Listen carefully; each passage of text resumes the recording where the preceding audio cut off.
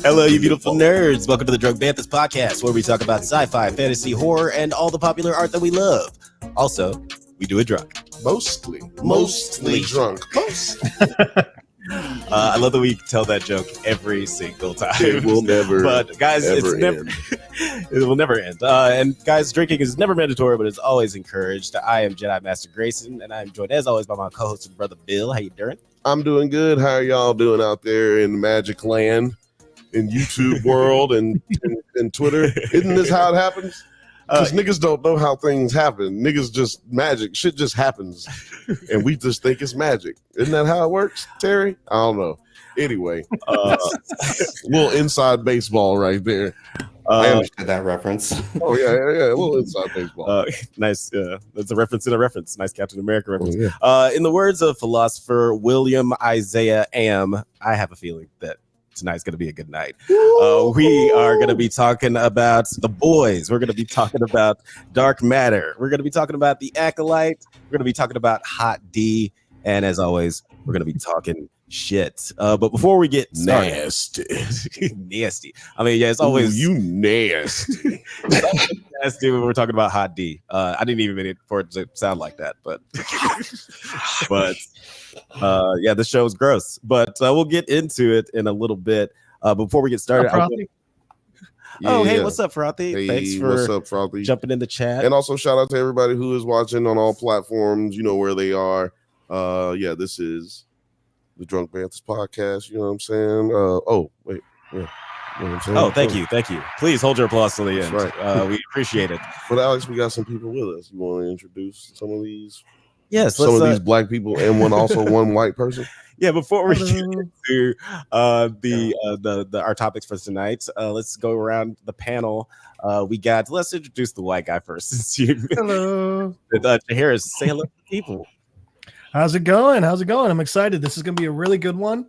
And for the first time in a long time, I've actually watched everything. So excited. We'll see about that. I don't know. The wool's been pulled over my eyes before. Yeah, I had House of Dragon on while I was riding my bike today. I'm telling you. Oh, shit. We have a guest. Committed. Oh, yes, that's right. We have a special guest tonight. Yes. Do you want to go ahead and introduce our special guest, or do you want to go around the? Well, you know, we got producer T, and then we got go around the panel. Yeah, we got producer T. They here. We got 9. All the time. Are they guests, or are they just here all the time? Yeah, they're just. I just want to say this because he's going to deny it, but the reason why we have our special guest is because I'm a master at Top Golf. I'm undefeated. They call me Terry Woods in the family now. So I can already see these very heated. I got this next guest because I beat this motherfucker. So this is like ransom. This isn't even really like fair. Okay, I love it. It already started out heated. Introduced to the Drunk Banthas podcast for the very first time, actor Travis Bennet. Welcome to the show. Oh. I got an applause. What? The audience loves you. Thanks for joining us tonight, man. How's everyone doing? How are you guys? Wow. Thanks for asking. Doing great. I'm about to do a shot. You know, welcome to the show. Welcome to the show. Yeah, cheers. Cheers. Oh wait, I'll get a beverage. Hold on, let me walk into my refrigerator. I'll grab something. You know, something nothing crazy, something light. Like, Yeah. Just like tequila. Yeah, we like Tequila. Oh, you drink on this show. Jesus. No, I only drink. What is this? Oh, not that one. Yeah, this is it. I only drink Smirnoff. Oh, Okay. Of course. Yeah. Very on brand, brother. I don't always drink, but when I do, it's Smirnoff. I don't always drink, but when I do, it is smeary. I like to imagine a bunch of friends iced you and you just got really addicted to it and just kept it going. You know, I that's not what happened. But I'll take that. I'll take your kind words. Awesome. What's going on? Okay. My question is, what have you guys been watching? Sorry to just jump into things, but I just want to know what you guys have been watching. I've been so interested in that. Man, everything lately, right? Of course. Yeah. What haven't we If been it's on, we watching? basically been watching it.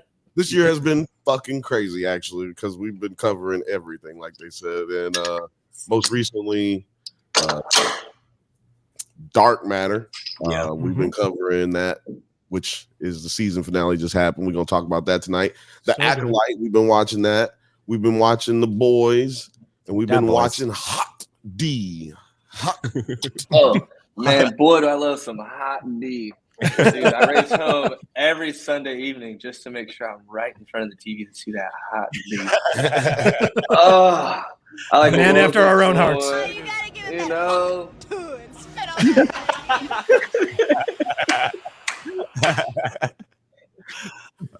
Oh man, It's going to die eventually. I'm pretty sure it's about dead, but might as well get it in now. You know, Hey, no, it's okay. get the rotations while you can. While you can. Yeah, hot D on this episode. I was over it immediately. Well, you're caught up to date on Hot D. Haven't missed a day of Hot D in like I think I'd say 5 years, somewhere around there. I don't miss any of those things. I've stayed up to date on all that stuff. I started Game of Thrones originally. I think season 4 was airing in the middle when I had started originally. I was on tour. I walked into a Walmart. I like posted on Twitter like, "What do I watch? What's there good? What's out there?" And somebody was like, "Do you watch Game of Thrones?" I was like, "Man, I ain't into that Spanish."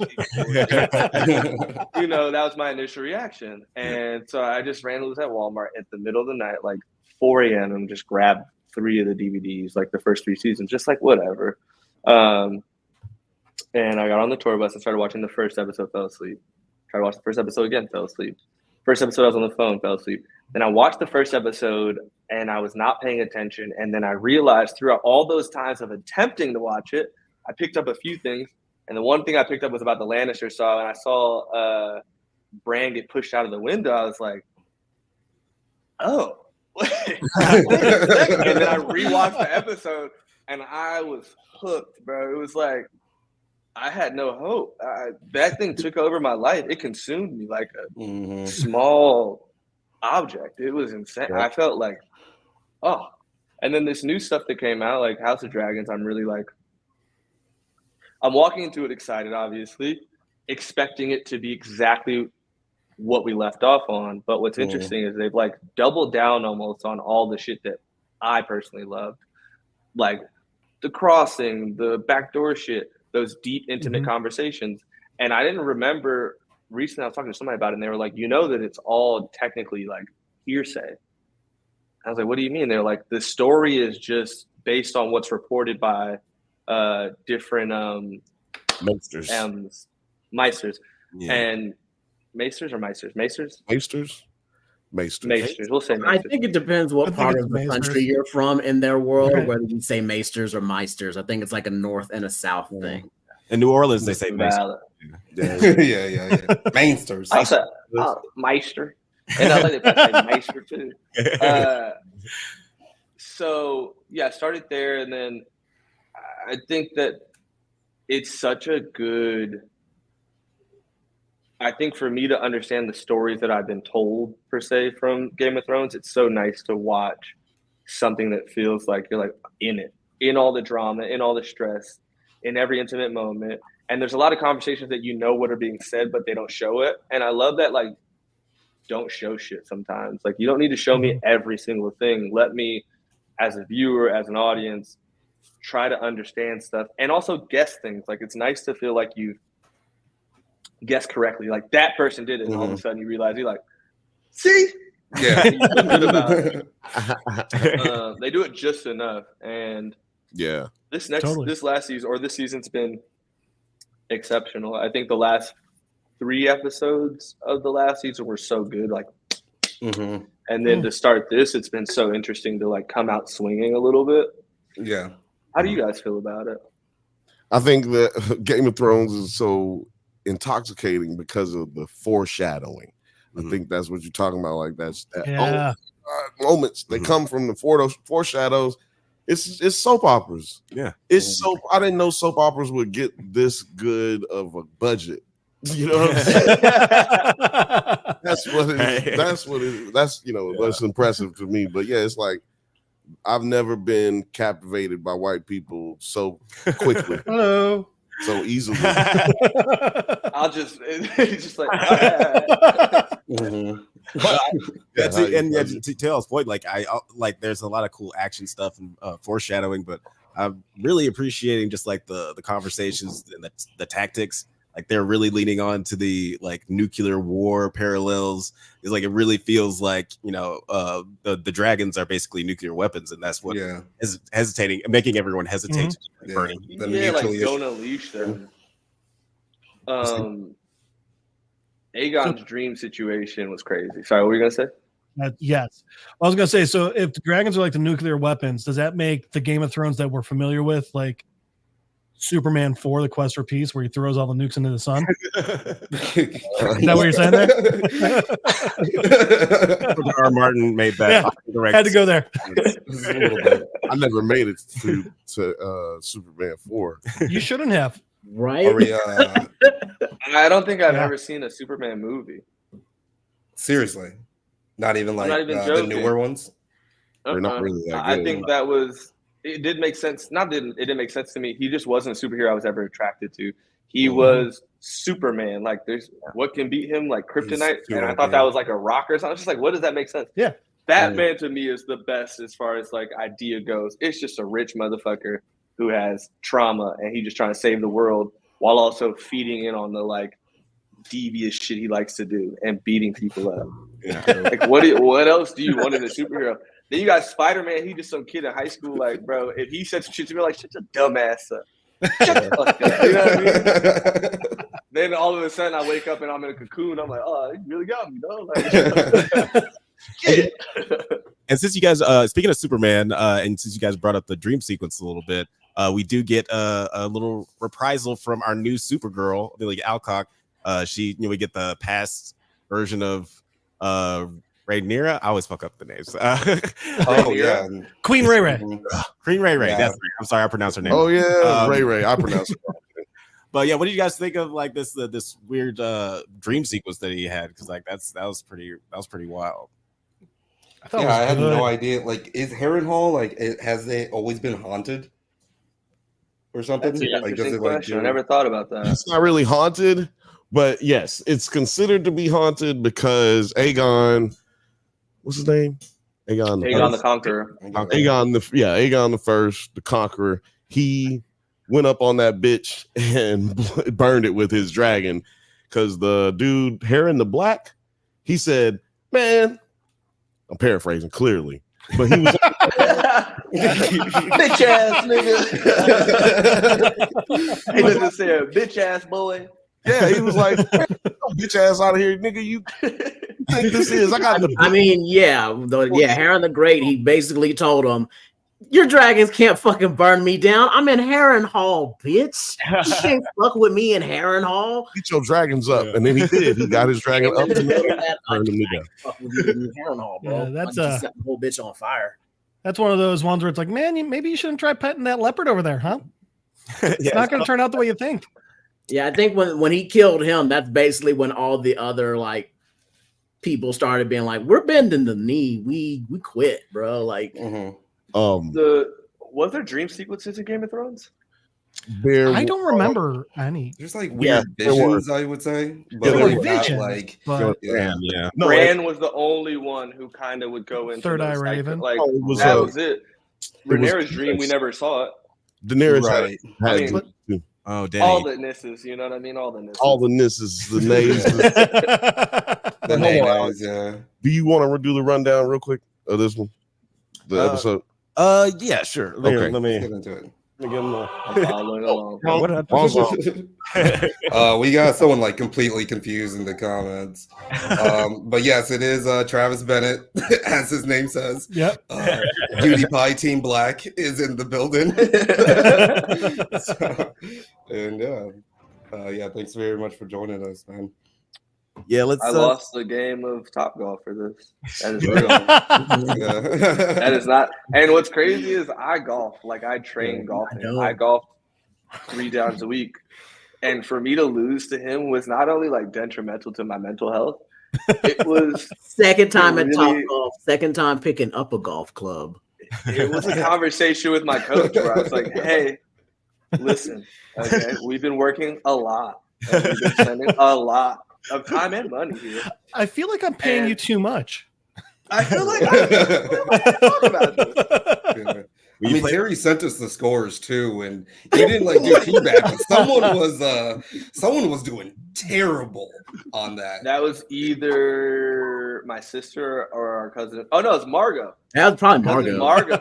Our cousin Margot, bro, got up to the thing and held a golf, like you know how a golf club is. It's long, right? And so you just hold the back of it, the top where the grip is.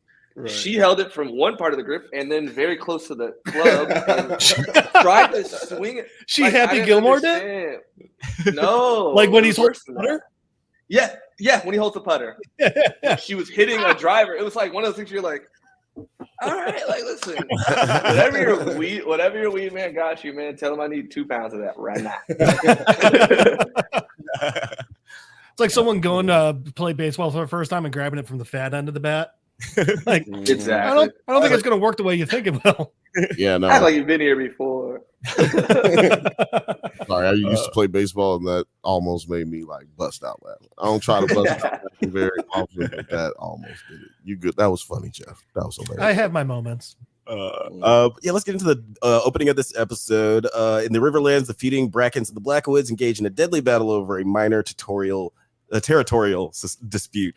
Now, what did you guys think of this opening? Because it gets really bloody really quick. We kind of get a jump cut to all the carnage. We don't really get to see anything transpire. Did you guys like the way that this opened and with all the tension? You know, I did because it saved money. No battle scene. Yeah, right. You think of it like producer mind. Yeah.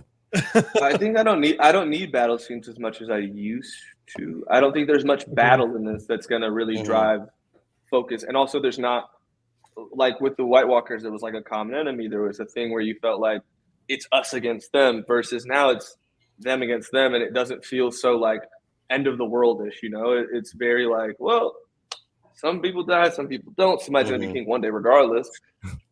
But overall, I felt okay with it. Like I was fine with it. It was fine. I just wish that there was more of a backstory there. Like give me more of that. Because the situation when you walk me into it, I'm there like, you know, watching overanalyze, like, okay, that's got to be like Ned Stark's grandpa's grandpa. And that's right. You know, you're like, it's not that serious, dog. I appreciate this. Like, gotta watch my shots. But yeah, there's something like really tragic about like this conflict. It's not really about the bombast of the action sequences. Bombast. But T, what did you think of like this opening? I'm gonna write that down. Once again, still not caught up on this. Oh my god! I'm here for the boys.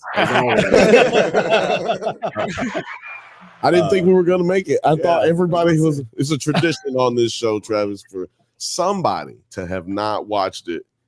Something that we're talking about, and I love it. It's always a secret as to which one it is.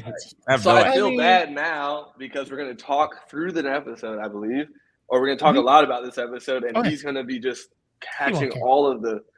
Oh, well, also, I think you read it. It happens to once a week all the time.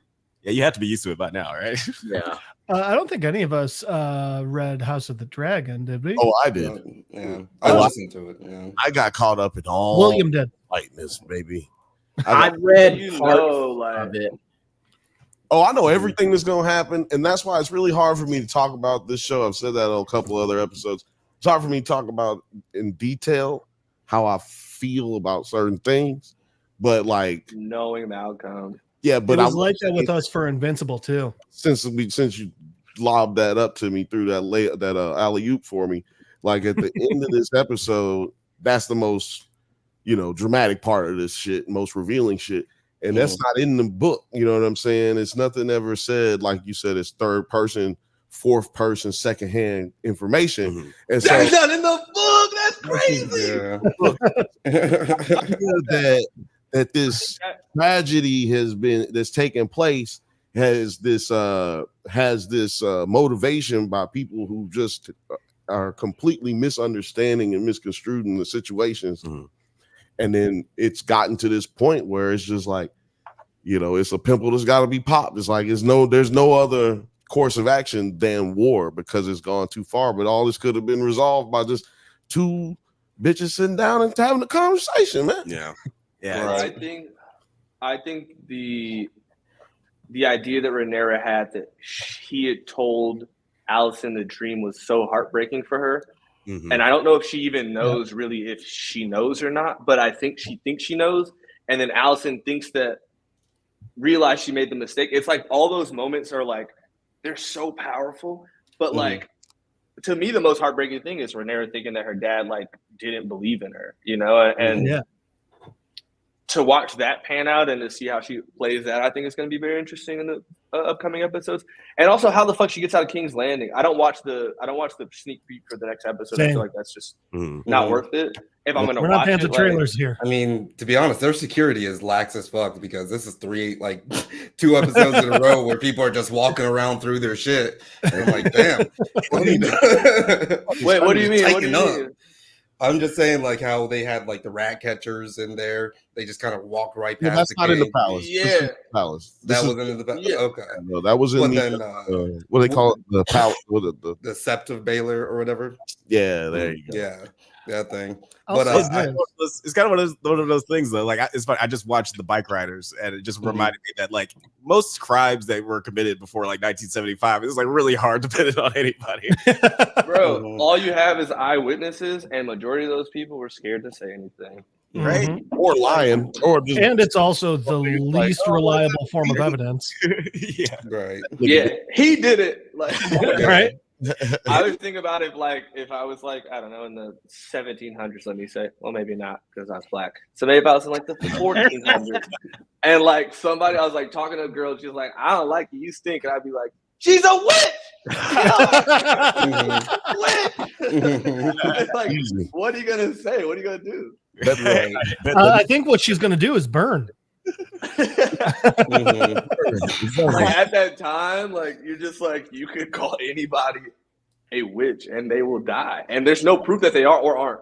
It's just like it happened like 18 times a day. I always thought that was the funniest part. It was like one of the big tests was, all right, we're gonna drop you in the water, and if you drown, good news, it means you weren't a witch. You're still dead, but at least you weren't a witch. It's just a little whoopsie. It's the one. It was the one person who did it who came up that fucked it for everybody. Witch. It's like, no, you didn't tie the thing. You gotta tie it. But yeah, I think this episode is like really cool just because like this whole thing is basically everything that like Rhaenyra and the High Towers are dealing with right now. And like you said, it's just like all of this bloodshed and everything. This is all going off of like hearsay too. It's like, this land is mine. I don't know why the fuck you moved that rock over here because you know you're not supposed to move that fucking rock. And you cut to everybody just dead. And that's what's about to happen. And way more people than that are here right now. So it just shows like escalation of just this little dispute. Do rocks. you guys want to know about? And I think it's important that they're all teenage boys too. Yeah, because of course they're not going to talk it out. They're just going to resort to throwing stones and fighting, and then like, oh, we got swords. They're babies, man. Babies. It's interesting, to think that like all those people died kind of for nothing. You know what I mean? Like it's over a fucking rock. Yeah. But at those times, it's like everything was so like mine or yours, like mine. It was so possessed. It was so interesting to watch that. The episode started like that, and I was very confused. but their like Venn diagram is like basically a circle. It's just like these little sliver of differences that Right. literally just tear their asses up.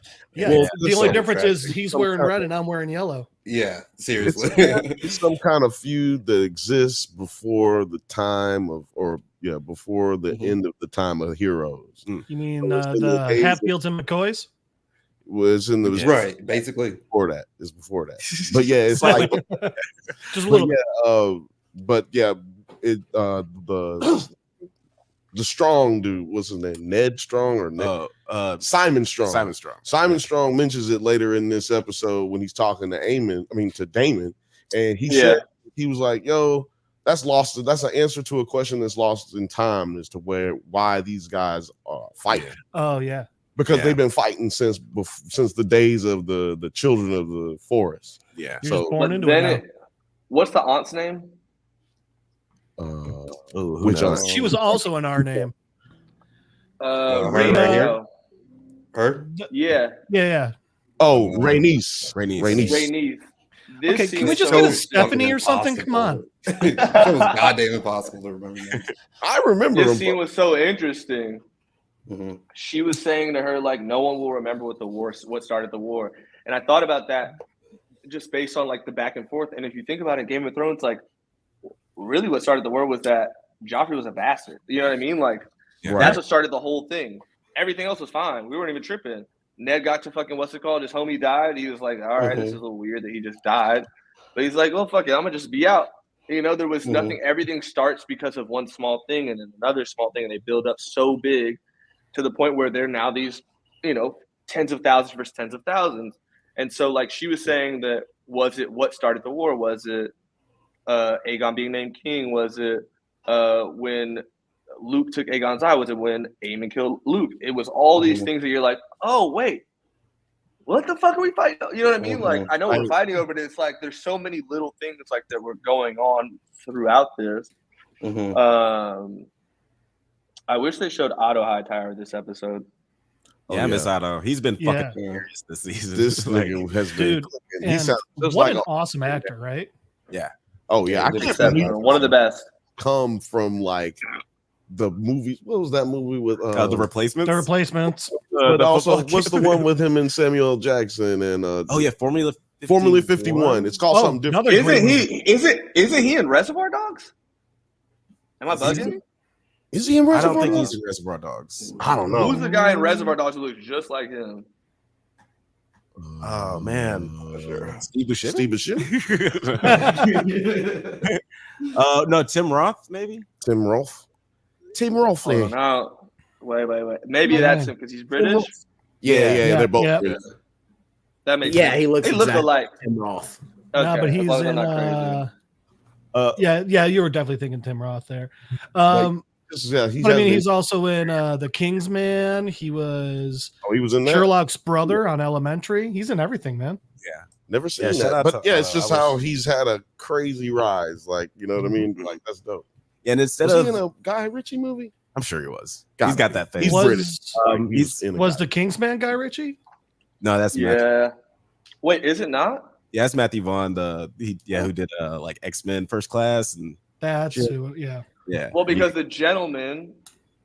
Oh yeah, the Gentleman. That's That and the Kingsman to me look the same. Yeah, he's the lizard in the Amazing Spider-Man. Yeah. Oh yeah, who remembers that? Oh, that was one we weren't going to mention. We weren't going to do that. Let's talk about the present hand. Oh yeah. Kirstyn proposes a bold plan to conquer Harrenhal, but Damon. Oh man, I was loving the side eyes he's getting from the Kingsguard. Right? You walked up. Yeah, that was interesting. The Kingsguard weren't fucking with him, and it's because they know that he was the one who fucked up.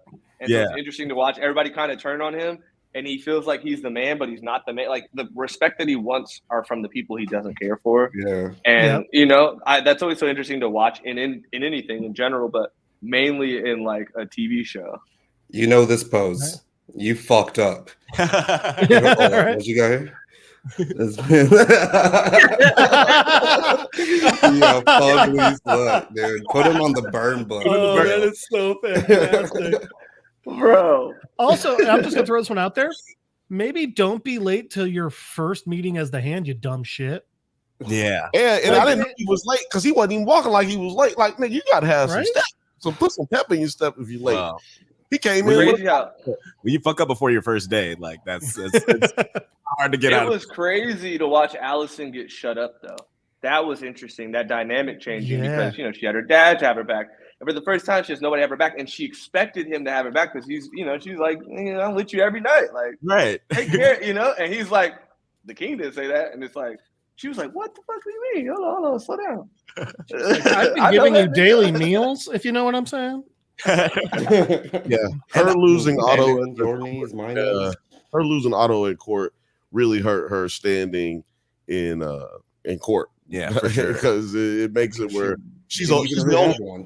I mean, she's the only woman. So, and in this civilization, women do not matter. So, and it's interesting because we're seeing some parallels to Cersei, but she's not going power hungry. I'm going to kill everyone. Mm-hmm. She's trying to figure out like diplomatic ways to like course correct. Yeah, she's a lot more empathetic creature than Cersei. And I also like just talking about this conversation. I really liked Aegon in this scene too. Like, what do you guys think about just like how he reacted to? I think he's a fine ruler, and he's gonna just take the realm to really good heights. Well, on the scale of like to Joffrey to Ned Stark, like, yeah, where do you think that he's landed? Because he's not quite as bad as Joffrey, but he's also not like a good guy. Travis, what do you think of Aegon? I think the issue is he didn't want to be king, and until he felt the power, he didn't want it. So feeling the power gave him some sense of self, and so now he's like power hungry, but for the wrong reasons. And also, I think sooner or later, I mean, when he says to Otto, like, I'm the king, and he's like, he made me king, he's like, is that what you think? That to me, bro, I stood up on the couch. Things like that made me be like, oh!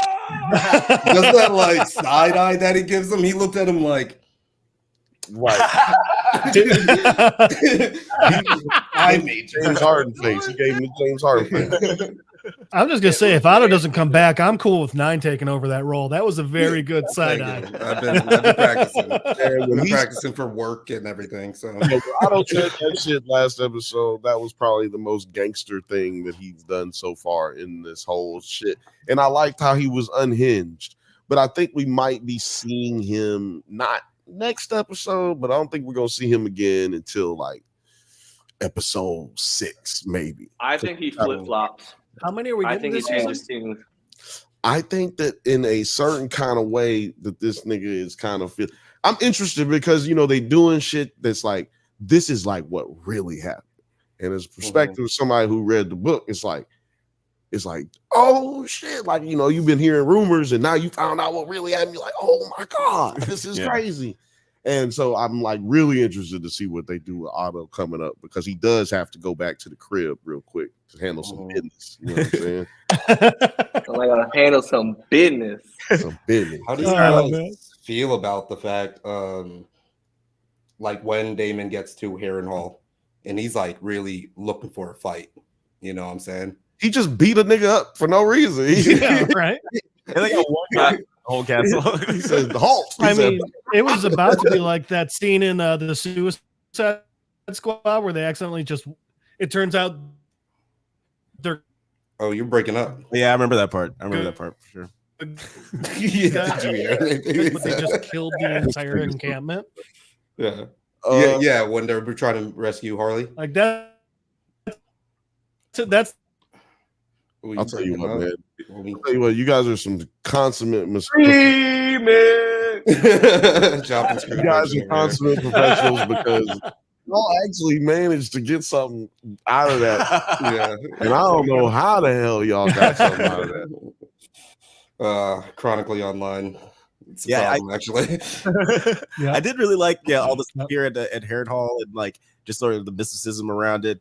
The one American person in all of Westeros who talks to Aemon at the end. Like, we were tripping on that. It's like the homegirl that talks to him at the end when he's at the tree after he has the vision. It's like, oh, they're Americans? You want to hear a theory about that? You want to hear what the nerds got to say? I know you know. That's the thing. I know you know. I don't know I don't know about this one. See, this girl, she is a bastard girl that is supposed to be the The Simon's Realmas at this daughter, point.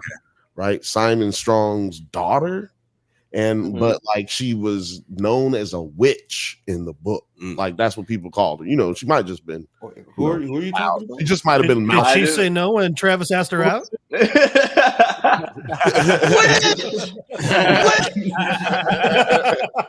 Wait, who are you talking about though? She's the one. So when Damon walks vision. in, when Damon walks, she's in the vision. Yeah, when Damon walks she's in, there. Simon comes and kneels before Damon and says, "We pledge fealty to Rhaenyra Targaryen." Blah blah blah blah blah. When everybody bows after him except this one girl, she walks in and she like, who is this nigga? And then So that's why I was like, was she? This Now, chick now I right have here. to. yes, Now I have to question: is this whole scene a dream? is the whole scene a dream or is she Ooh. not really there? Not real. Because Harrenhal is haunted, Haunted. right? But we've never seen that play out. And I did see something where a producer on the show said something like, you know, we really are trying to bring out the realness of the, you know, of the way it's described in the book. Like, oh, okay, maybe they trying to make it haunted. Well, in Blood and Cheese in the book, she picks one and he kills the other. And I believe that she doesn't run away, if I'm not mistaken. Like she stays there through it. And Alicent is said to have been in the room when it happened. So Queen, Yes. That was another thing. so that's how you know it was all bullshit, right? It was just like, so this is like what really happened. Because if Alicent had been there, then that means Cole would have been there because he was supposed to be taking care of her. So how the hell did this happen? Yeah, Because somebody was getting some dookie. Right. And I like that Some aspect hot of the tea. storytelling for the show, and I appreciate that because we don't get a lot of fantasy in this, especially compared to Game of Thrones. It's like very grounded, so I like that they're dipping their toes in this crazy shit. You mean not a lot? They ride dragons instead of horses. That's what I was going to say that, but I will say the difference is in Game of Thrones, like we didn't see the dragons till the end of the first season, and then we didn't see the dragons fully grown until like the end of the third, fourth season. Like we didn't see them really be that. So yeah, that was to me more magical. But also like there was the witch in the beginning who kept there was what like was her a name? magic smoke monster and whatever. Sandra. Yeah. What are y'all talking about? Don't bury. Yeah. The lady had a demon, dark shadow baby, and Yeah. killed the nigga. That was crazy. Don't But that's body what's shame. interesting. I just saw that as deformity, I guess, in the back of my head. And we get zombies too. Like they keep showing the zombies every now and then. Yeah. He was born with scales. And I remember this. He was born with scales. He had webbed feet. He had this. But I think she just had a dragon. Does that make sense? Yeah, no, it does. I definitely feel like, because didn't we see a little like dragon foot or some shit? Yeah, I feel like there's like We had a flash of something that in last their season. DNA that they makes them need want to have a baby dragon, but it's like the genetics are all fucked up. There's still too much. Aegon's dream was the. Damn it. Aegon's dream was the born as a prince, whatever the thing, but he didn't have the dream. Who had the dream about dragons? Was it Aegon too? Was it what's her name? Allison's or Ray Ray's daddy? Wasn't it him? Jacaerys. I forgot we called her Ray Ray. I like that. I don't know. Jacaerys? Jacaerys? No. Her dad. Well, her brothers. Like, well, Jacaerys was her dad's dad. That was her grandpa. I, by the way, love Jacaerys, and I felt like he was so kind and so cute, and like the way they had to. that, like, the way that they had to do, like, or the way that I think that it's impacted the story now is to know that it was all good. That's where you're like, bro, it was all good, literally. Like, it was we could all go, that was crazy. Yeah, his whole legacy was like he was like the longest living king, and during that time it was like peace. It was chill, bro. Like it was chill. He had peace to know that. Yeah, that's crazy. They realize there's a misunderstanding, but it's too late. It's crazy. Yeah, I definitely want to get into that conversation at the end for sure. Just moving along, Mysaria becomes Ray Ray's advisor, while Aegon makes Larys his master of whispers. I like seeing. You mean Rhaenys? Oh, you mean the white worm. Mhm. Yeah, The yeah. White Worm is the GOAT. She's We the don't give her Yeah. enough credit.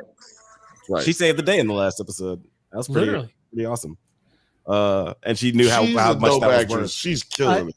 I keep wondering if she's going to be like, a good guy, or she's going to end up being like Tyrion's, wife and everything back in the day, or if she's going to end up backstabbing. And I mean, that's one of the best things about this show is like, I'm like, yeah, she's good, but she might not be for long. Yeah. I think something interesting happened, and she, because of the beef with the Hightowers, is really just against them. It's not about anybody else. She's just against them.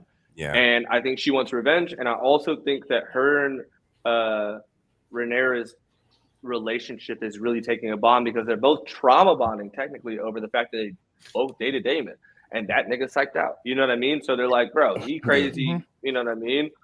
And they both want the same things in a sense. They want to do everything peacefully. I think that's so important to like have a relationship. But I think that she's much more like, I think she's further along the path of like, yeah, we want things peaceful. Peace ain't gonna happen. Right. Like, I think it wasn't until the end of this episode that Rhaenyra was like, yeah, no, you're shit. Peace. That sucks. Mhm. Yeah. Wanted. What happened? What? Something about her seems super genuine. That is from Skinny Mane. Talking about White Worm. I get nervous when there's a comment up and everybody gets quiet because I'm like, oh, We're caught. We're caught. What did they say? Somebody said something crazy. Also, man, out of all the nicknames, White Worm, not a good one. You're one to talk, huh? Not a I'm great gonna tell one. you, Hello. Master Secrets is way better. Yeah. when they showed her for the first time and seeing her all through the series, like knowing her from the book, she's a very important part of the book. Was she Jamaican in the book or no? No, she just was. I thought she was gonna be white, to be honest with you. Bro, she Jamaican as hell in the first season. Her accent all over the place. Oh, her accent all over the place. Yeah, Bro, she sound like Bougie Banthas.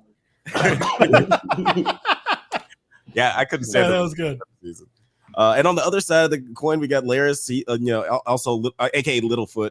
He makes. I call him. I call him Littlefoot because What do they call him? Littlefoot Clubfoot? is crazy. they call him the Clubfoot. But see, I got a theory. Hold on. That he's normal. Yeah, I got a theory.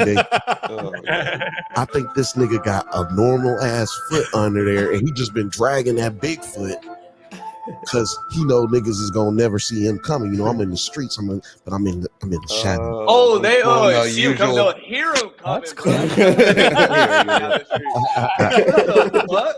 But I'm unassuming. You know what I'm saying? what is that? The unusual suspects. Right, The usual suspects. Yeah, actually. he's he's Kaiser Soze. Kaiser Soze doing. Yeah. that's And what I think they even that's did that in Game of Thrones. I forget the name of the maester who like always pretended to be an old feeble Jerry. woman. But they had like And then he just jumped up. Yeah, doing jumping jacks and shit. Yeah, like I think that's what we got going on, man. That'd be interesting. Or he got a little foot He grabs it. inside of that big foot, but he dragged it. It's like a So Yeah. wait, is that like the reason why he's like into feet? Yeah, He's exactly. Oh, like, yeah, anything yeah. for feet? Oh, yeah. Hold on, man, hold on. The reason he's in the Situation. feet is because he has Hold on, imperfect feet. We cooking What's right interesting though about him, I didn't know who he was related to until this season. Neither. Oh, Not until that guy said the thing. And It's he hard- killed his brother and father. yep. now? Mhm. Like, that's what's wicked. And also, I don't think that Aegon realizes that when he says, "Do you want me to take care of it?" what he means. You know what I mean? Like, he doesn't understand this dude's just killing people left and right. And then the whole thing when it came to Allison and her like bath and all that shit, I was just like, oh, he really on some wicked shit. He's the like Littlefinger didn't have the control that this guy does. This guy has a different control. Right. He has the combination control of Littlefinger, the guy got his dick cut off who was bald, and Yep. like I don't know, Viserys. and I guess Tyrion. Viserys, you know what I mean? It's like he has all of the pieces of those. It's interesting. They made less characters but gave them more shit. Yeah. It's like if that unit guy you were talking about was way more evil. Varys. Varys, Varys, yeah. Varys. What? How do you guys? Wait, and feel? this guy's They don't name got, Laris? Laris. Yeah. Varys. It's got Lord nothing to do Varys. with Clearly, George R.R. Martin put all his creativity into the storytelling and not characters. Yeah. Mm-hmm.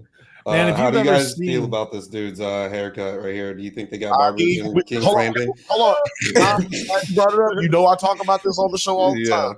We got to They don't get got brushes, bro. We gotta get more black makeup artists on set. We need more black people on sets because niggas would not walk around without a brush like that. We would not. It's not about that in this though. There was no brushes. I don't understand. You know what's crazy to me is what I don't think about much, but I'm now thinking about it is there some sort of like is there race there? Like is race a thought there as much as it is now? You know what I mean? Is it like oh yeah? Are people looking at people like that's a good question because it is because he says nigger in the book. He says niggerette or something like that. and you're telling me George R. Martin. Yes. I smell a cancel. He's sitting there looking like this and like I'm gonna try and sneak this word in. Somebody tried to cancel sign him outside once. my castle that says dead nigger storage. Exactly. There's a future character that I won't mention that I don't know if they're gonna do it or not. But her name's Nettles, and they call her the negrette girl or the nigger girl. They call her the nigger girl. You can look it up though. You know, it's in there. Because listen, I might sit that episode out. I didn't read the book. I'll listen to it on tape. Yeah. So I'm listening to this shit, and it said the little nigger girl. I was like, hold on. This nigga's good. I mean, in the actual Game of Thrones, weren't a lot of the actual slaves people of color? Yeah, the Dornish of people of color. Why do you know that so well? Don't worry about it. You don't need to see. You don't need to see my notes, Travis. Don't worry about it. What do you mean? There's a Confederate flag with the dragon behind him. One dragon instead of each of the stars. His dragon ass truck nuts and shit. First of all, make that a t-shirt right now. Somebody put that on a t-shirt. I need a dragon with truck nuts. I need that in my life. Speaking of truck nuts, we gotta get to the hottest D of the season. Aegon encounters and taunts a naked Aemon, who gruffly departs the brothel. The bastard. That they're put that in. Yeah, we definitely can't put that in. That's You don't think? for YouTube. Well, yeah, no, he showed the bastard Ulf. But yeah, you were talking about Aemon having his dick and balls. Can we get this? Okay. That's all I want to do. Just get this. Talk about brothers hanging out naked. Yeah. The thing about the Aemon thing though is obviously like when Aegon was named king, Aemon like wanted it, but he was like, you know what? Fuck it. I'm gonna ride for my fucking brother. I'm gonna do what he needs me to do. Yeah. Like he's the best sword in the place. He rides dragons. You know what I mean? He has all this shit together.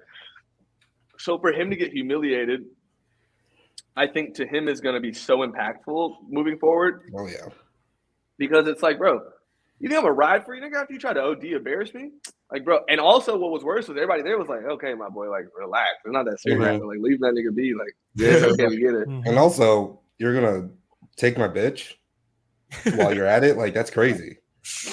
By the way, he not even going there to clap cheeks. He going there to cuddle and talk. Like, that's where I'm like, oh, bro, you really are sensitive. Like, you're not who you say. That's where it's like the perspectives to me really get important because in my head, he was this tough, you know, it's like when you build out characters, you expect them to be what they are when they show you them tough, you know, cruel, mean, all this shit.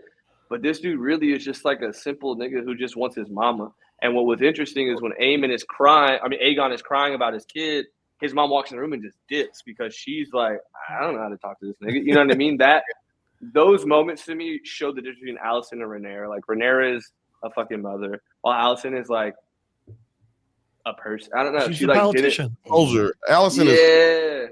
Yeah. And Rhaenyra, yeah, like there's a huge contrast between the two of them because just put it right there because I don't want to reach. Because like you said, when Aegon needs, you know, when he needs a shoulder to cry on, when he needs his mom, you know, somebody to support him. And mama, she's not there. But when Rhaenys, when she sees what's his name? Not Luke, but when Luke dies, the kids messing up. It's not Jaehaerys, is it? No, Jaehaerys is missing a head. I can't. Okay, never mind. Anyway, what's his name? Joffrey? No. So Joffrey is the littlest one. Right. Jaceres? Jaceres? Jaceres. Hold on. Okay. Anyway, the Oh, oldest. JAC. So the oldest nigga, when he gets there, she like grabs him, holds him, you know, and like, you know, he wants to be like, keep it together, and she's like, no, nigga, cry, let it out. Nigga, oh, your brother is dead. This shit crazy. Coming to get us. You know what I'm saying? Like, where is that with Allison? Allison sees him crying and is like, that people. There was people who was on Allison's side, Team Green, and I just don't understand how you be that way with all this shit out there. You know what I'm saying? Like parenting. It's a parenting thing. I think if you look at the way that they were both raised, Otto raised Allison very, not cruel, but very cold. He was not like a very loving father, especially after her mother passed. So then you have Rhaenyra, who was raised with mom and dad, and her dad is, you know, Harris was like the sweetest guy. He was very wholesome. He was very like family oriented. So to have those two different styles now, you know, raise kids themselves, you understand it. And that's why I think Damon is having such a weird time. Like when he walks by his daughter in the fucking room or in the hallway, he like, fuck out of here. Like that to me was like, that's your daughter. That's your daughter, not was. That is your current daughter, bro. Like that is wild. She came out your sack, bro. So yeah. I think, they should have some trauma bond because they, you know, his wife died, their mother died. That was cold blooded when he walked by her like that. God, man, this nigga cold. He didn't kill her mom though, right? He was there for her. No, but he just didn't care. Yeah, but he did. His kids were crying, and he's just like, all right, I'm gonna go over here and grab a sandwich. No, see, I think that he actually did like love her. You know, he didn't know how to deal with it in the moment, though. And I think he just he also wanted a son. He doesn't know how to deal with anything in the moment. He never had a dude. They're all sons. He has 3 sons. Oh, now he does. But like, yeah. No, I mean, now he does, but he wanted one with old girl, the black girl. You know, he was with the black honey first. You know what I'm saying? He was out there slapping up cheeks. He had the dope dragon, everything. It was all good in the hood.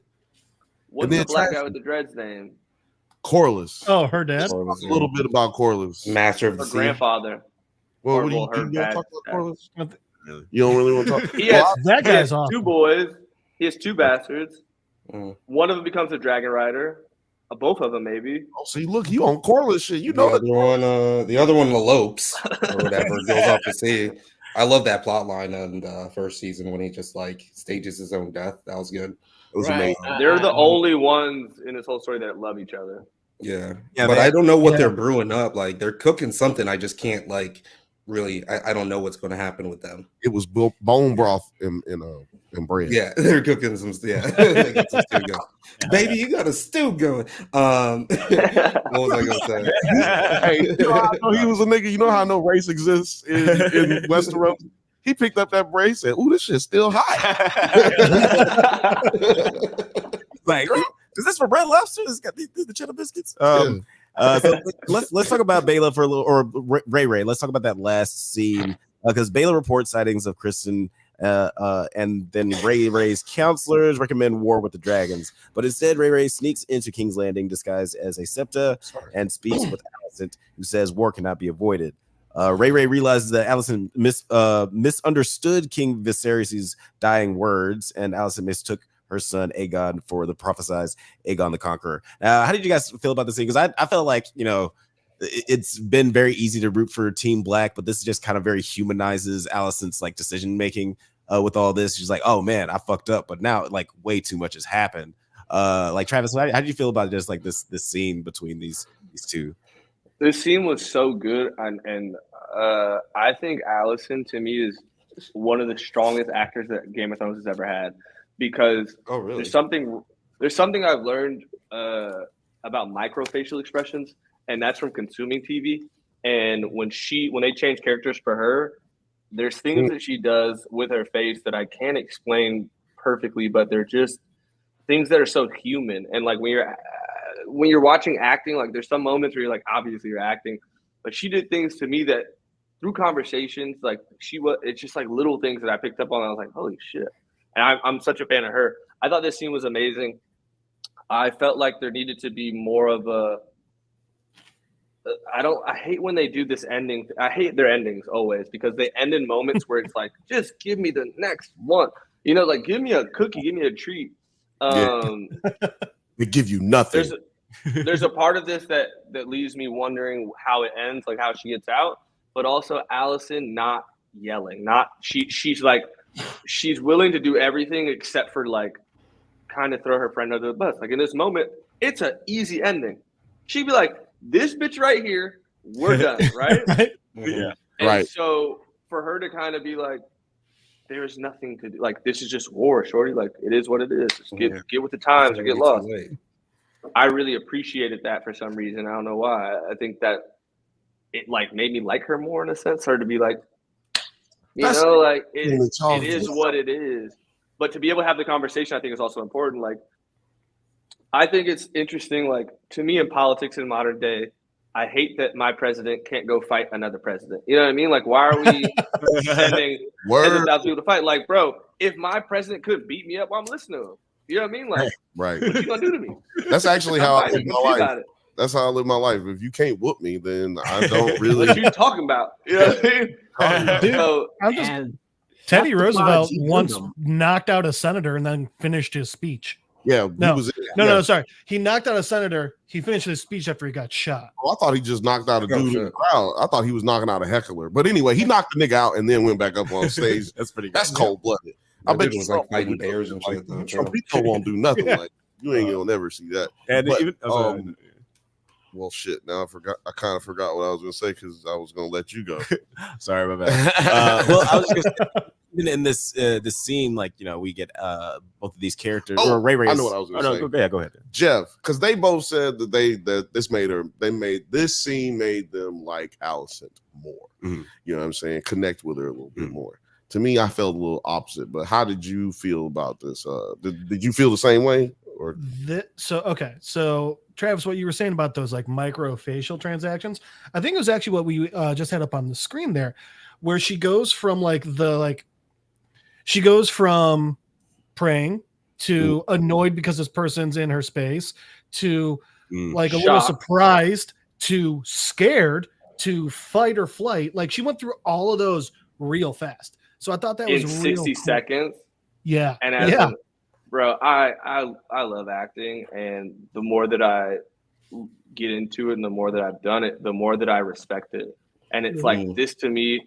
There's a scene that happens in the last episode when Damon and Renee are talking about what happened, and there's a moment where he goes to choke her, but he touches her face gently, and her reaction, understanding her trauma, like that to me, I was like, you know, no one knows those things. Or when Damon, when it's the episode 1 where that long shot, it's like my favorite shot in the whole entire show.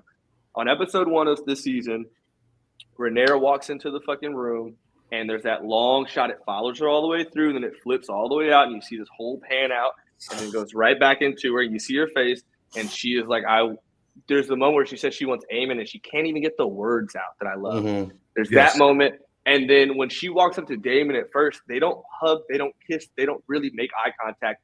They just do what like animals do. And it's very like, they're like hugging and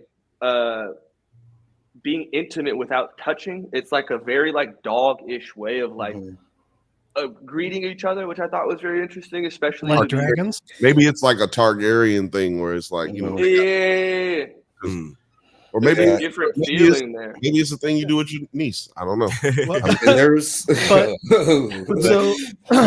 But so then what they were doing with Allison in this one is, so that's the thing, is like, I was a little annoyed because I wanted to just hate her.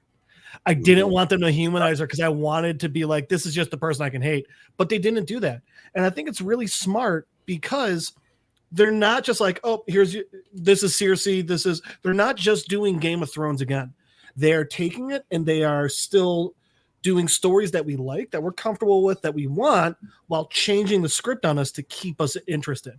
I am amazed with how well they've been doing that, as opposed to the simple thing, which is just give them more Game of Thrones. Yeah, and they humanize them in this scene to me, or they've been humanizing most characters. They humanized Aemon to me and Aegon. This episode, I never saw Joffrey cry.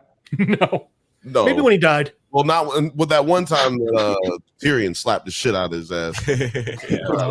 right there. when what's her name cut her? Cut him. Oh yeah, the dog bit him. Arya. And he Yeah, was that's what happened. Lady. like a little bitch.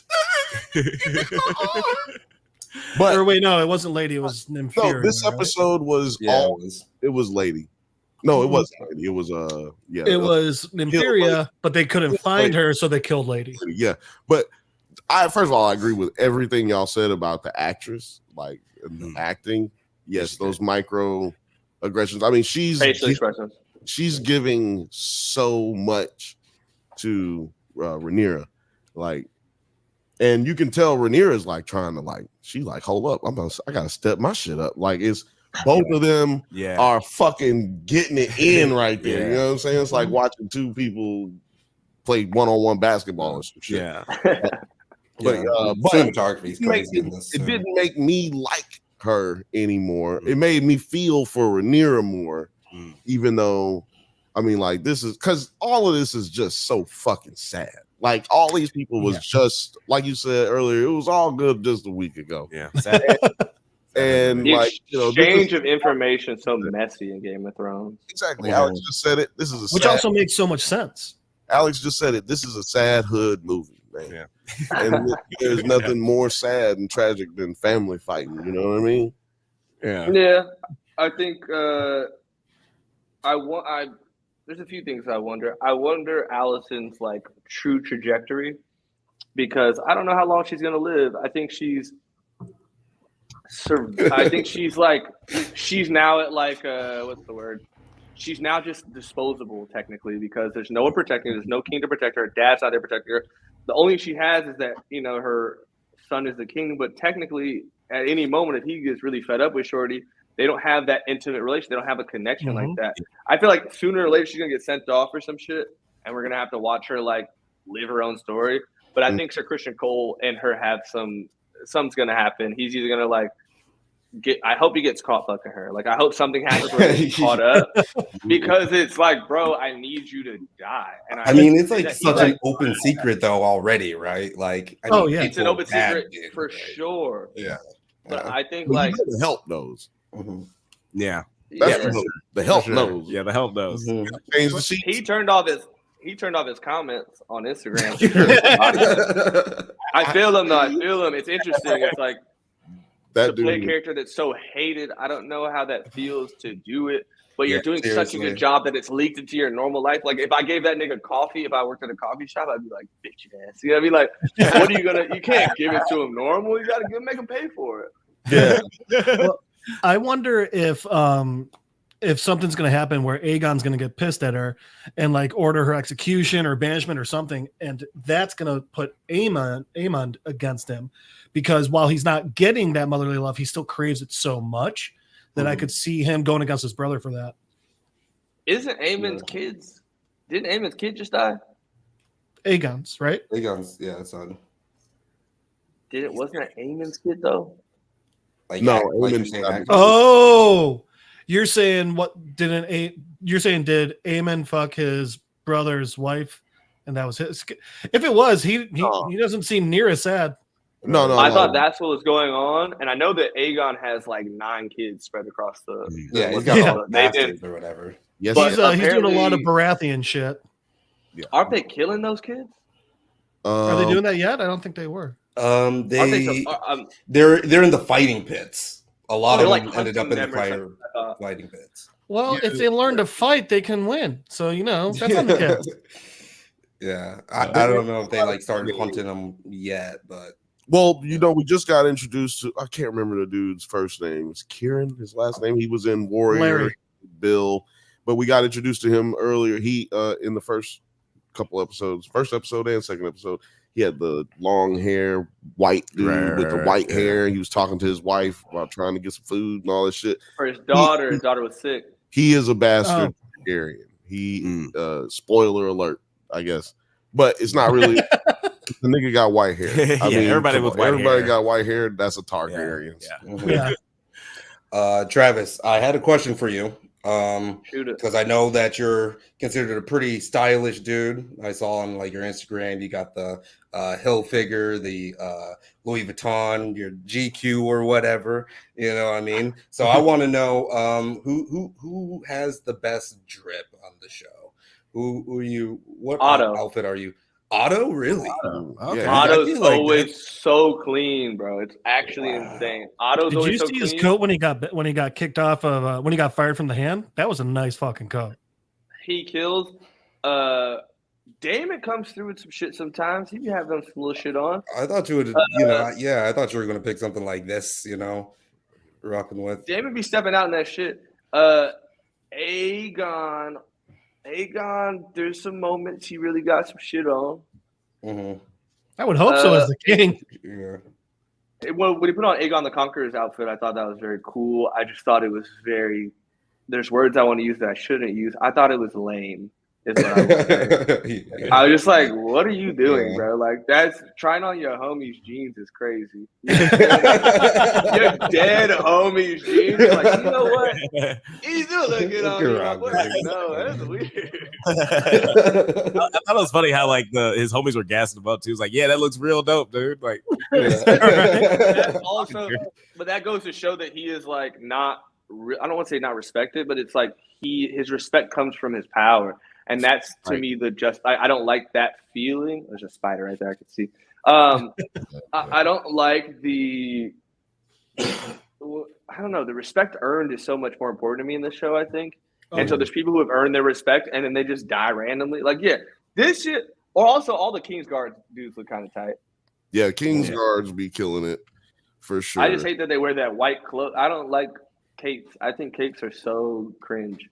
Capes are dangerous. We know from Invincible. Incredibles. Yeah, excuse me. Also, Invincible don't got a cape. So exactly, Invincible, no cape. Who in the boys has a cape? Homelander. You know what? His dumbass. Is that he's got the American flag cape? Is that a good time to? That is a good transition. Yeah. Have you watched it? Have you watched The Boys? I just finished the last season, so I'm starting the new season this week. Okay. Because the Bear came out, and so naturally it's like I'm gonna go into that. Taking over. But I'm trying to watch at a pace. So that's an interesting thing now with shows being released so quickly. Game of Thrones gives us a week to digest, and you talk about it through a 10-week period. 2.5 months of conversation, and then if somebody doesn't know, they catch up later. While now it's like a show comes out. If every episode comes out Monday, you all watch it through by Friday. It's all done. And then you tell everybody all week the next week, to watch it. And half those people watch it, and then the other half people tell people to watch it. And then through the time of a show lives for 2 months max now. You release all the episodes at once.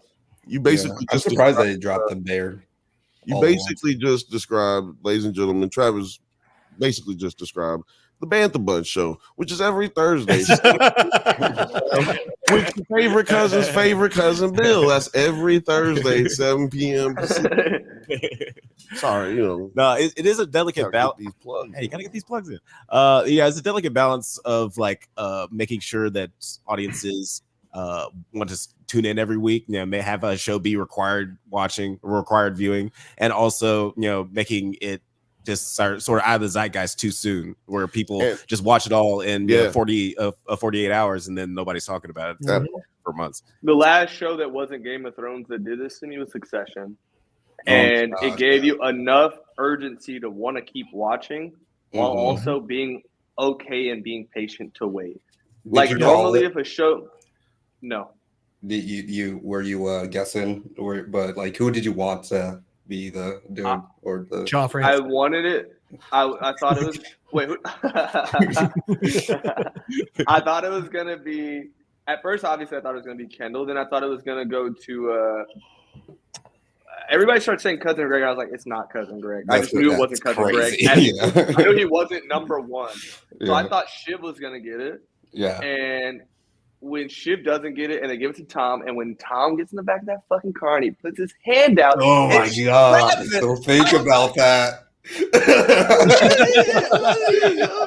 I was checking the time. I was like, holy shit, the show's actually about to end like this. I was like, oh my God. Yeah. I don't check Spoiler alert, everybody. So. I can't check the time anymore. It shows because if I check the time, then I'm Yeah. mentally preparing for like the Mhm. ending. Mhm. So like with the episode last night, I paused it like 45 minutes into like, I don't know, change something or go grab something, whatever.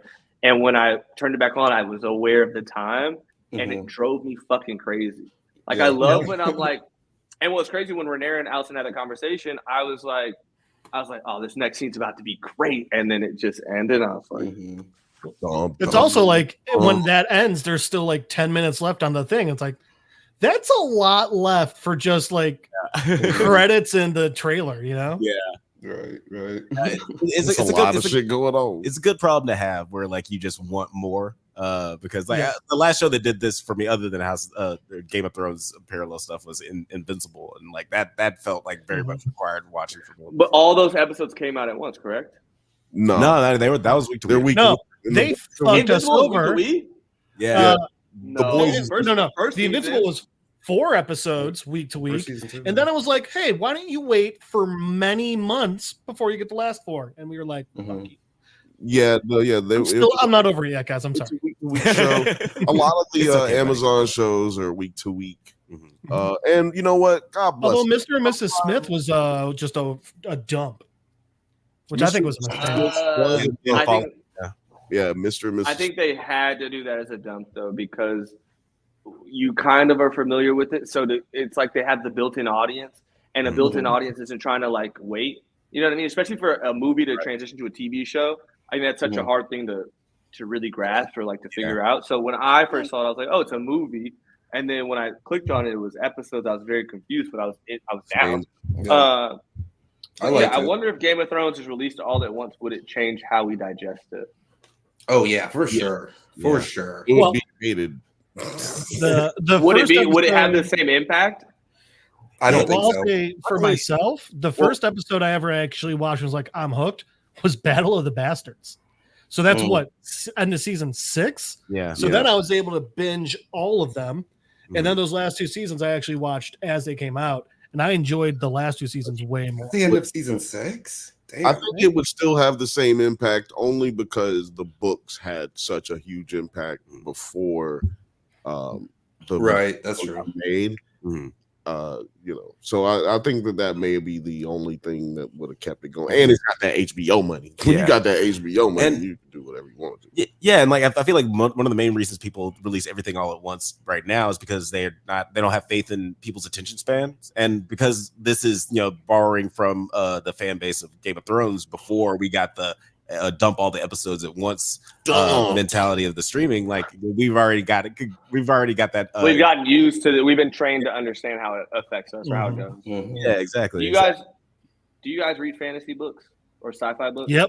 Sci-fi. That might have been for me. That might have been a dumb question. I just picked up a few very recently that I've been like digging in on a little bit. I feel like I think my next project mentally for me to like try to figure out is sci-fi. I really like it. I think it's nice to build worlds.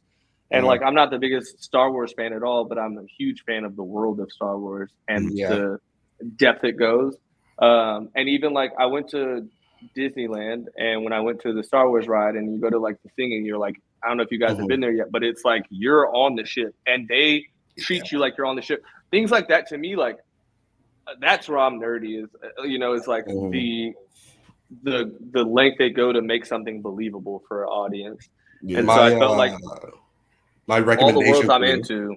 Yeah. My recommendation for you, book recommendation, is going to be the 3 Body Problem series. Check that shit out. I love that one so much, and especially if you love like some like hardcore sci-fi. Some like, that is hard. It's called like speculative fiction. You know what I mean? That shit right there is hard fucking core. I've been reading it. I'm trying to get through it. Lil Frothy is reading it right now. I'm saying, wait, and especially when you get to book 2, your mind. I'm still in book 1, about chapter 4. I just bought all these books from a black bookstore called the Reparation Club that I love in LA. And I was like, I walked in on some like, I need sci-fi things, and I was like, I want Black Riders, etc. So I grabbed this. I don't know if you guys have ever read this. I've heard of that one. Yeah, 5th season. I got this, which is 3 books in one. Never heard of that. 4 books. It's thick ass book. Wild Seed, mind of my mind, Clay's Arc, and Pattern Master. And apparently this is like crazy. It's like it's an ongoing story, whatever, which I thought was very interesting. I grabbed these two random ones at a flea market because the covers were cool. And then I saw this and thought this was interesting. One of those was an Asimov book, so that's going to be great. Oh, this one, yeah. That's dope. You know what? This Chain Gang that I heard was really good. Chain Gang All Stars. Sounds dope. Travis, I've been doing my best. Did you ever watch Avatar: The Last Airbender? Did I ever watch it? I told Terry this. It's my favorite anime, and I know it sounds crazy because I'm not big into anime, but I was obsessed with it. Imagine that meets Game of Thrones. Where? It is a book series called The Codex Alera by Jim Butcher. 6 books long. It's already done, so you can read all of them in one shot. First book is called Furies of Calderon. So normally we do a book. Normally we do a book segment with Jeff at the beginning of the show, and I was afraid that I wasn't going to get, because we weren't going to do it today. Because I was afraid I wasn't going to get to play this right here. We ended up doing it anyway. We was talking about black books. That's what we always talk about. So I'm so glad that just happened. We had our book club moment. I didn't watch. There was a lot of animes I feel like I missed out on. I missed that huge loop in life. I think I watched a lot of Toonami, but I didn't understand what the fuck was going on half the time. I was a big Adult Swim fan. Dragon Ball Z never hit for me personally, and I think that at 30 years, I know, I understand. That's offensive to me. So I'm sorry. I R.I.P. Toriyama. Understand go my outside, nerd. Get out. Go. I ain't got. My mom, bro. My mom didn't let me watch it. Mr. Popo was too crazy. Because you couldn't watch it. Yeah. I understand. My mom was born in the late 50s. You know what I'm saying? She saw that, was like, what in the hell? No. Yeah. So that's also, by the way, I want you to know that's the same woman that showed me Jackass and Family Guy. She put me onto those. She called me and my sister in the room, paused the TV. I remember her yelling, laughing, crying, and we were scared. You know, you like hear somebody laughing in the wrong way. You're like, are they crying? Run to the room, and it's Johnny Knoxville being sprayed by the water hose on roller skates. You know what I mean? Like, that's what my mom was like, you need to see this, and showed us that. And I think, you know, it trained me to be who I am today. I'm thankful for it.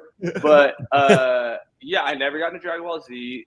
Avatar to me was the best anime I think I've seen as far as like sequential television goes. And it's like and that's you can't even call it an anime because it's like an American studio or maybe even like a French studio.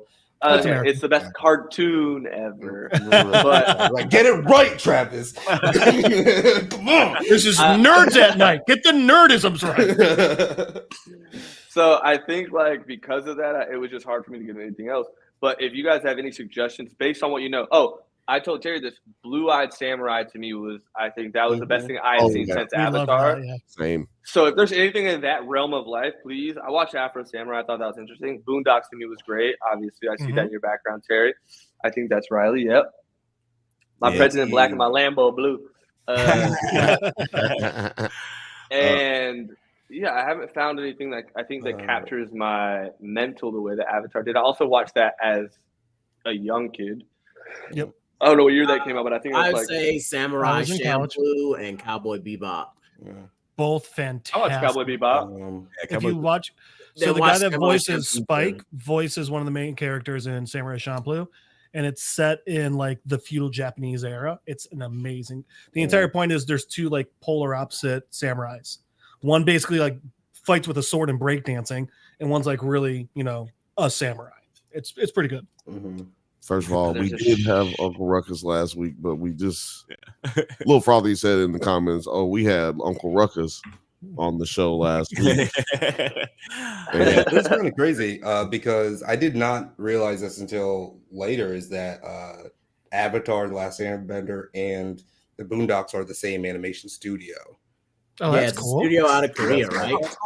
That's super dope. I was a Ronin Warriors guy. and nobody knows Road that Warriors, because they don't yeah. fuck with it. But it's like called like Super Samurai something.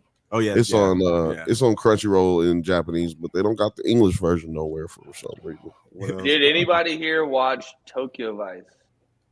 I Vice? started No, that, I haven't and yet. it's got No. the dude.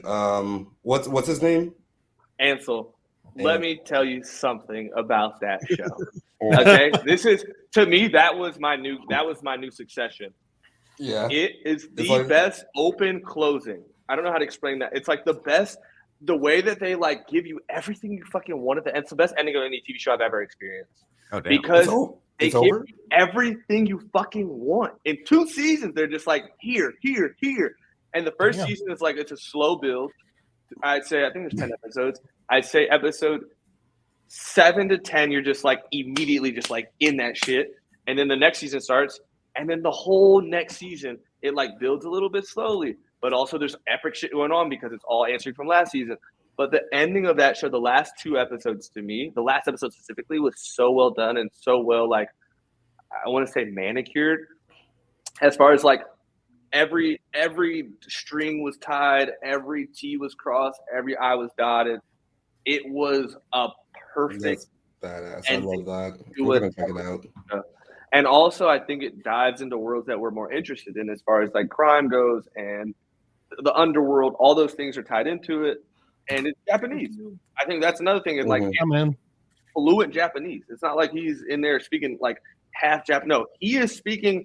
He lives in Japan. I found that out as watching the show. Oh shit! Really? Fluent Japanese. Yeah, he is. Is that Ken Exceptional. Watanabe? Yeah, I I'm pretty think, sure it is. Ken Watanabe. Ken Watanabe. Yeah, he's in it. Japanese I is- fucking yeah. love Ken Watanabe.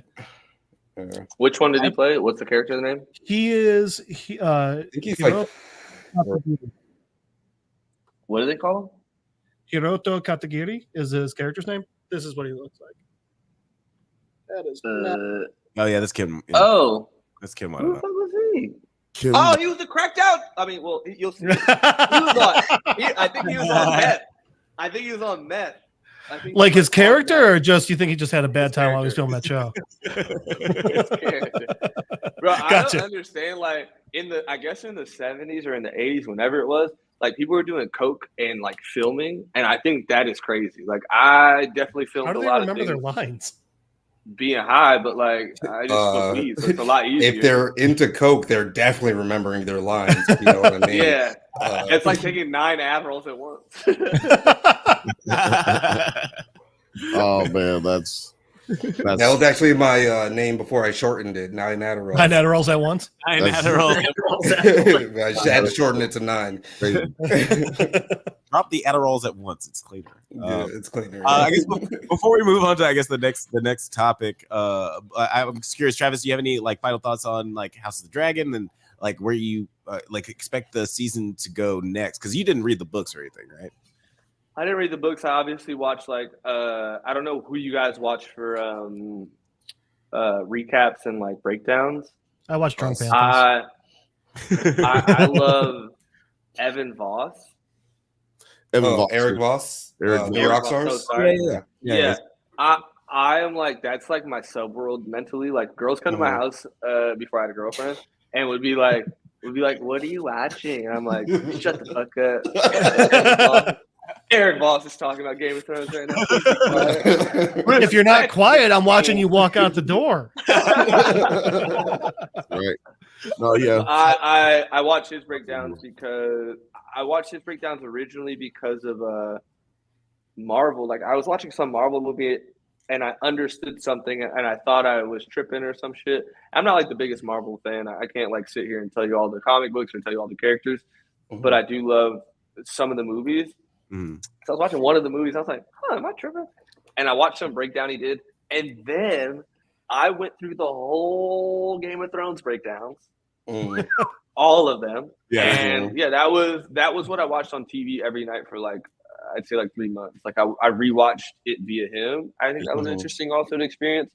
And then, I love their breakdowns of things. And that's where I kind of got deeper into everything was the breakdowns. Like what I thought was going on sometimes was exactly what's going on, which was very rewarding. but also there's times I had no idea what the fuck was going on. I was like, oh, that all makes sense. Like, you know, Eric Voss was your Game of Thrones. That was your required. Shout That out was your to last. Eric. Yeah, he got me, dude. I DM'd him recently. He didn't respond. I said like, What a dick. it was like, no, it's fine, it's fine. I hit him. I hit him. It was like, I think I just said drop that episode or some shit. Like I hit him with some like drop it. Yeah, I get it. I think that's all I said. Drop that shit. Yeah, I barely respond to those either. You know. Unresponded to. Posted 2 breakdown por favor. Eric Boss, you fucker. What's going on?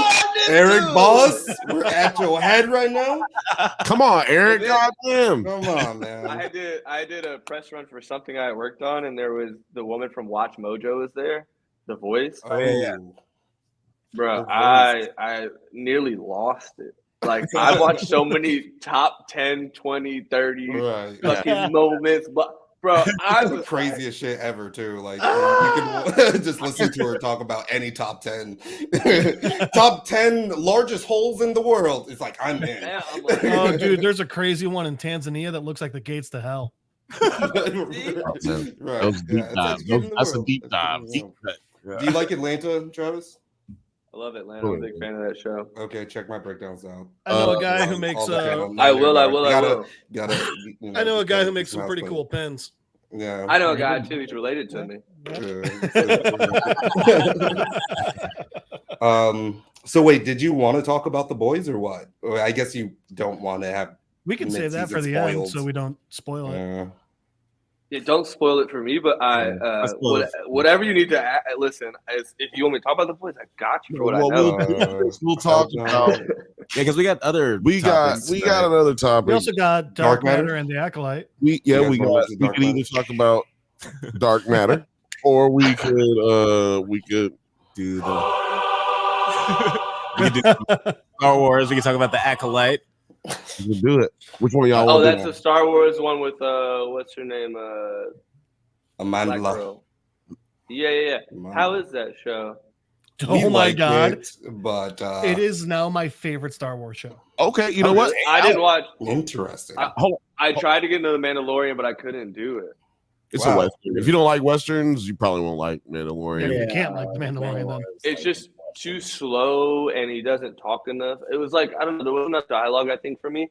And for me, Star Wars, I think Star Wars is very interesting, but I think the world is more interesting than the story is. Like, if I don't really know the story well enough, I know that like somebody in the stars was mad, and somebody else in the stars was mad that he was mad, and somebody's evil, somebody's good. Like that, to me, that's just like evil versus good. It's like, okay, how many times can we repeat this story? And then they did like the Rogue Ones and all those things. And there was one that was really good. I thought Rogue One was interesting. I weirdly liked it. And I felt like a lot of people hated it. Yeah. You would love Alex's breakdown on the show Andor. Yeah, I would recommend checking out Andor. Andor is a show about what leads up to the events of Rogue One. First of all, where did they put that at? It was on Disney. Disney Plus. No matter what. Yeah. I need to log back into my Disney Plus. I have a little cousin in Jamaica who logged into my Disney Plus, and it's fucked up my Your whole algorithm. I mean, not even my algorithm. Like I sign in, they're like, you can't sign in two locations. I'm like, well, it's my location. This is my house. This is my account. This is the location where it lives. $130 for her to watch like cartoons every once in a while. You know, I'm just like, fuck me. I actually just started watching a shit ton of stuff on Apple Plus because I'm like, yo, I only have it so we can watch Dark Matter. You know? Yeah. I'm like, yo, I pay for this. I'm about to watch Tombstone, Fifth Element. I watched Tombstone. It's interesting. Oh shit. I was trying to figure out something to watch the other day, and I had not like a panic attack, but I was like panicking about finding something to watch all the time. And I just ended up like turning the TV off and like playing video games or something. And the next day I went to go see one of my friends, and I was telling them, I was like, I was talking about creating things and like what I want to do next and what I want to make next and all this shit. And I was panicking because I was like, bro, I don't know what anybody's going to want to watch. And am I tripping, like making things that are kind of selfishly for myself, like things that I want to see. I guess that's just like how it's got to work for me. But I just was trying to figure out like what is going to draw somebody into a story. Is it characters? Is it urgency? Is it, what is going to make somebody care? And so I was trying to think about the shows I care about. What makes me care? Why do I give a fuck? Why do I watch them? Why do I come back to them? And most shows, like storylines, don't really matter for me when it comes to like mindless TV. Like I loved Entourage growing up. I watched Entourage straight through. That was like I think the first TV show that I watched sequentially. Like I never owned a DVD that had all the seasons. So that was the first time I'd watched something and being like knowing what was going on. And then after that it's like it was hard to find entertainment. And that's why it's so interesting that like House of Dragons or Game of Thrones caught me, because in my head fantasy was bull. Like it's just like, what? A dragon? Like, you know what I mean? I just couldn't fathom caring. And then I find myself now arguing with people, be like, just trust me, man. Just tell me, man. Just trust me, man. You gotta get it, man. It's the best thing ever. And now, like I can't find anything to watch anymore, and it's bugging me out. So I try to like not repeat things. I've downloaded, that app Mubi, MUBI. Yeah. So I like downloaded Mubi. I'm like trying to find things on there, but even then, it's like hard to keep my attention. I also have an insane amount of ADHD. It's like my prescription for Adderall is aggressive. I just don't take it. But it's like I know that I can't. It's hard for me to care about something for an extended amount of time. Succession was one of those shows that when it got me, I was like, "What the fuck? Like, how did this even? Like, what? I care. What? I'll let you go real quick, but I just want to say, like, one of my favorite writers, Aaron Sorkin, one of his things that he said about just like creating stuff, because he was talking about wrestling with the same thing. He's like, when I think about what I want to write, I think, is it something that I would want to watch? Is it something that my mom would want to watch? Is it something that my best friend would want to watch? If the answer to two of those is yes, then I'll make it. If the answers to two of those is no, then I won't make it. There's like, I want to make it like for you, because like you can't, if figuring out what other people are gonna like is gonna drive you mad, or like what everybody's gonna like is gonna drive you mad. But yeah, I think that's what it is that drove me kind of crazy. What I just want is like hood niggas in sci-fi, and I don't know how to explain that better, but like if The Wire was on like a planet, you know what I mean? Like I want the urgency and the franticness of like hood politics and like gangs and crime and the underworld, the overworld, the police, etc., politicians. But I want the scenery of like Fifth Element. Okay. Yes, just watch Star Trek Deep Space Nine might do that for you. If you watch Star Trek Deep Space Nine from Star Trek, because the first couple seasons they're not exploring anything. They're on just a space station that's part of the Starfleet, so you get to see the commerce of what happens around that world. There's a lot of good world building of Star Trek, and so there's pretty plot lines where like the bartender's a shady ass motherfucker. There's a lot of shady characters in there, and the main captain is a black dude who's a single father just trying to like raise his kid up in like this crazy universe. And then the last couple seasons is a big intergalactic war, which really is gonna hook you by them. I got one suggestion for you. It's on Apple TV Plus. I just watched it right before I watched Element for the sixth time. It's called Dark Matter. Oh yeah. And so it's actually episode 9. This little banner thing is wrong, but Dark Matter, it's already gone down. Everybody already seen. Oh, wait. Okay. I know what Dark Matter is, because a friend. This is the first time this ever happened to me. A friend of mine came to my house, and we're like sitting there. It's like me, him, and one of my other homies, and we're sitting there talking, and he like reaches for my remote, whatever. He clicks on the remote. I'm not thinking anything of it. He just could be looking at YouTube, putting something on, whatever. This nigga in the middle of a conversation puts on Dark Matter and turns it up to where we can't talk. In my house, in my own house. The audacity. You know what I mean? Like, he's like my big brother, so I was like, hey, let's do your thing. But then we also started talking about the show. I was like, oh, it is kind of crazy. I understand it's the one from one world, one from the other world. He switches, he kills. Yeah, okay, I know of it. And Presumed Innocent, I really want to watch. I'm gonna That let one's supposed to be good. Jeff. I think he picks the best movies. I'm gonna let you cook right here because you talked about it earlier off pod, backstage. What do you say? I don't know. Anyway, you talked about it earlier when we weren't live, and this ending, to Travis's point about how shit, just give me all of it and let me know what happened. You know what I'm saying? They do that here. For me, I felt like this episode, I mean, it just was the last episode and it could not go on. I know that the producer or the creator who wrote the book, he said he didn't want to do another season, but so I would be fine if that is the case. I think Apple TV is going to try to get that money. Yeah, that'd be but cool. Jeff, Don't. how did you feel, dog? I loved it. So it's interesting because, like, I think we said it last time, it's a great show, but until episode 8, I was like, there's no standout episode. This one's clearly another standout episode, but the most important part to me is it is something that I find we don't get as often as we should anymore, and that's a great ending. And that's because so often it's like, hey, let's keep it going. Let's get the sequels. Let's get more seasons. Let's get that money. I don't care about that. I need a good story, and a good story needs a good ending. This was the perfect ending. Yeah, that's interesting to think. I never thought about that, really. I think that's the issues I have with comic books. I love comic books, but there's no stakes. Even when Batman dies, he comes back. See, that's what I understand. There's something that does bother me about Marvel specifically, and I mean, listen, sorry, I'm ordering food because I didn't eat tonight. And this place about to close, man. Listen, what you getting? I ordered Erewhon. I'm a basic bitch. I like to eat clean as much as I can, so I ordered rotisserie chicken, white rice, and like seasoned like just normal vegetables. I'm not. Tonight is fine. I ate really nice yesterday, and today I had great lunch. So, we were talking about the ending of a good story needs a good ending. You're talking about Marvel, how there's no stakes because nothing ever ends.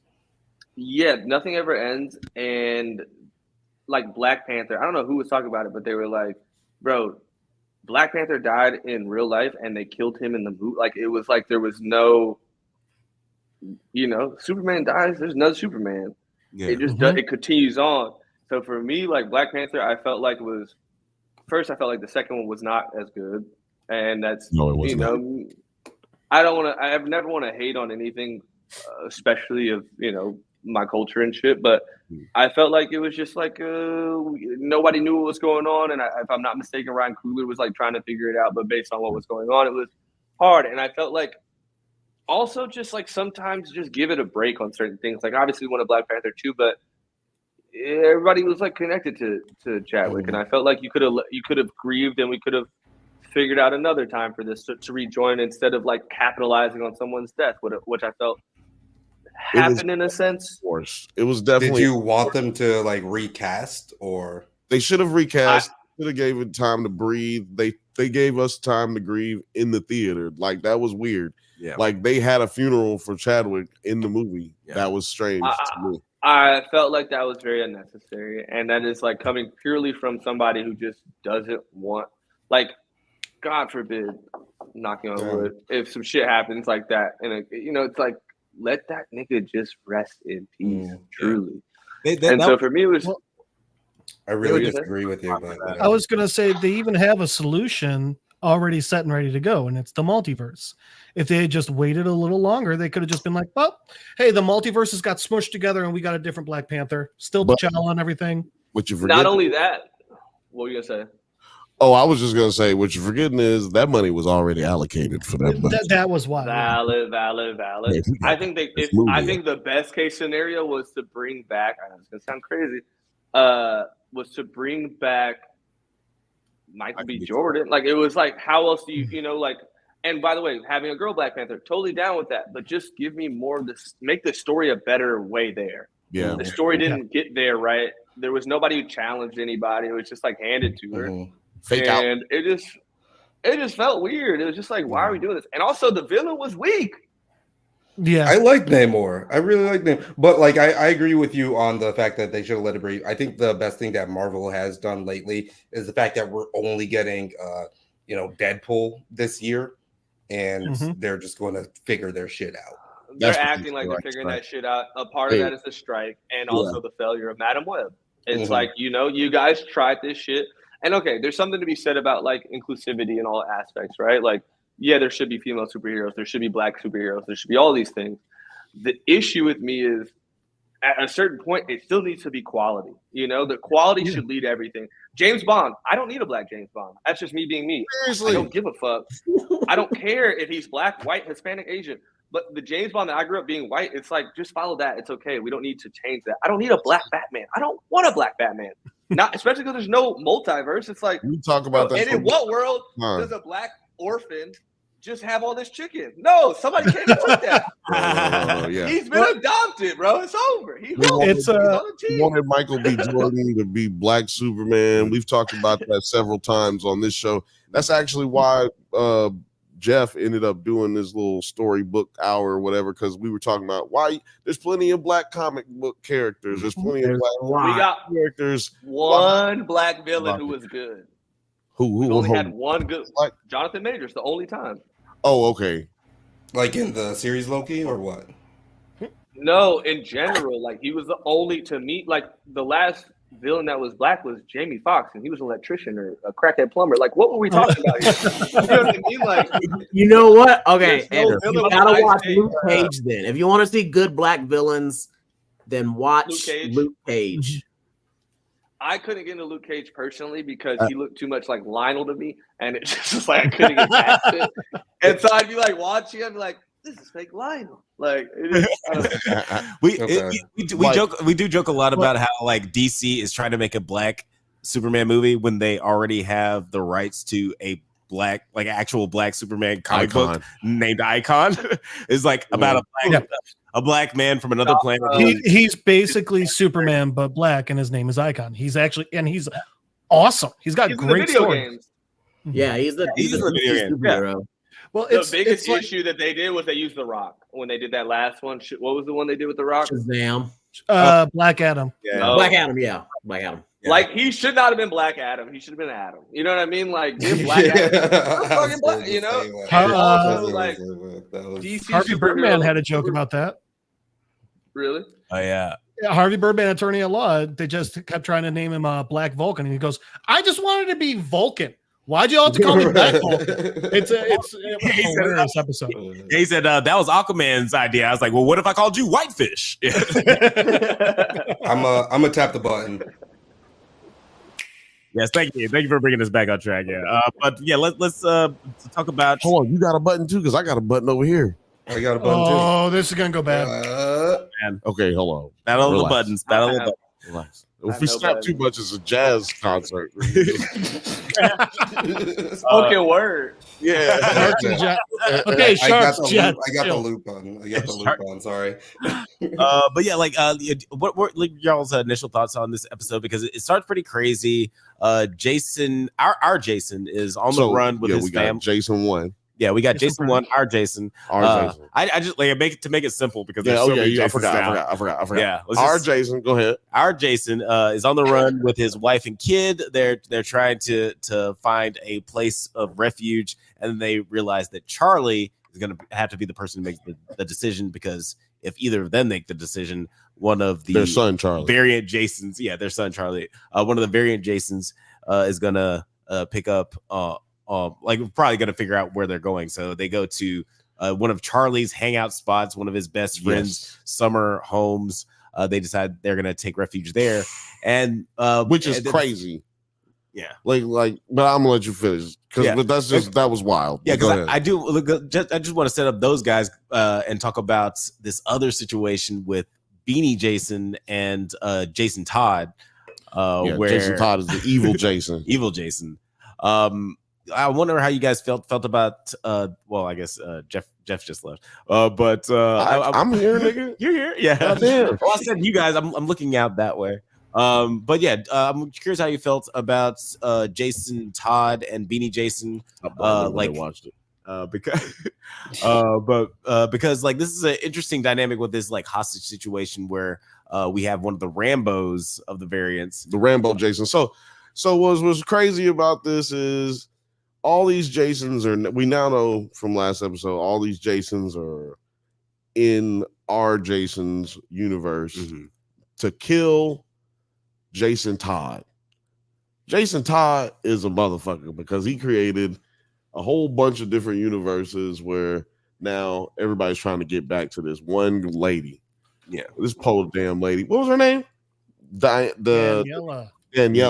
Poor Daniela. Imagine that an infinite amount of niggas came dimension and was trying to holler at the same bitch, and they all got her phone number. They all know where she live at. And like being in a club in LA, everybody's trying to holla. Yeah, it actually is like being in a club downtown LA where it's just like nothing but niggas in there, and it's like 17, 25 girls. The other part of it is it would never have ended. They would have kept coming and coming because the nature of the box and that multiverse that they're in is every time one makes a choice, that it spawns a new one. Yeah. Well, every time one of them makes a choice, it makes a new one because then there was one that made the opposite choice. Infinite amount of choices. So once you make a choice, so the idea in life, because they use Schrodinger's cat as the basis for the explanation of the series in like episode 1. And so basically the idea is if you're in one fixed position, superposition in time and space, and you make a choice, then there is another version of you that made a different choice. And so when this dude created the box that allowed him to go travel through those different universes or those different possibilities, he then created a scenario which now there's other boxes everywhere else infinitely, and now there's infinite amounts. So it's like, does the cat exists in the box? Is the cat dead or alive? You don't know until you open the box. You don't know that there's all these other universes and universes. That's how you know I'm from Birmingham, Alabama. You don't know how all these universes is. That's crazy because like that's that you guys have been like floating that theory, like I think like since like the beginning. You're like, what's going on with how many boxes that there possibly could be? Yeah. Right. Yeah. So that's crazy. And the thing is, because of how that decision-making process works, each one could push for just a little bit further before he's able to get back a little bit further, and it would keep going ad infinity to it, you know?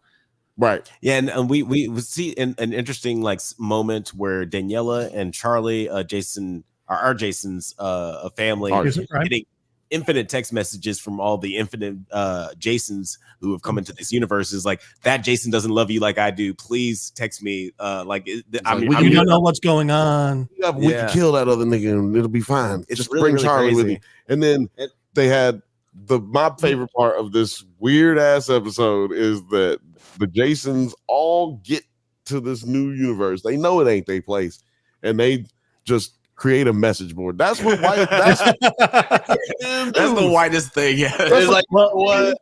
It's got a Reddit thread going. Well, and they all talk to each other about this bitch, and they all like cannot stop talking about it, and they keep saying the weirdest shit. And this one dude says something in the chat. He's just like, "Why don't we just all get together and kill the other one?" And he sees all of the text. The message board. Yeah, this is on a message board. She does see it though, and then the next guy underneath that is like, "Well, one of those Rambo Jasons." It's like, like, damn, man, we got we got crazy Jasons, we got Rambo Jason, and we had like our favorite Jason last week, which was crazy Jason. Grayson. That's Grayson. That's one of the things I liked, because like with all these infinite Jasons, there are some Jasons that have experienced way more trauma than the others, and those guys are like way more actionable than the other ones. And I like that a lot of the Jasons in this community have just like labeled them as Rambos. It's like, those are the guys who are off the fucking wall. They're gonna do whatever. Those are the Jasons that, because we know that this Jason, our Jason, has. Take a shot every time we say Jason. Jesus Christ. You will You will end up in the hospital. But yeah, our Jason is the most compassionate. He is the most what did she say? Patient. And he's the most empathetic. Mm-hmm. So that means Question, sorry. Yeah. Quick question. But isn't that, it's going to sound crazy, isn't that Jason another Jason acting like that Jason? So here's the thing. The one that we're talking about now is our Jason, the most empathetic Jason, is out of all the multiversal versions they've seen, ours is the most empathetic. But the interesting part is now what we're dealing with in the last episode and this episode is they're all that same Jason, because once that Jason was in the box and trying to find his way home, every time he makes a choice, he makes another version of that base Jason. I'm going to tell you why they're not all the same, though. I'll tell you why they're not all the same. Because once they came back to that universe, so because our Jason is the most empathetic Jason, when he goes into the box, he goes into it with a different mindset. Mm-hmm.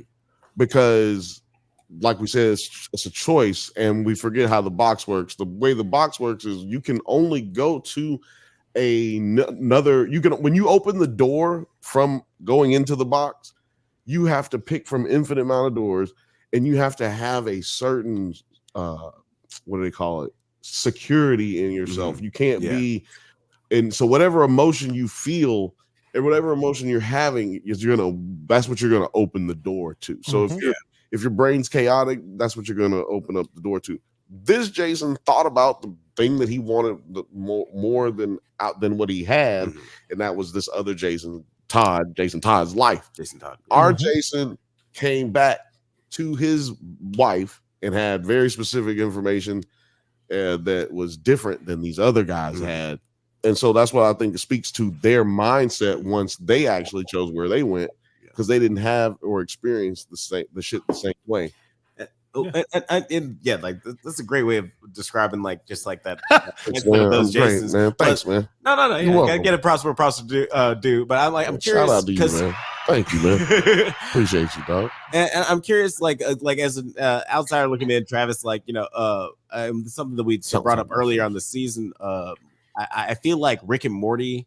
I'm not sure if you're a fan of Rick and Morty. Rick and Morty but did this. I feel like they really brought the whole multiversal stuff into like layman's terms and like made it very, very popular.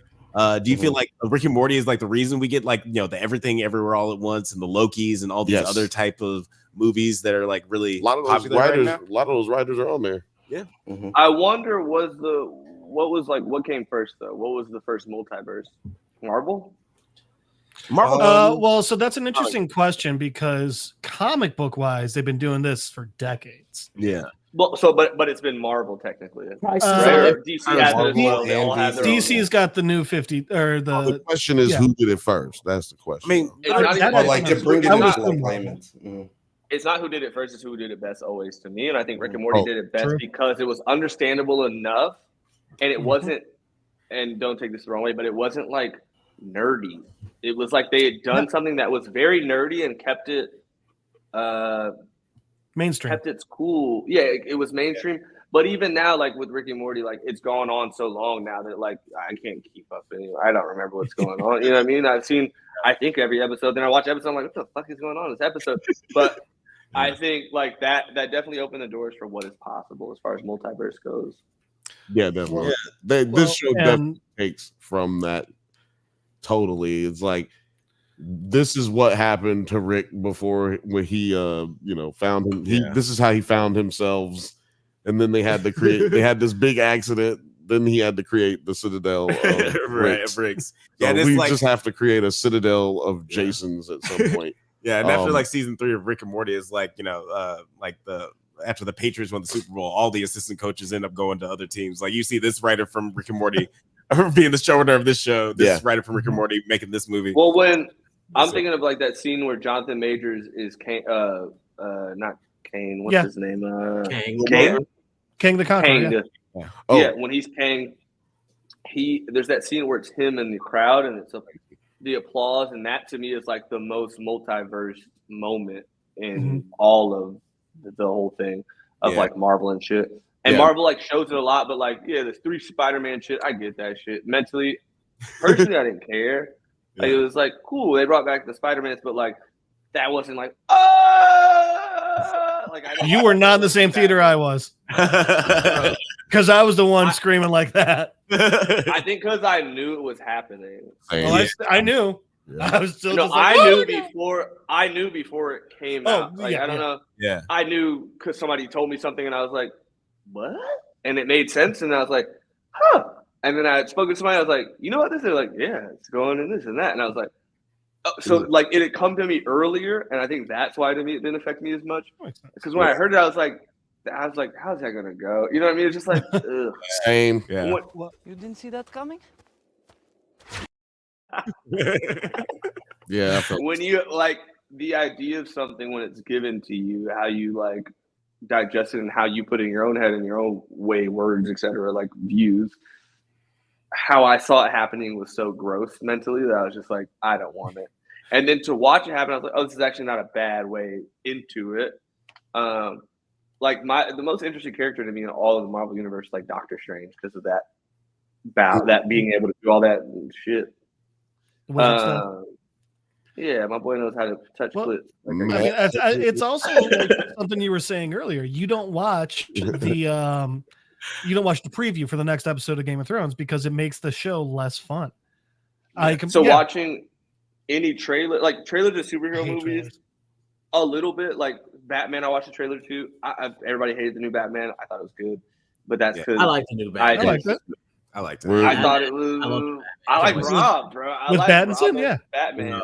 This is he did a good job, man. I don't know what they not better than Christian Bale. Obviously, Christian Bale. But he's the Battison. I call him Battison. Yeah. Shout out to Christian Bale.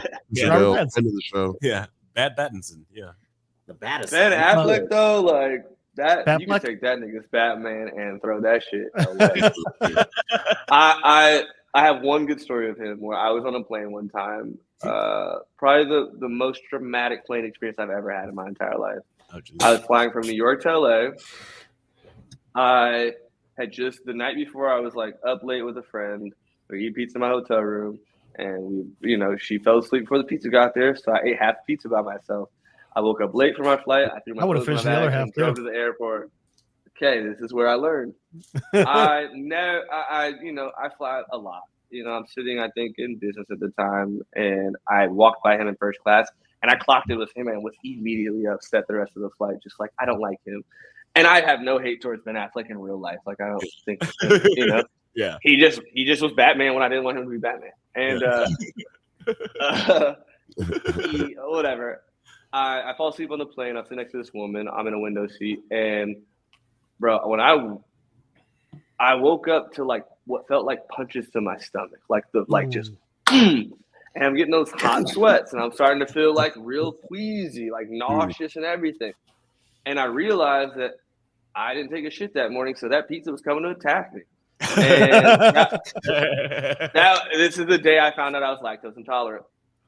So I get up on the plane to go to the bathroom. In the bathroom, boy, was I a faucet, So I'm sitting there being a faucet, and the flight attendant goes like, or the pilot says, "Flight attendants, take your seats." And at that moment, I'm realizing, okay, maybe it's time to, the seatbelt lights on. I'm like, let me put myself up, put my da-da-da. So I put everything in the toilet. I flush the toilet. I am going to pick up my pants.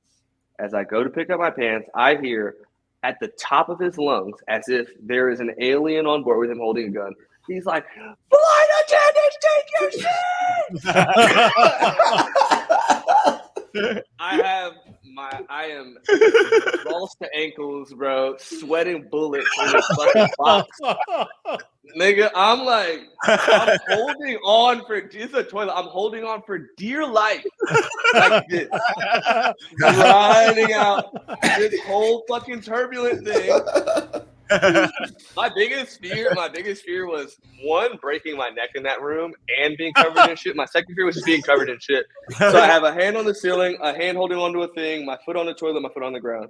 Shaky, shaky, shaky, all that shit happens. Bro, when I get out of that bathroom, I'm the only one in the bathroom at that time. I should have been in the seat. I get out of the bathroom. There's like things on the ground in the aisle. There's like, the things are open. There's people like with water and spilling and this and that. There's laptops everywhere. And I go to sit in my seat. And I'm sitting next to this woman, and she looks at me, and she goes, "Were you in the bathroom that whole time?" I did not make eye contact with this woman. I just went, "Yep." And for the next 3 hours, she cried of laughter. like there was moments where she was like, and I was just like, bro, I sat through that flight, and I remember getting home and being like, dude, what is good? Like, I just want this to like, I don't know. Throughout that whole traumatic delete that memory. Yeah, through that whole woman's a hero. Through that whole process, I thought, if I die and Ben Affleck dies, I'm a hero, technically. You know what I mean? Like, if I kill Batman, bro, I'm the Joker. Was that a weird therapy session the next time you went in? You were like, it was just. At the time, I remember who my therapist was at the time. She was very sweet, but she was like one of those ones who was like so like delicate with me. And so when I told her the story, she was like very alarmed. She was like, "You're okay to die?" And I was like, "If it makes man, I'm with that shit." She's too much of a therapist to recognize a joke. And I was like, I was being funny, whatever. And then, dude, listen, that was like my most traumatic flight ever. And one day I hope to meet that man and to ask him, do you remember a flight you were on that was like the most turbulent thing?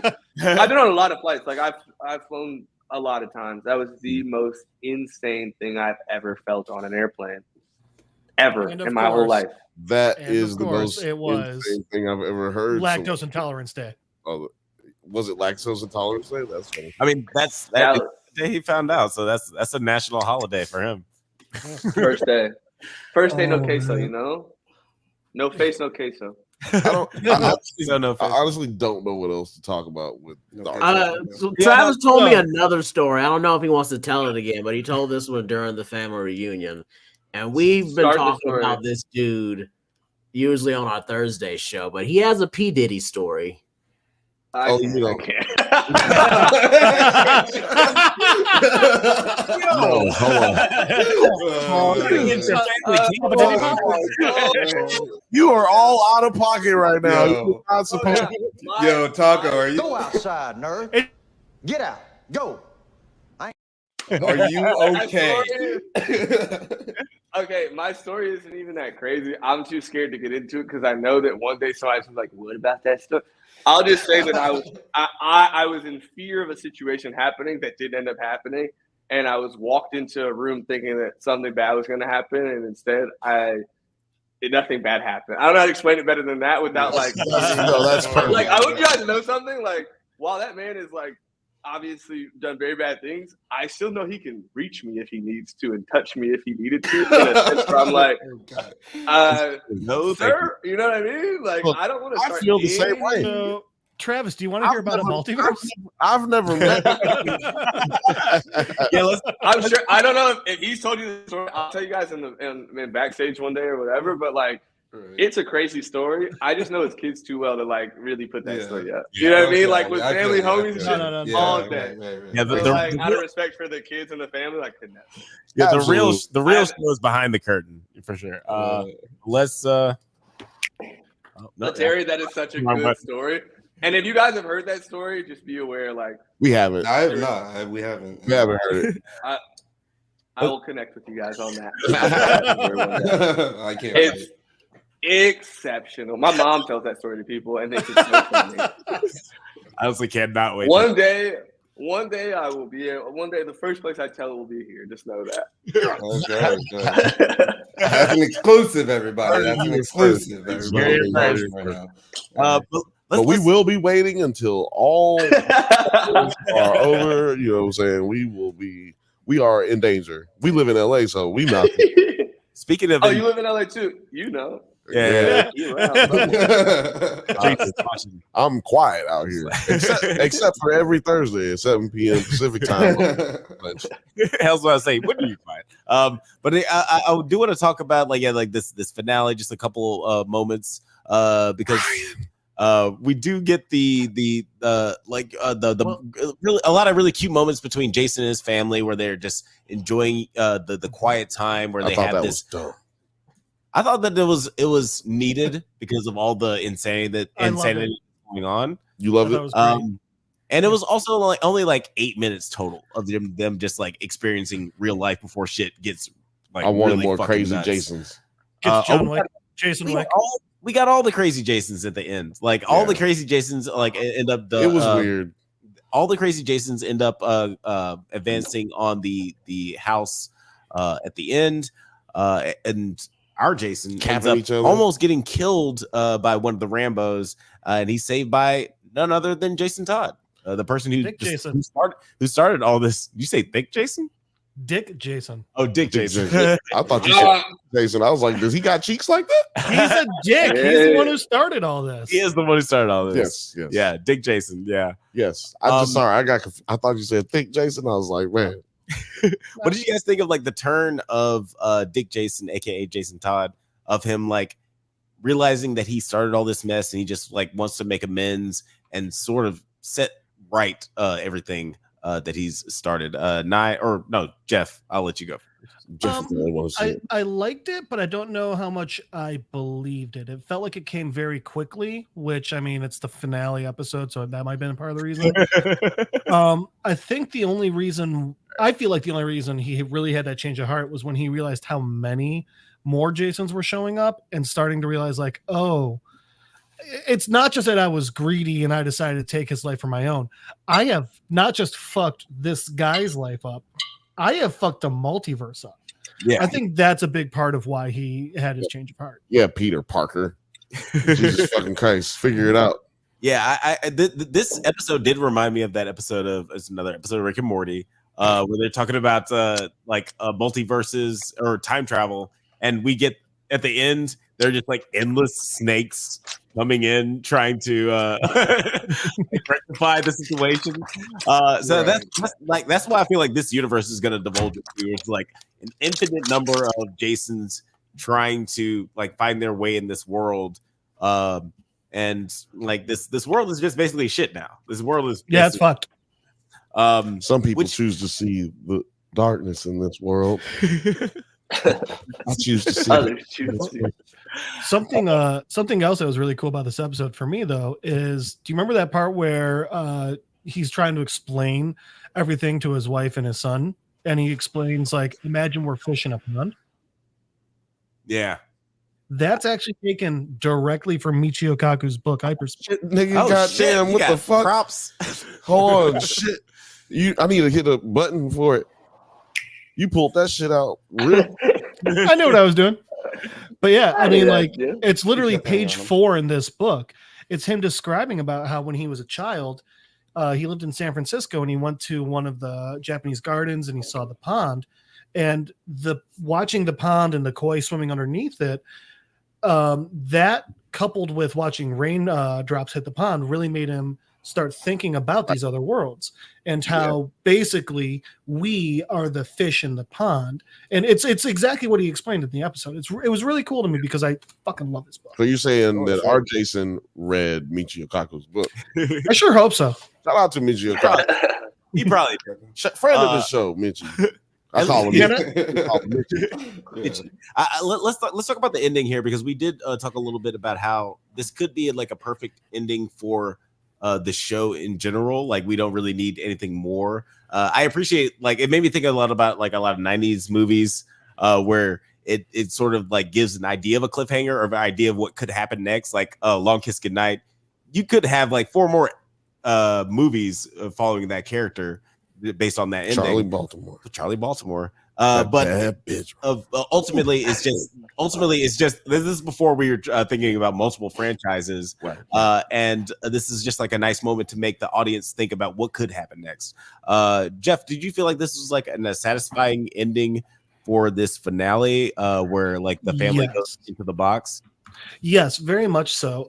And I like the way you brought it up, because I think that's something that can sometimes get lost, is that when there is art like this, a TV show, a movie, a book, something where part of it is it's alive in your mind, I feel like the audience gets a bit of ownership of it. So I like when they do endings like this, where you can interpret the ending in different ways, and I think that's beautiful because all of those endings, it's an allegory for the show itself. All of those endings are right because now you've taken ownership of this, and the way it lives on in your mind is correct, whatever you decide. Yeah, I really liked that aspect of it. Aspect ratio, and especially because we as in this like a culture of television, we never know what's going to get picked up for another season. I felt like this is a really well written ending where we don't have to have another season, but if we get another season, I guess that'd be cool. I know I said I liked the ending, but I lied. I don't like it. It's because you're a bad person. I don't like it. Look, man, now that I know that there's going to be no season 2, I don't like it. Or at least that there's a chance that there's not a season 2. Like the showrunner, creator of the book, like nigga was a director on an episode. Like he was like, no, that's it. So if he's saying no, that's it. In my opinion, is this another Watchmen situation? Because you didn't like how they didn't have a second season. Yeah, so look, Watchmen ended after the first season, right? Right, which I think is that was very confusing. I didn't understand. That's a conspiracy. They don't want black people on TV. That's why they got rid of Lovecraft Country. The HBO doesn't like niggas. I'm just saying it right now. Unless they Travis is like, I got to work with some of these people, right? I'm about to be on House of the Dragon season 3 and shit. And he's like, come on. I'm the biggest fan of HBO. I think HBO is the best as far as build outs go in shows. I don't think anybody can do what they do.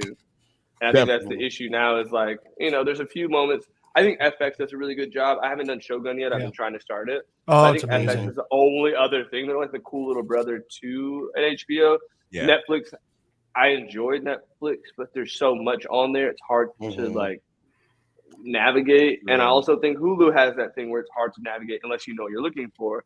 And for them, when I go to Hulu, I just go to the FX thing and go through that. Like I don't really look say that. Like Apple TV has been like building their Apple TV's been killing it. Well, it's been like really good at building. But HBO, well, I was gonna say HBO though. As much as I just was talking crazy, I love you, HBO. Y'all know I love you. I've been with you since it was, back in the 80s. Home box office. Yeah, home box office days. Send us free shit, please. I was there with give us money. But no, it is funny because like comparing like Apple TV Plus to Netflix, Apple TV Plus definitely has a more short tail form of entertainment where they only have a few really, really great prestige sci-fi TV shows compared to Netflix, where they just have like a billion TV shows. We cover them all. I think the difference between like a Apple TV and a Netflix is like the difference between a Drake and a Kendrick. And it's like one person's here mainly for the masses and is going to pump out as much as they can, while the other is going to focus on hone in on what they are good at and give the stories that they want to give. And that's not a bad thing on either side of the spectrum. They're both they're both there for their different things. But I think that then we have the Hulus and the Peacock Pluses or whatever the fuck. And it's like those things don't really have a space right now. And it's hard streamer-wise. Like if you had to pick 2 streamers, what 2 are you picking, HBO and YouTube. I don't know who's 2. Yeah. I would have to say Netflix because it has that like, if you're missing out, like, Baby Reindeer had done run its course, and then I went back to it, and I was like, okay, yeah, Netflix still is with the shit, and it's like got like the cultural zeitgeist. We've talked about it before. There's never been a Hulu and chill. There's never been like a HBO and cuddle. It's only been Netflix and chill. It's like they were the culture. They were the ones that brought culture to streaming, I guess. Netflix is the Band-Aid streaming service. Well, they're the only ones that have actually made a profit. Actually, HBO finally said that they turned a profit off of streaming, but no streaming service has actually turned a profit. Well, I don't like calling it Max. I don't think I ever will. Correct. You don't like what? calling it Max. It's like calling the Staples Center crypto. It's like, bro, yeah, fucking stupid. Then Staples Center. the last 35 years. What the fuck are we Oh, talking? yeah. You know what I mean? Like, what are we? Call it crypto, yeah, exactly. And also, crypto is fake. I'm against crypto. Or like Twitter X. Yeah, like the issue is Some crypto. So the issue Only- is that It's like two I care about. shout out to Tom Brady. He got caught up in the scam one. the issue is that Netflix started as like an amazing mom and pop Italian restaurant, but then they just kind of kept making the money, and now they're just an Olive Garden, and it's like now they sell it looks the John's, same, but it's actually. not the same quality, man. Yeah, they sell cheeseburgers and tacos as well now. Like that's the kind of shit. You're HBO full to of me shit. I think it's more like I had another argument, but I feel like the reference would be so niche that it's too impossible to really Do it. grasp. I'll not do it. You're Do on a it. channel called Nerds at Night. Go niche. You'll find, someone will get it. Yes, like Netflix is like an Olive Garden, while HBO is like Honor Bars, South Beverly Grill, Houston's, and Hillstone. You know what that is? Those restaurants? Shit. Nope. R&D Kitchen. Okay. So it's these restaurants that all have the same menu, but all have different names. Because when you have, I think it's like 4 of the same restaurants, 5, it's considered a chain, and you have to put up the calorie count. And this guy's trick to that was to put everything is the same menu, different names, so all the calorie counts don't ever have to come out. Oh So shit. to me, that That's is what really funny. HBO is. Is that And then, by the way, so good, such a good restaurant. Just like any other, bro. So good. Best chicken why it's sandwich you'll called- ever have. Is that why Carl's Jr. is Hardee's in the South? No, there. I It don't know. was a I whole couldn't thing. understand that. Well, I is that like remember the same thing with Australia. like Nobu though? Like Nobu Chicago, Nobu fucking wherever. Like, is that the same type of shit? No, I 'cause think they're all called Nobu. Yeah, and it's just the same chef who opened the original Nobu opened all the. It's like when that's kind of like His Nobu name and is Nobu. Yeah, I know. Nobu. The Carl's Jr. Hardy thing. Hit us up in the comments if you are successful enough and rich enough to understand that reference, and then leave a like. You know what's funny? If you just speed up what he said a little bit, and you don't know what the fuck he's talking, it should sound like he was talking in a different language. Yeah, if like because we didn't know what those restaurants were, but if you speed up, valid. he's like, oh shit, oh. Okay, let me tell you this: if you're ever in LA, go to Honor Bar, and it's the greatest chicken sandwich you'll ever experience in your entire life. Oh shit! And if you do not enjoy it, I will pay for your entire meal. Drink as much as you want. It's a great fucking chicken sandwich, bro. It's insane. In the chat, that's the fattest thing I've ever heard. I'm a fat nigga. That's a good one, Frothy. I'm a fat nigga stuck in a skinny nigga's body, bro. No one knows what I consume. My mom That's interesting because I'm a fat white guy stuck in a fat white guy's body.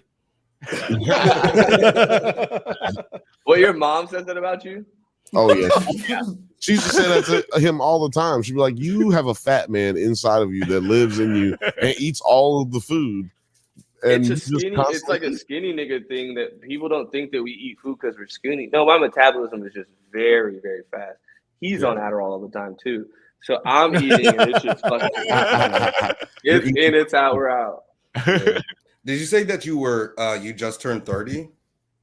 I just turned 30, dude. God, I'm so made it over there. I'm about to turn 30 in a couple of weeks here. Happy motherfucking birthdays. Dude, 30 is like the best age, I'll tell you that. 30 to 35 is the best years. I don't know. Getting into it was hard, I will say. Like my 30th birthday, I woke up.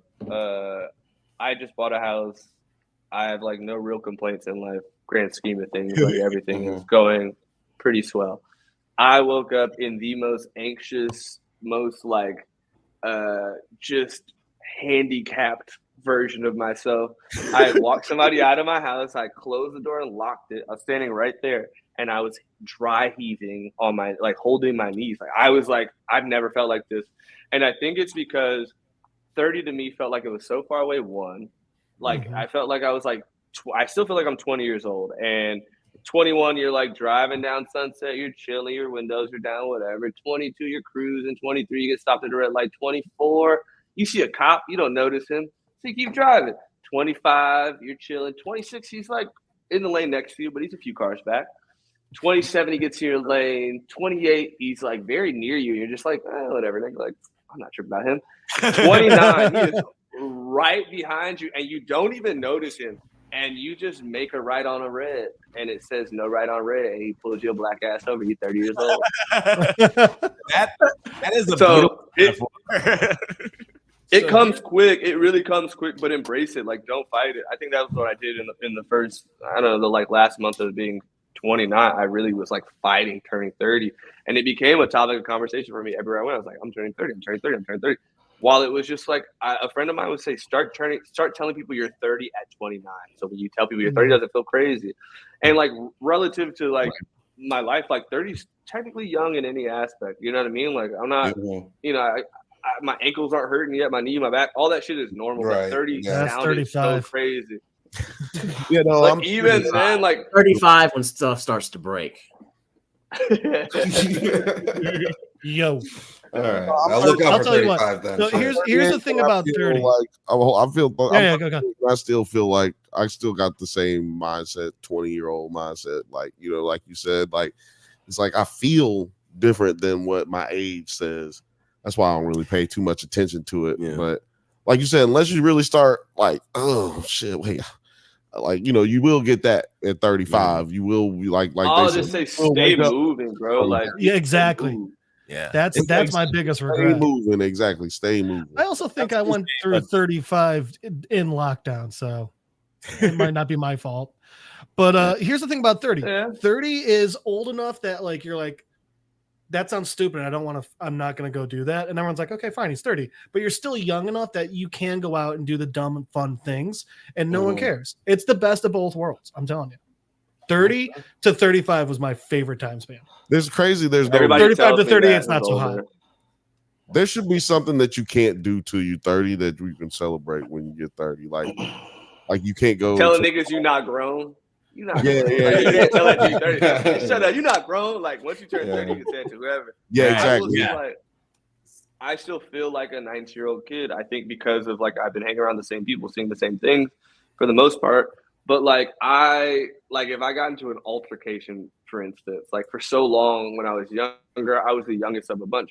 So anytime I got into any trouble, I'm like, I'm just a fucking kid, man. Like for real. Right. And that shit ended 10 years ago. But for some reason, mentally, I'm still like, I'm just a kid, man. What you know? And like, no one tells you. It depends on what you do. Tell you what, that isn't that the truth right there. As long as you don't have kids, you can act like you're 21 all day. I'll tell you what, being an uncle and not a father is pretty awesome. Yeah. Hold on, growing up, I'm enjoying being an uncle. Yeah, I'm enjoying not being a father too. And it's weird being nobody tells you when you're an adult. You just find out like 15 mistakes. And you're just like, oh shit, I gotta pay for all this. So yeah, being an adult is I'll tell you one thing I've learned this last year that everyone here might enjoy. So like the company I work for, it's an international company. We got a lot of business. We're doing better than a lot of places for a couple of different reasons. But my boss was telling me he knows like C-suite people and other big tech businesses, and all of them are running around like the hair's on fire. Like you think like they got it all figured out. They don't. And they're just like, shit, why isn't this working? Let's all figure it out right now. So, I mean, like everyone's dealing with that. Filming any TV show, any movie. Yeah. Every day on set, it's like everything's on fire at all times and they're rushing to put out a fire. And then you get there and there's no fire. So that's the thing. That's what it feels like. It's like that in the tech world too, it turns out. And I don't know about you, but for me, that's just kind of like, hey, at least we're all in it together. You know, at least I'm not. At least other people are dealing with it. I feel like that's the workforce. I think like everybody has imposter syndrome. Yeah, because it's like I don't know what I'm doing, but at the end of the day, like we all make shit work. You know, I'll be asking my boss. I said, yeah, what do you? How do I do this? She said, don't nobody know how this. She was like, just do what I say. And then if you fuck up, it won't matter. Don't worry about it. I'm like, that actually took a lot off me. Like, I actually don't feel as stressed out about this job anymore. I thought it was hard, but it really I think I stress more about work not being there than being there because for so long, like, you know, I shot seasons of TV and you spend all that time doing it. And then when the strike hit, I remember being like, this is fine. Like, this will blow over, whatever. And then when it blew over, thinking what I was coming back to was what I was coming back to, and it not happening, I was like, oh, shit. And that was, like, my first time really panicking about work. And since then, like, I haven't worked since Dave, I can be honest. Like, it's very public. But I think that because I can still live the normal life I've been living, I don't feel the immediate effects of it. Like, nothing really changed in my day-to-day life except for I'm not working 4 months a year. Like, that's the only thing. Everything else I'm doing, I didn't buy a house when I was doing Dave. I bought a house after I was done shooting Dave, which I thought was so interesting. Like, when you're doing stuff, it's like, oh, this is when you're supposed to do everything. And for some reason, my mental was like, nah, I'm going to wait until I can do everything how I want to do it. I do all these things, whatever. But, like, not working, I thought I was the only one who was going through the mental thing. But, like, I have friends who are beyond me, way beyond me in acting and way beyond me in success. And when I ask them, like, what's going on with them, they're like, bro, nothing. And it makes me not feel better, but it makes me just feel like, oh, I'm not the only one who's kind of like, what the fuck's going on? Yeah, no. You know, like, every day less I'm alone. just waking up. Yeah, less alone for sure. Yeah. I talked to my friends, some are filming scenes, some aren't, but, like, the ones who aren't are like, bro, what the fuck is going on? Like, I don't fucking know, dude. I'm trying to figure it out. Right. Yeah, it's funny. I read an article. Well, let's be honest. I listened to a podcast. Yeah, I hate that nigga. I'm glad you admitted it, man. You admitted that, man, because it's like niggas be telling me I was watching a porno. Nigga, you wasn't watching a porno. You was fapping it. Beating your meat. So I was doing both. Yeah, don't tell me I was watching a porno. I was listening to a porno, and they were talking about just like how the movie. He listens for the articles. How they adjusted to the strike, where they're not like really paying people more, or they're not paying writers and actors more. They're just making less to adjust to. So, okay, we got to pay you guys more. Well, we're just gonna make less shit. Yeah. Which But to me, that effect.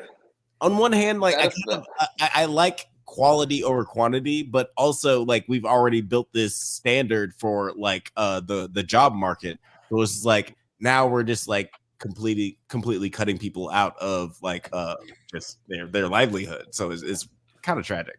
This is gonna sound crazy. Fuck actors, directors, writers, producers. It's the bottom line. People who are mainly affected. I mean, seriously, all jokes aside, but like it's like, you know, the transportation people, your ADs, your crafty people, like all these things are affected.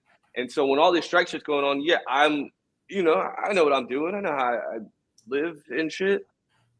Like, I hide my shit. I know how hard it can be, you know? So I think for me, like, there was moments where I felt guilty in a sense, like, because I'm sitting here like complaining about work, you know what I'm saying? Like, and I'm on some like, yeah, I'm doing okay.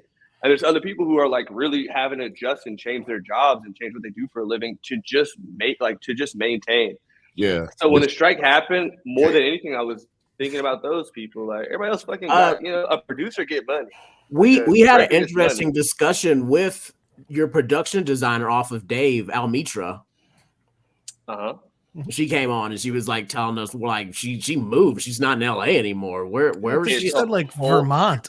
Yeah. So many people from the industry left, and there's less jobs, and it's like that's the thing where CEOs and all those people, like, while they do things for their businesses and their money, they lack empathy for the human beings that are the ones that built these things, you know? And that I can't get down with. Like, that's where I'm just like, being a CEO, it's like, that sounds like a cool job, but like, bro, you've lost your touch in human. You've lost what it means to be human and to feel for somebody else and to understand struggle. That's why I like growing up, I went to public school, and I think it's so important to understand public school, because here at a private school, everybody makes X amount of money. You know, everybody got enough chicken to survive. But in public school, it's like everybody is from different situations, different backgrounds, different this, different that. Some people can go home and they have a nice house. Some people have no money at home. And like, I don't know. I just understand that. And I feel like CEOs need to be more human. It's like politics in a sense. Like, if a politician grew up rich, he's not going to know what it's like to be broke. So it's just, you know, and also a politician grew up broke. I'm sure at one point we'll have enough money to understand both sides of it, but it's hard to go back. Leader to me. Yeah, it's hard to be a leader to me if you don't understand everything. Being a king is hard to be a king because nigga, you're a king. Yeah. Yeah. He's the head that wears the there's crown. always going to be a disconnect there. Like you're not going to see how the common people like experience life. Nigga, go pee. Nine is raising his hand. I'm raising my hand. Hey, teacher. Dave, season 4. When? Roll Tide. I love it. Season 4. You guys have such terrible journalistic and No. No. I got you. I technically, I guess, have an answer, and the answer is I don't know. I probably will never go back to it. As much as I love everybody who's a part of it, I feel like when a project has this much of a break, there's no reason to go back. You know, it's like going back to do what? It's not like we're going back to like find out who the king is and find out who killed somebody. You know what I mean? We're going back to make jokes. Yeah, and I understand, like, you know, grand scheme of things. Like, I mean, if you ask me, that show's over, and I've already moved on. Love everybody from it, but like, I'm not gonna sit around and wait for that nigga. Like, excuse my language, but like, I'm gonna wait for somebody else to finish. I think because of how I came up and like touring, like I had to wait for somebody else to move for so long. Like I wasn't working, I was at home. If Tyler was going on tour, we were going on tour. If the group was going on tour, we were going on tour. If Earl went on tour, we went on tour. But before, it was like it's by yourself. So like to me, I'm like, bruh, I'm not gonna wait for you anymore. I'm gonna do my own thing. So I've been doing my own things. I've definitely gotten my shit together. You know what I'm saying? Found them. That was a crazy. I don't know what that was about. I'm just fucking around. No, literally. Nine, you know, I realize it looks like you're flicking off Travis there. No. I think no. Because I really like it when I was just I'm giving you shit, Josh. I swear to God. No, love all my subscribers. Thank you. The show is over. I mean, they say we took a break, but brother, I'm gonna tell you guys that shit is washed. I don't know what niggas talking about. We've all moved on. Santino's moved on. I moved on. Christine's moved on. I believe Gator has as well. And Taylor. Gator's so it's like, you know, it kind of like he's doing a lot of movies. The strike happened. I think that was a big set off that really really did it. And like COVID. Part. Probably affected everything too. COVID didn't affect as much. Like we were shooting during COVID. Yeah, we talked with Tina about that actually. Oh yeah, we had 2 shutdowns. Within 5 days of work, we had 2 shutdowns. So like we shot the first 2 days, and we had to shut down for 2 weeks. Then we shot 3 more days, and we had to shut down for 2 weeks. So it was hard. For season 2, it was really hard to shoot. Season 3, we opened up. It was fine. It's interesting. I enjoyed shooting season 3 so much, so I was kind of looking forward to season 4. When we got done with it, I remember watching the last episode and in my head being like, that's it. Like, it's like, how do you follow that up? Like, what are we going to do? Were you on rap shit too? Hell no. I don't know what the fuck they talking about. I don't know. Yeah, okay. I don't know why they're asking you why they canceled it then. Well, to answer your question, admin group, we don't know. I have no idea. Look, the whole point. I'm seeing something in the comments to say, I liked you so much and anyone but you. I thought that was weird. Oh, you're talking about Gator. Someone in the comments did not say that, dude. I thought that was good. Like Gator doing that to me was really nice. Like I thought that was sick. I think that anytime you meet somebody and what they're doing, it's like when they have the passion for it, and they're great at it. Like Gator's so good at acting. To see him like grow into a new thing and to like do a movie, like, bro, what? That's the exact same thing Gina told us. I watched that movie for him. Yeah, I think that's the thing is like the show took a late. It was a hit, but it was like a late hit. It was an interesting way that it panned out. I didn't expect it to find that much success, or I didn't expect it to find as much success as it did.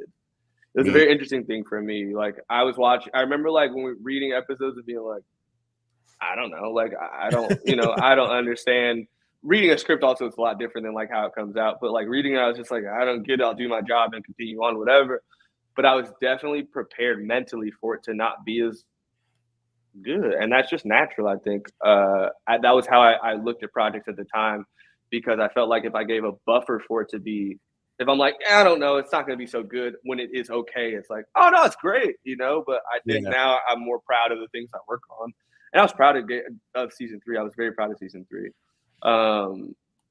But yeah, I mean, to me, it's over. It's over. It's fine though. I think that I'll be at FX soon for some other things, so I'm not really bugged Hell about yeah. it. Okay. Yeah, part of the FX family. That's gonna be dope. It'll be the You'll be on that next season of Shogun. It's crazy when they have the same. First of all, it ain't gonna be no niggas. But his answer was basically, it don't matter. None of It it. don't matter. It's not that it doesn't matter. I think more than anything, missing filming. It's like it's like camp. You miss the camaraderie that you have with everybody. And like, there was some days where I really just thought, what is, you know? And scene. But that was my first time really acting. I guess like Loiter Squad was a part of that. But to me, Loiter Squad, there was so much more of like, I don't want to say fuckery, that's the wrong word, but like there was so much more playfulness in it. Improv? That it was a lot of improv. It was harder. It weirdly was harder to do. Dave wasn't like the most challenging thing on earth. I think the biggest thing for me was going from Loiter Squad being somebody who was like was more important in that moment, to being somebody who was like very passive, especially because I left the tour to do it. Like I left what I was doing to do that shit. It was just like, it was harder for me to come into. But once I embraced it, I loved it. Like it just took me a while to get into that. What was that? But, I mean, ever since. Did you keep one of the wooden shirts? I'm just curious. What was that decision like? Where he's like, so did you had to like decide to come off tour to do the show? Yeah, I was touring. Tyler just put out Igor I shot the pilot, and then Igor came out, and then between the pilot and shooting season 1, Tyler announced tour. I, at the time, was going on tour. I had no idea I wasn't. So when the filming schedule came to me, I had to make a decision where I was like, I don't know which one I want to do. Because at one point, you're like betting on something that you don't know enough about. And on the other side, it's your bread and butter, and you get to do it with your best friends. So it's like, it's what I'm used to. It's what I love to do. It's like, whatever. But I had felt at a certain point I was going to reach a ceiling as far as DJing goes. Like, unless you're putting out your own music, bro, like, or DJing clubs the rest of your life, I don't want to do that personally. I didn't want to be in the club at 35 years old talking about like, everybody hands. No. Talking to me 2-year-olds. Yeah, I had a conversation with my boys, Tyler, Jasper, Lionel. Like, I think it's like they're my counsel. We speak about a lot of things that are important. And I just was like, I don't know what to do. I don't know if it's the right decision. And Tyler really said pretty much, he said, I think that this is a good opportunity for you. Lionel said the same thing. Jasper said the same thing. But Tyler said, tour's always here. Don't worry about that. Like, you're always good here. And so when he said that, that was like enough security for me to mentally walk away from it. I walked away. I did my last shows with him in September of 2019. No, August 2019. And we started shooting right after. And when I came home, I had flown to Portland to like program a show and to like watch it happen for the first time. And I remember saying goodbye to everybody at the bus. That was like I think my like heart, like it was like saying goodbye.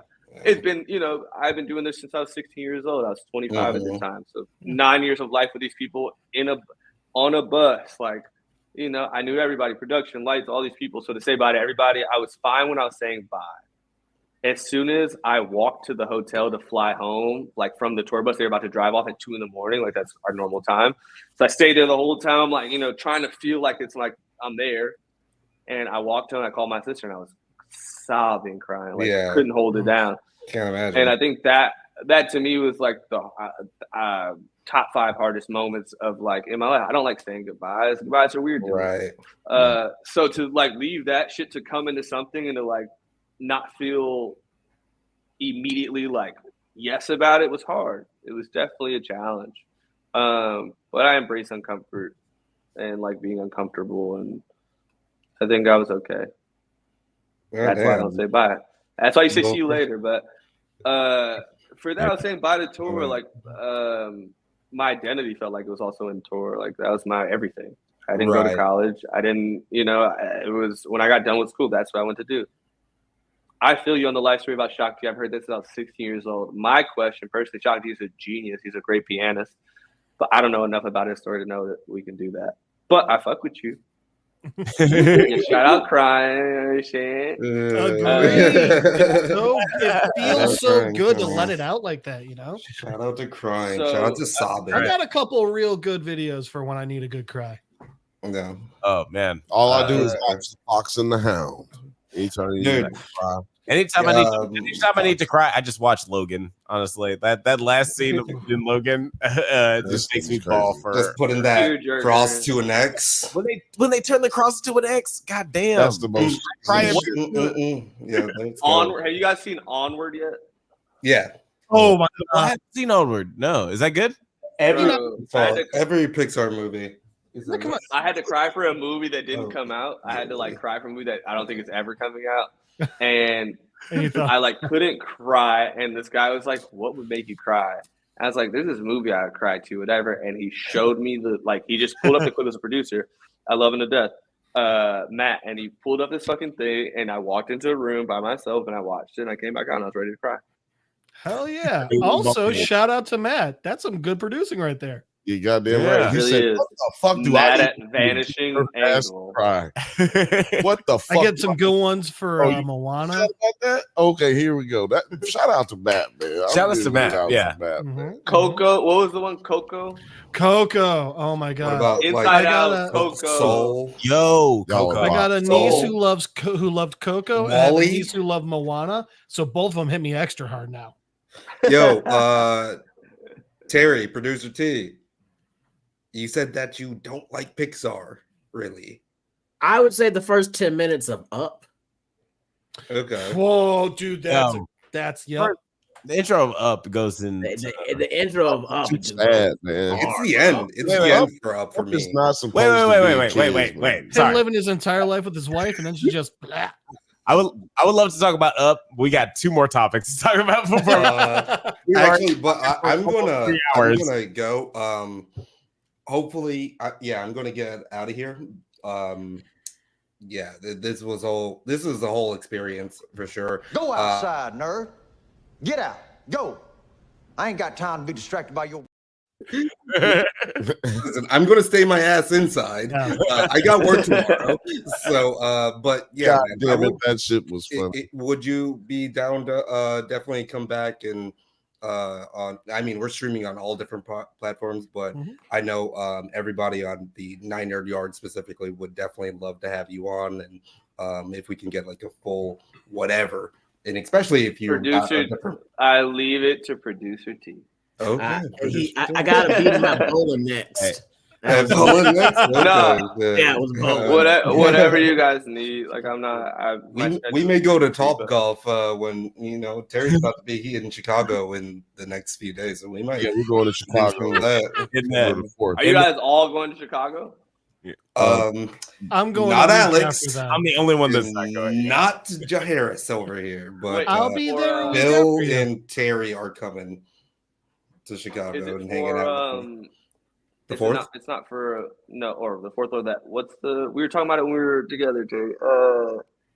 Lollapalooza? What comic? Not Comic Con. What's BlurredCon. BlurredCon's in DC, and that's next week. Okay, week after next. Week after in next. Chicago too. I can't remember what it is, but there is E2. But I'm out of here, guys. Man. Thanks everybody. Have for a good night, watching, buddy. And have a good rest of the stream. Travis, shit! I didn't know that was impossible. I almost ended this. I almost pulled a Blake and ended the stream. I'm just gonna leave this. Night. Travis, as we've learned this evening, when you play the game of Top Golf, you either win or you die. Do you want to continue? Hey, that's the name of the game. Do you want to? We're going to be talking about Acolyte and And then the boys. That boys. Coming up. You're next. welcome to stay. Yeah, you're welcome to stay. But I know it's like I don't have any knowledge in them, and I'm probably gonna sit on my couch and indulge in marijuana. And probably, honestly, you know what's crazy is, Terry, please text me all the suggestions of shows that you guys think I should watch, and I will go through that list and start to dive into something. And I would love to come back and talk about one of those things whenever I'm ready. One that I will suggest, whether you want to come back on and talk about it or not. I would love to come back on. Well, I'm saying if you want to talk about this or not, we were talking about this. We covered this show called Warrior. It's on HBO, or it was. Now it's on Netflix. It just got canceled. I know what you're talking about. It was. I try. It's the talking to me that was strange. I don't know how to explain that. Yeah. But in the first scene, he just talks too weak. I was like, "What the fuck going on? Am I bugging or?" He's British, Cockney British. So I think that's really what you're catching. Yeah. That's what I do with Nigerian niggas when I hear British Nigerian niggas or Nigerian niggas that acting and they trying to sound like they from America. I'm like, yo, what hood? What's his face from Dark Matter? Yeah, dude. When you get to Jamaica, and my dad's from Jamaica, born and raised, so I go there a lot. But when you get to Jamaica, I still, as an adult, get thrown off when somebody who is not black speaks in patois. At first you're like, and then you just are like, okay, I'm not the crazy one because no one else is responding. And it's even crazier to think that somebody can have an accent within an accent still. You know what I mean? Yeah. Like, Yes. Well, I'm not gonna lie. Like this is gonna Tom Segura's got a great bit about that. This is gonna sound a bit racist, but I'm gonna level with you. It's gonna sound a bit racist when I say it, but it's not racist. Okay, that's how you feel when you're in Alabama and like an Asian person talks to you, like a Korean person talks to you. This is literally Tom Segura's bit. Yeah, but then they sound like this. You're like, whoa, what is happening right now? What am I experiencing? Jamaica all at once right now. Yes, exactly. Jamaica has a lot of Indians and a lot of Asians. So when you're there, you'll meet, like, my cousin's married to a Chinese woman. And when I met her father, I remember being very confused. And not because he had an Asian accent, because he spoke like Bob Marley. It was like, whoa. Yeah. Like, dog, what is going? He was speaking at the wedding, and I remember being like nobody else. This is crazy. He's so good. I expect to hear him say blood clot tonight. No, hey, bro, all that shit. All that shit. It is about how like someone was like amazed that he spoke Spanish but wasn't Mexican. He's like, no, I'm not. Like, I'm Peruvian. And like, they speak Spanish too. And he's like, yeah, you know, there's actually a lot of people. He's like, you know, there's white people there that speak it. There's black people there that speak it. He goes, there's even Asian people. And guess what? They speak Spanish too. And he's like, and I just watched this guy's mind explode. My mind blew up. You guys, that there's a bunch of blonde white people in Mexico somewhere. Like, You didn't see that coming? okay, wait. I do have a request from you guys. I request that you guys take the time out of your days and watch Tokyo Vice. And I only mean this just because, as it seems as though we're all fans of the same type of shows. To me, it is what detail they go into and how insane it gets. Like, man, it's such a good payout. And like, I don't know. I wish there was more forums to speak about shows I care about. I guess this is a nice platform to have. Here you are. Welcome. We like it. Thank you guys for it. Thank you guys for the stand. But I think like Tokyo Vice was, to me, like the best. I haven't seen a show as good in a long time. And I'm like a huge Succession fan, a huge Game of Thrones fan, obviously. But I was like truly, and a girl told me to watch it, and I was like, yeah, you know, you like, yeah. Yeah. Oh yeah, I'll watch it. Whatever. Yeah. I don't want to watch Tokyo her. Vice because I'm very impressionable. I have already met like some of the wrong kind of people in Tokyo, so like I watched just to give me ideas. No. The show is also based in the 90s, late 90s. So it's like, which is upsetting that that's 30 years ago. That means it's time to bring it back. It's time to bring it back. I think I It looks like it's I on don't know Max. what the underworld is like. Is I it- think because of CCTV now, it's a lot different for the underworld goes. What did What you gonna say? Is that on HBO? Yes, it is. It's on Max. Yes. Okay. It's on Yeah, I crypto. said that just to annoy you there, Travis. Travis, let me ask you a question. Do you like audiobooks as well? Nah, I'm a music guy. Like Don't audiobooks worry to me, about I try. I think reading books to me is nicer. So I read books on vacation a lot. I love to like travel and read. It's I think the greatest thing to do when you travel. It's hard for me to watch a TV show when I'm traveling. So I will sit on a beach and read 3 different books throughout a day. Nice. But I think like there's not. I don't know. Maybe I'm sure there's an audiobook that will turn me on to it. So if you have any suggestions, please send them through. Yeah. I've got one. It's like 14 books long. It's about it's outer space fighting aliens, but it's really well done. And the thing is, it is the absolute best voice actor I've ever heard in my life. What's it called? Where do you even look up? Expeditionary. It's on Audible. It's the Expeditionary Force. Is the series. I thought he was by Craig Allenson. That didn't even sound like something that's real. I thought he was gonna say expeditiously. It's written by T.I. But yeah, it's a friend told me to listen to the first one, and it started a little slow, but once it got into it, I was like, well, shit, I guess I'm buying 14 books. Yeah. Oh shit! I love that. That was Game of Thrones for me. I bought 2 DVDs, 3 DVDs. Yeah, all of a exactly. sudden, 9 years later or whatever the fuck it's been, I'm like right. thinking about getting rest in peace Ned Stark tattoos. I almost did that actually. Yo, seriously, Ned went out like a I would whole love G, I would and love was- like sorry. Cool. Yeah. No, That actor just does not have if emotional. that actor's in that type of period of a film, he's gonna have a bad ending. You know what surprised me? One movie he was in, he did not die, was Silent Hill, the second one. Oh man, those Silent Hill movies. I don't like seeing Game of Thrones people in other things, and it's a selfish thing for me to do because to me it doesn't feel real. It doesn't feel like they're in it. It feels like they're somewhere they're in the wrong universe. It's like when you see the Ramsey Undertaker. Bolton? It's like when you see the Undertaker at the I was fucking with Ramsey Bolton before he was Ramsey Bolton. So that's the thing. Oh, I saw Misfits after Misfits. Game of Thrones, and I couldn't see him as a good guy.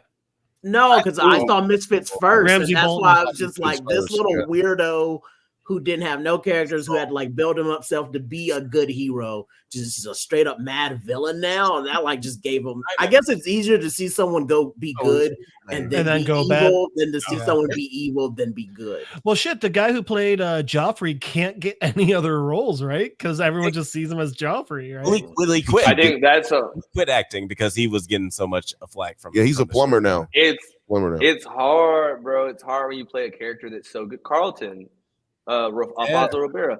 Like he never really outgrew that, but he did a show with LL Cool J, if anybody remembers, in the house. Yes, in the house. And that was it. But I think there was a project I've been got some working on game shows recently, now. and his name came up in a project I was working on. I was like, I would love for him to be a part of it at any capacity, because I felt like, it's like it's been enough time. You can give him something else, like. Okay. Something weird about that shit. I mean, me being I was taco for my whole life. Like, it's an interesting thing to grasp, but like, I think I understand it now more as an adult when it's hard to see somebody in something different. Like anytime an article comes out about me and it's like Travis Bennet, everybody's like, nigga, that's just taco. And it's like, I get the idea. So like breaking taco is like the hardest thing I've ever had to do, but I mean, it takes time. I'm doing it as best as I can. It's nowhere near the same, but so my name's Jeff Madel. In college, everyone just called me Madel. So now my college friends meeting me now, and I'm like, yeah, they hear all my friends calling me Jeff.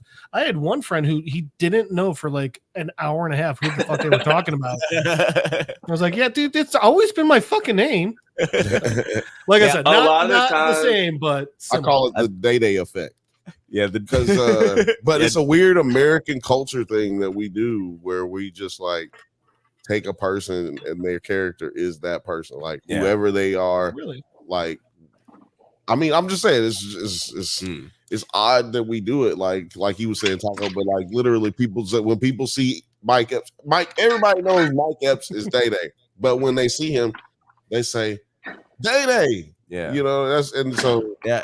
But like I was And- comparing it to like the like seeing the Undertaker in the airport or something, like, you know, people, the Game of Thrones situation, that's the kind of culture that you build. They've built with that Extreme show fandom, yeah, is like wrestling type of crazy fandom. Like, yeah, cannot break kayfabe. If I see you somewhere out, you better be bowing and goddamn. yeah. I think about Matthew like- McConaughey had his moment, and I feel like we're definitely due for an Alfonso songs. Put it on a t-shirt. Big ass a Rivera sans. A Rivera sans, yeah. Smaller Like, let us know in t-shirt. the comments what sounds better, like what rolls off the tongue a little better. We're nearing our third hour, and we have 2 more topics to talk about. I've got 2 more hours to go. Let's talk about the boys. Let's talk. Or no. Do you want to talk about the boys, or We're we want to talk gonna about let, Star Wars? I think we're letting Travis go before. Oh yeah. It was so much fun, man. Thank you so much. And eat the chicken and rice that he just got or I'll something. eat the chicken and And rice. the vegetables. Come on. Please enjoy actual food. We've been talking. I will say thank you guys so much for being so like just nice and like hospitable. It's been amazing. I think for me to like indulge on the nerdiness that I do and take and love, I don't have many friends who watch Game of Thrones, and the ones who I do, I feel like don't get into it as deep as I do. So thank you guys so much for letting me indulge in that. Terry, thank you so much for being a cousin of mine and letting me on your guys' Nerds at Night. I think it's a genius idea, and listen, if you need me, call me. You know where to find me. Yeah, man. I appreciate you. Like, that was so fun. I'm like, why is the family reunion that was like the first time I'd heard about one in like 20 years. I was like in the car with my mom, and we were talking about the last one, and I was like, I was 11 since the last we had a family reunion. Like, my mom stressed me out. She texted me and my sister in a group text every 5 days. Family reunion, yes or no? This has been since December, and I was like, I can't agree technically until I know more about what my schedule is like. She's like, okay. This goes on up until a week before. So a week before, I was like, yeah, I booked my flight already, like whatever. She's like, great. The night before we leave, no, the 2 days before she leaves, she gets the flu, and she's like, I don't know if we're going. I'm like, okay. So I'm talking to my sister. I'm like, okay, so we'll just go, me and you. And she's like, I don't know. And my dad's like, I'm not going unless your mom goes. My sister says, I'm not going unless your dad goes. Me, I'm like, well, I'm not going to go by myself. But at a certain point, I was just like, whatever, we'll figure it out. It all ended up working out. We ended up there. And at first, family reunions are weird. You don't know anybody. You guys are looking at each other. You guys know you guys are related to like Genghis Cohen pretty much. These 2 motherfuckers who just got it on. But you don't know how you got there. You know what I mean? And so it's so interesting to meet people who are a part of my bloodline lineage, etc. And to be like, what the fuck? Like, y'all are normal? Like, nigga, your cousin? Like, nah, bro, because you're just like, you don't know what to expect. And I was so happy to meet Terry. And I think that the night we had at Top Golf was like the first night that we all spent together. And it was so much fun. I like truly am like so like thankful to meet my family, I guess, and like to understand. It was weird because they were kind of like cousin sects, like different families. Everybody had their own section. So like spread out, like we're all like really like second and only third cousins from each other. But it's like our great grandfather had like 15 kids, and then all those kids had like 15 kids apiece. So we're just like so branched out, and it's like there's all the California cousins, there's like the Texas branch, there's all the Louisiana ones, there's like the Atlanta ones. And what I tried to do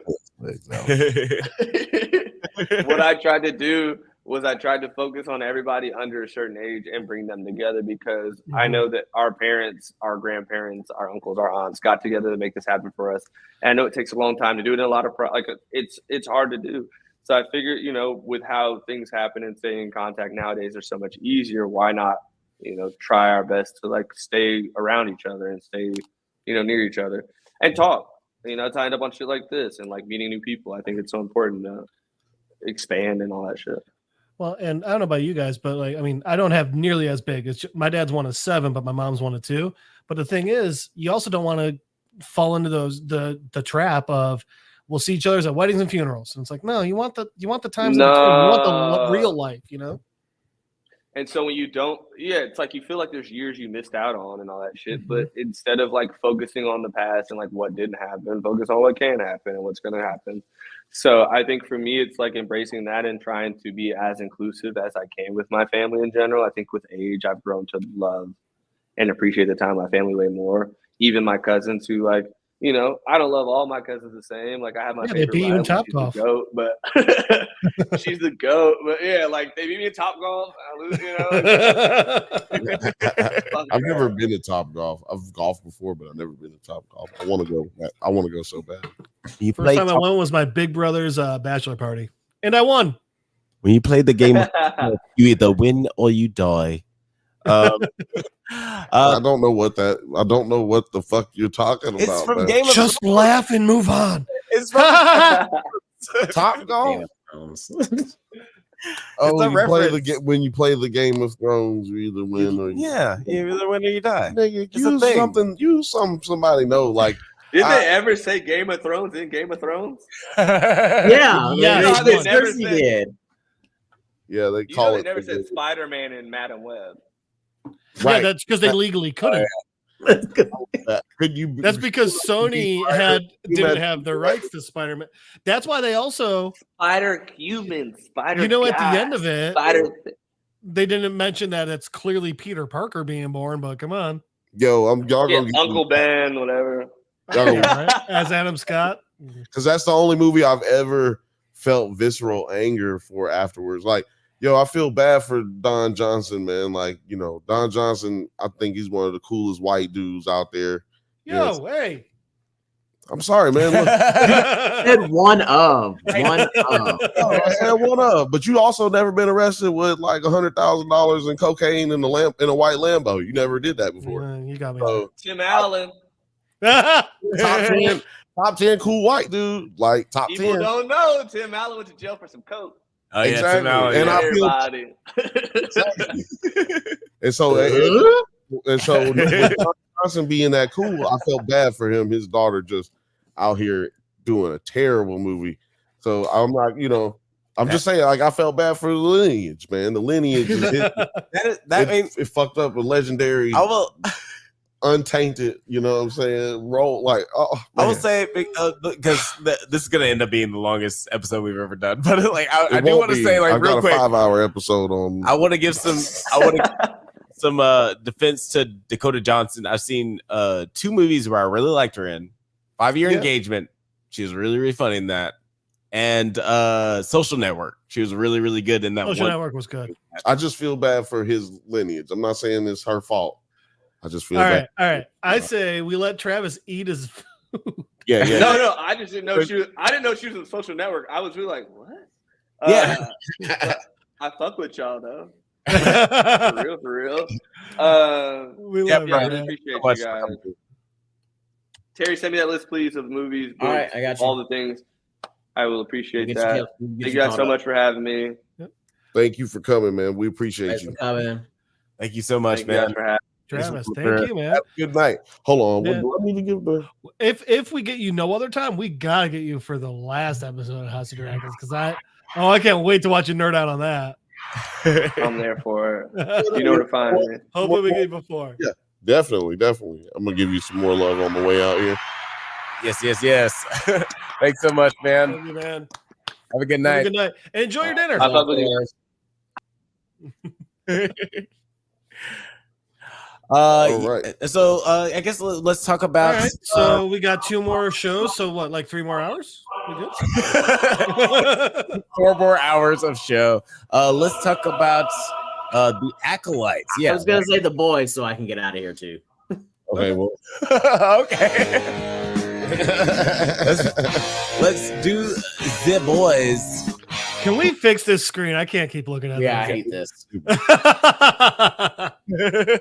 Alex is trying to like do everything else first, but I'm like, no, let's get. All right, there you go. Oh wait, hang on. It's like, I feel like I couldn't move because it was just so zoomed in. I was like, no, I'm just stuck in. No, we was trying. It just when it removed Travis, it just did that automatically. Yep. Yeah, we're talking about The Boys, season 4, Guys, episode 5. No worries, I got that timestamp in there. The Boys, 3 hours, 2 minutes, and 54 I'll try to do timestamps. Don't later. you worry. Oh no, I just put it in. We're good. The Boys, season 4, episode 5. Beware the Jabberwock, my son. Let's let's get into it because this is a very crazy episode. A lot of things go on. Definitely, there's definitely a lot of things to talk about in this episode. After Huey Sr. wakes up from his coma, Daphne reveals it was he who administered the compound V. An empowered and confused Huey Sr. murders several patients after failing to control his powers. Huey calms him long enough to administer a lethal injection to end him peacefully. I'm curious about. I got a quick question actually about that. Well, wait, sorry. Before you ask your question, I'm curious. This was a very emotional scene.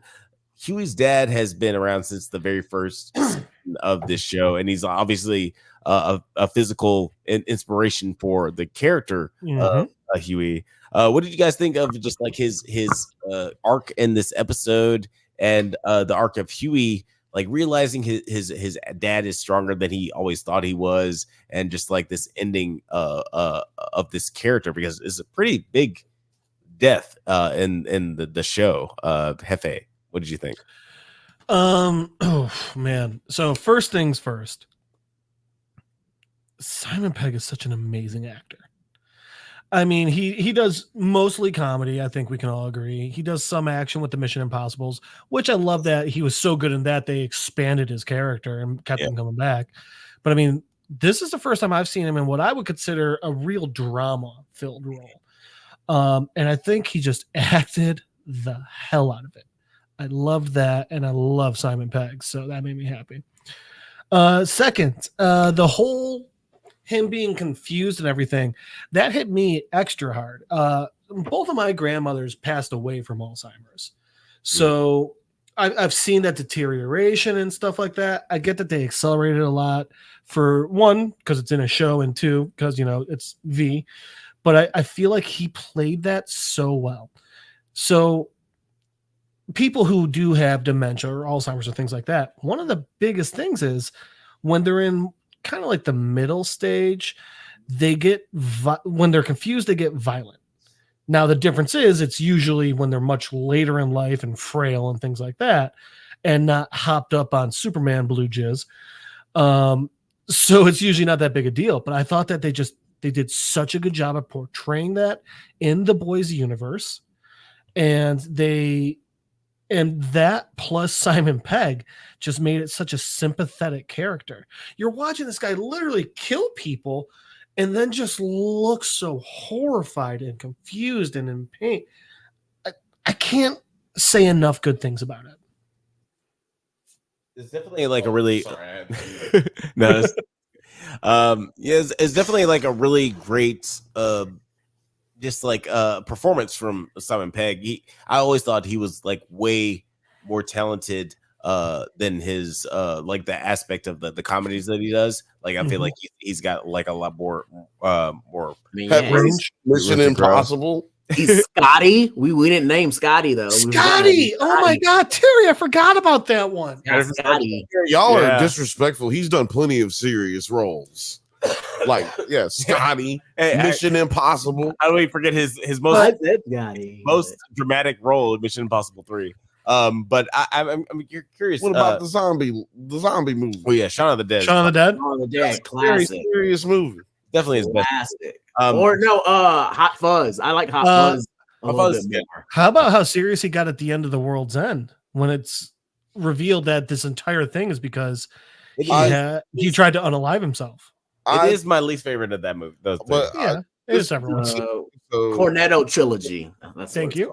I didn't really care about the Alzheimer's and all that stuff.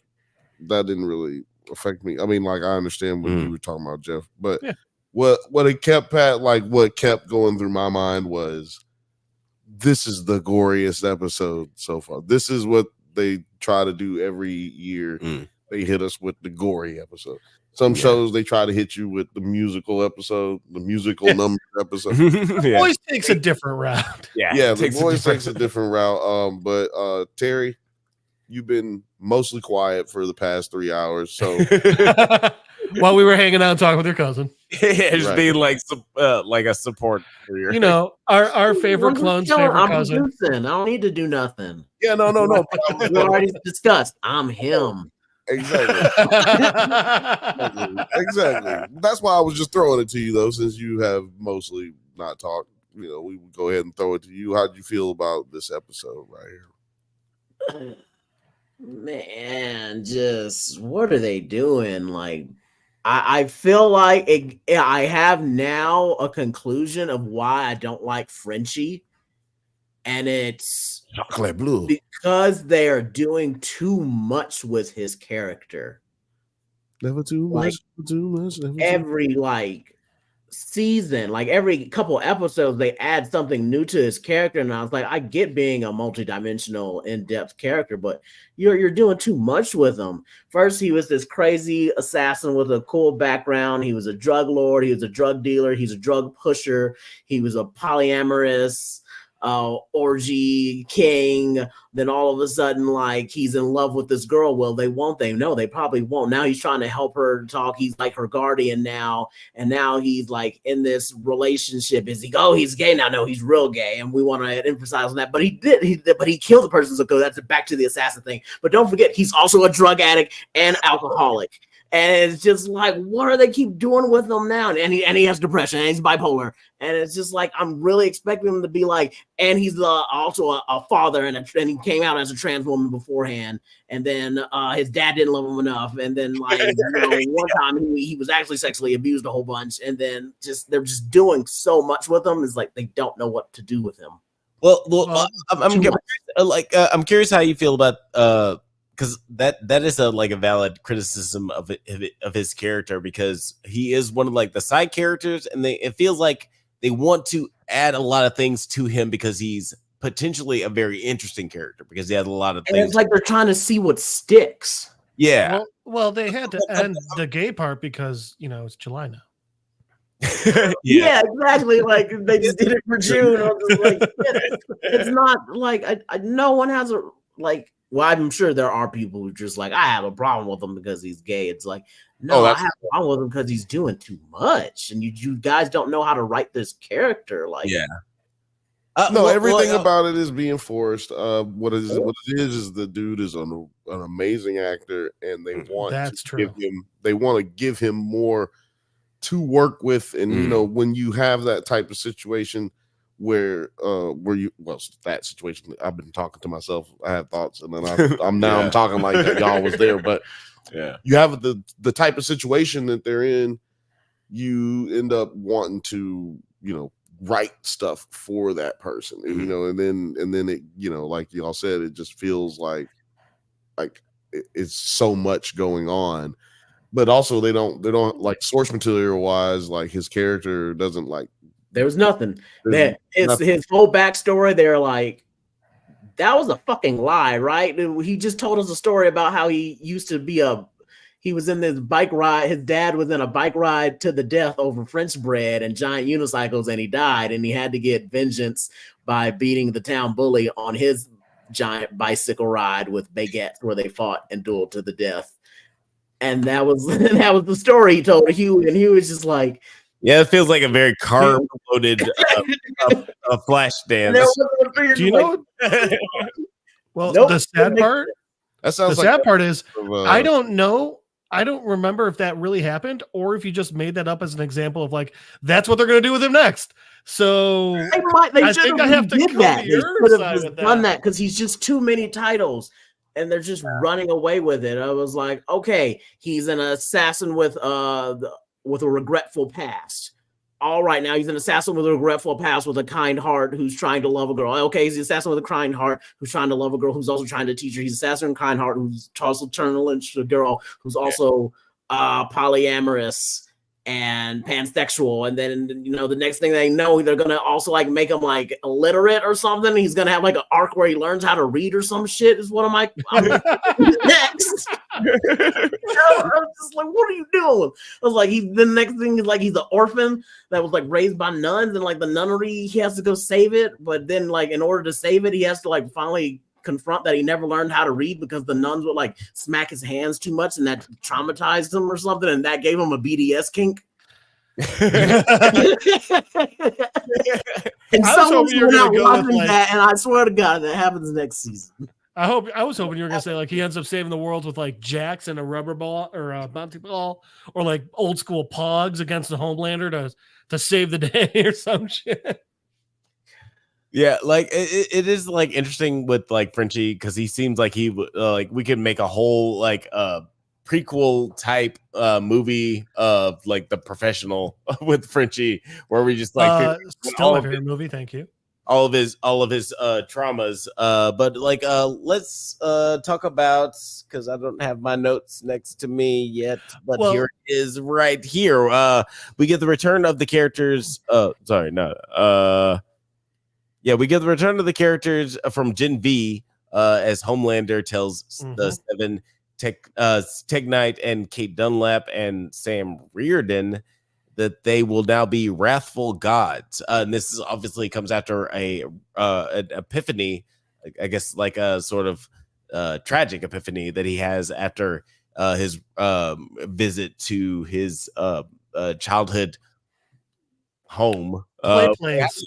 How do you guys feel about the playpen? The playpen. How do you guys feel about Homelander's epiphany and his path moving forward? Because it's like really just like one single scene, but I feel like it's gonna have huge implications on the seasons going forward. Bill, how did you feel about Homelander saying that they should be wrathful gods moving forward? It's about time we're finally getting into the comic. You know what I mean? Like there's in the comic book, these motherfuckers are running shit like that anyway. You know what I mean? Like, but the way they're able to be controlled is through the money, right? Because they don't want to lose favor, just like they do. They turn it into social media for us in this show. I thought it was a good episode. I've heard people say that they didn't like the episode because of whatever reasons. I think it's just because they hate women and gay people. Alex, you didn't like this episode? Me? Yeah, you hate women. Traditionally. See where I went there? I said traditionally. Traditionally, you don't like women. That's crazy. But anyway, I thought this episode was chill. I don't really remember exactly what you asked me about, but about the wrathful gods. They brought wrathful gods. Yeah, like I said, I think it's good because it's getting closer to how they actually behave in the comic books, because they're really way worse people in the comic books than Well, yeah, it's interesting because like with Homelander's epiphany, like he realizes that the way that he was raised is like totally fucked up, and like the way that people were trying to kill everybody. What I said, so let's just kill everybody. Let's just kill everybody. The way that people were like implementing their own ideals onto him, he's trying not to do that with his own son. To his credit, like even though he's doing it in a very psychologically problematic way. So he's truly raising a Gen Z child.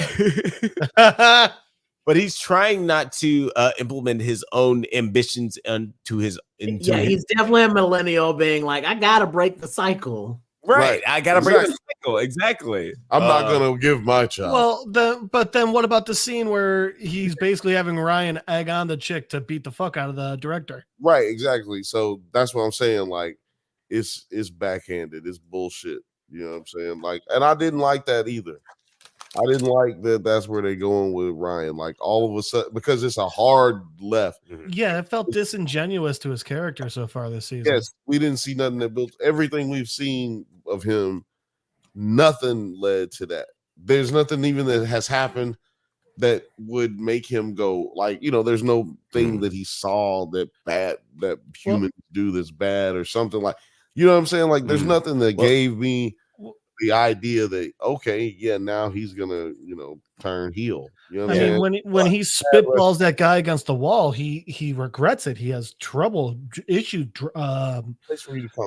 from it. Yeah, he only has a breakdown from it. Yeah, and then now he's just like, oh, okay, it's okay because I'm not doing it. Like his dad told him, was like, hey, son, do you like?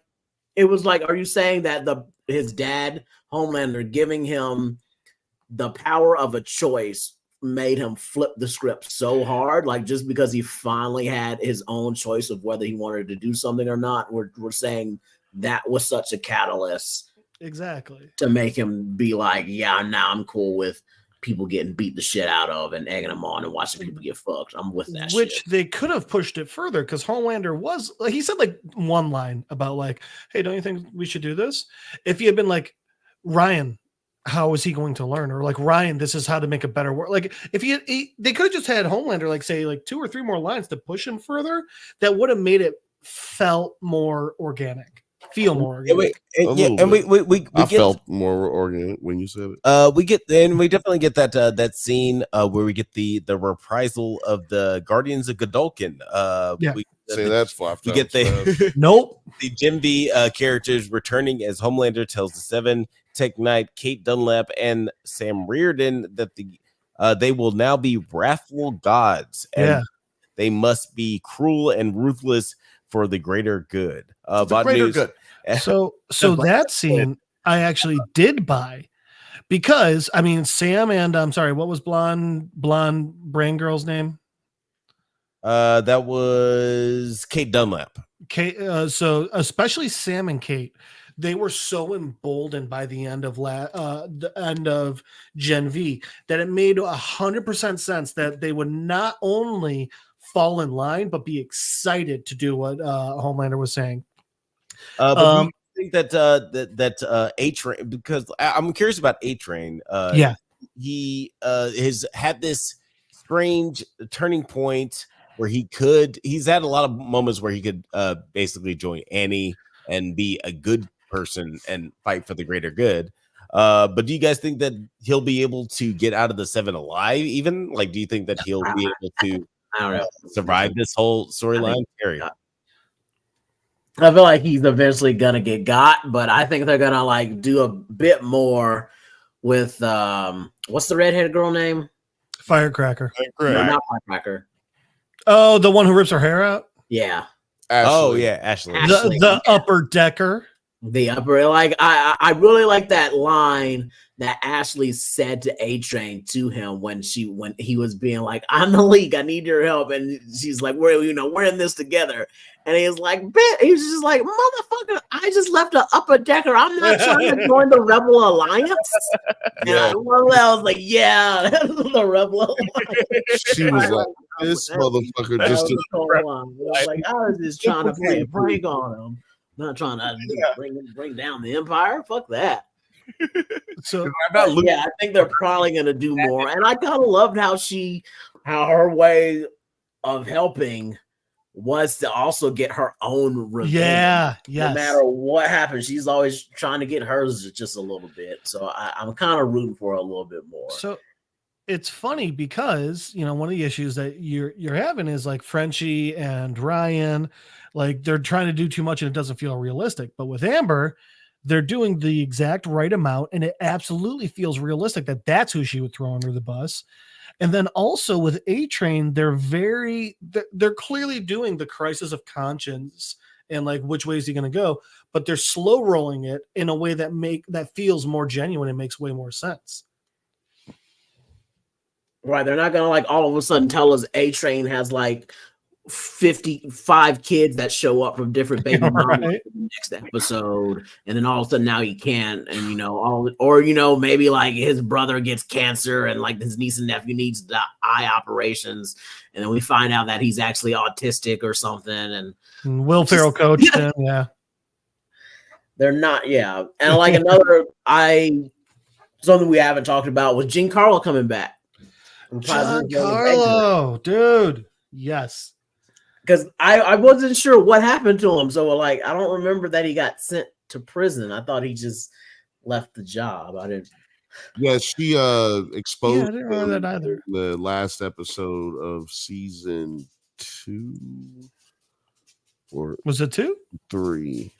She exposed him in the last episode, I believe, of season 3. And hold on a second. Here, Alex. She exposed last season of season 3, if I'm not mistaken. And sorry, there's a lot of production shit going on. No, you're good. Well, so but yeah, so then he went to prison. I can't remember what the exact thing that he did. Oh, it was because they found out that everybody had been excessive treason. Well, they found out that he had been given given kids V. So and then they had that little psych ward thing where they had the people locked up. So they were able to get him on that or whatever because she exposed him. But that's why we have their reunion, and it's so like bittersweet to say at the very least. Well, what I loved about that whole part with Giancarlo was just am I saying the right name? Giancarlo Esposito. I'm gonna have to keep saying Giancarlo. I'm sorry, I can't. I'm too tired. I'm too tired to try the pronunciation. Was I like how he was still? It's like when we saw him before with Terry. I think you mentioned something about it, like the last episode we did, where with Homelander, he was still Homelander's the strongest guy, but Giancarlo is still in charge. And so it's so funny because in this episode, yeah, he's clearly like trying to help them so he can get his pardon and everything. But the entire time, just the effect he has where, or just like his air of not superiority, but like almost indifference still kept coming off as like, well, this guy's in charge. Like, even though he's not the one like directing where to go, like directing like, hey, do this, hey, do that. He came off with a lot more power than the rest of the group. And it was just, it was all internal. Yeah. Yeah, definitely. No, I don't have anything else to elaborate on that. There was nothing else for me to say right there. Because he didn't even care about getting out. Like they showed him the pardon first, and he was like, I don't care. Yeah. Until they mentioned what she did to his granddaughter, and that he would get full custody of her. Then he was all like, all right, that's something I would like. That's something that I can't attain right now. Now you've got something to bargain with me. Outside of the my favorite scene is or favorite thing out of this episode were two things. Not in any, I guess no. Number one is definitely going to be flying man-eating sheep. That is definitely going to be something I've never seen before. Flying man-eating farm animals is wild. But I was here for it. I'm not gonna lie, I was here for it, and I thoroughly enjoyed that scene. But the other thing was, Butcher chopped off old girl's husband's baby leg. daddy. Baby daddy. I was gonna name that as one of my favorite parts of just seeing that happen. Sorry. Wait, Terry, which part? The flying purple people eating farm animals, or Definitely the cut off the leg? Sheep is. I'm so mad at that scene. So am I. Because like my thing was, every human they inject the V into gives them a different power. Why are all the sheep with the same fucking power? I don't know. Maybe they isolated certain powers that they could do to them or something. I don't know. If they did, and those were the powers they're like, hey, let's give out, that seemed fucking stupid. I don't know what they it also just seemed like a cheap grab, And how did Homegirl just forget her head popping power? Because we saw her do it to one of those chickens. She did, which was funny. We don't know how many. Do it to the sheep. We don't know if she can do like more than one person at a time or more than one object at a time. I don't know. But she didn't do any of this sheep, man. I was thinking the same thing. It was very curious to me if her powers are the same or similar to what old girl was in Gen V. Then it's like, well, why don't you just do that or explore that?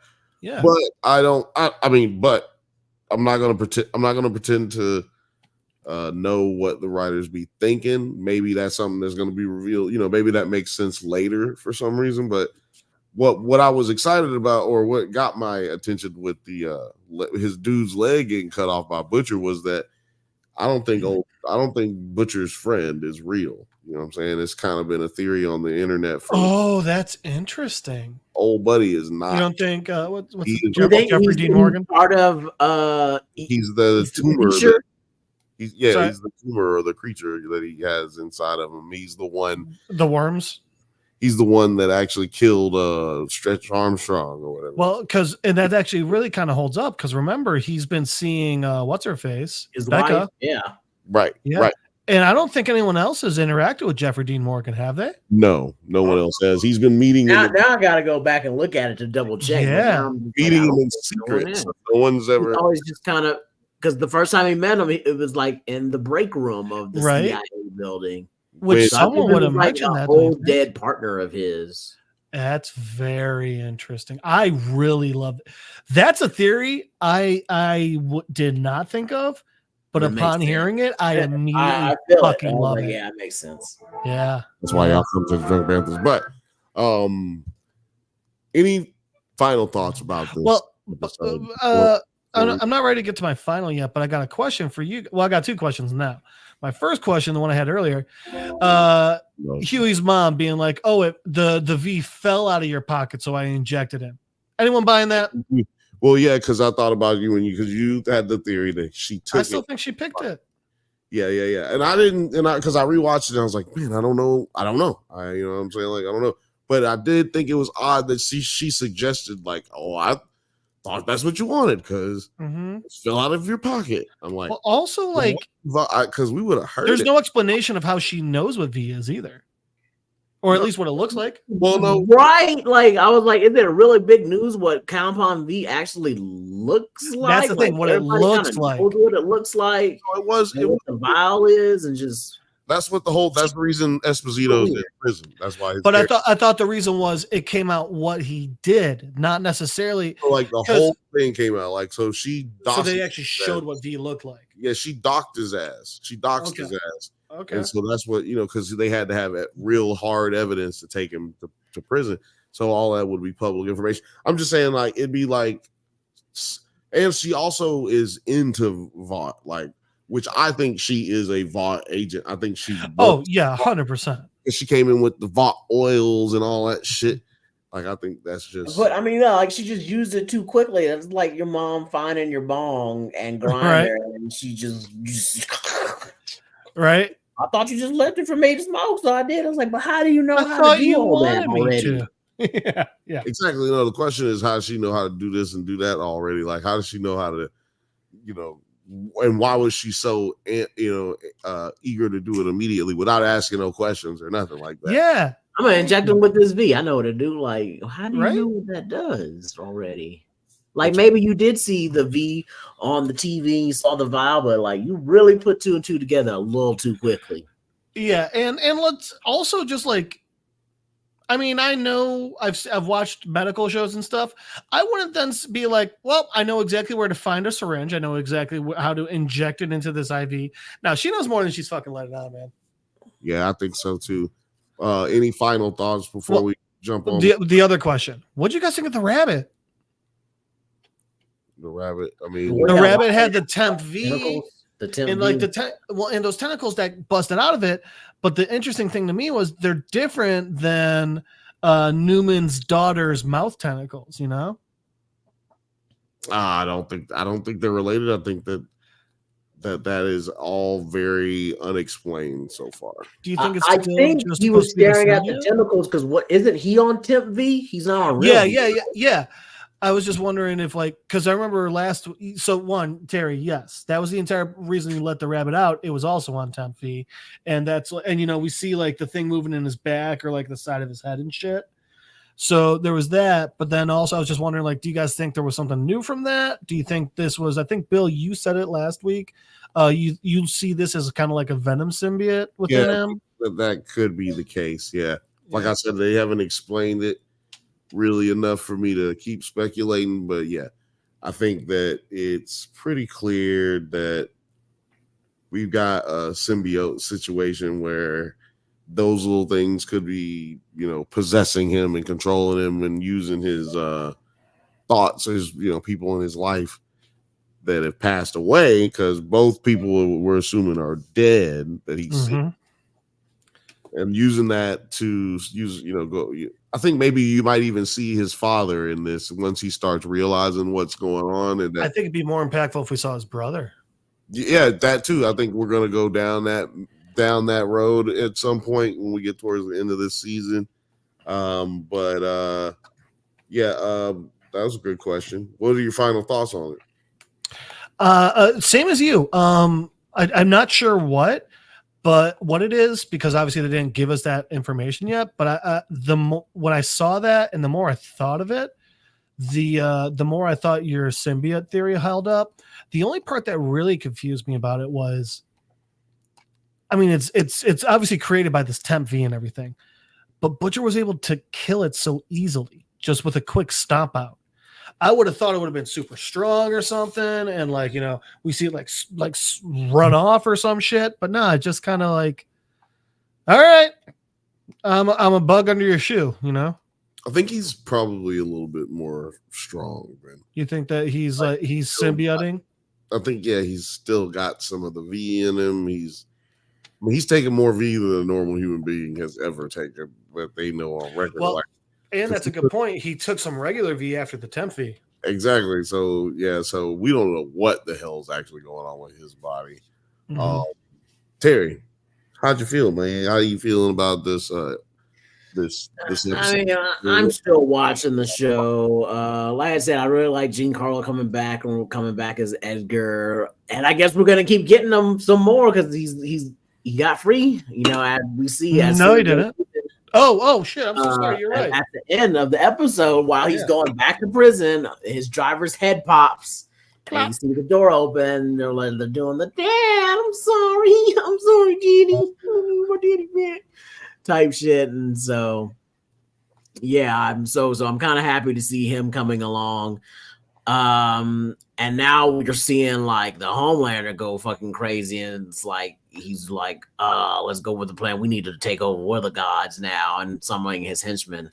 So I'm wondering how Edgar's gonna feel about that, because we already know that nigga's really in charge. He's not gonna let Crybaby Homelander do anything. So I'm wondering what the new team up and matchups are gonna be on this, and I feel like maybe we're going towards the ending of the books with having this virus, because that was the game plan of Butcher at the end, was that anybody who was infected with Compound V, and he's going to release this virus. And but I mean, he doesn't want, because the thing is, it kills him. It doesn't take the powers away. So what would be his plan for Ryan then? You're right. So I'm thinking on this one, he's probably not going to do a mass release of it, or I don't know. Maybe I don't know. But it's funny genetically. When a horse mates with a mule makes with a donkey makes a mule. Well, when a horse mates with a mule, it makes a donkey, right? No, a horse and a donkey make a mule. Yeah. So and mules are sterile.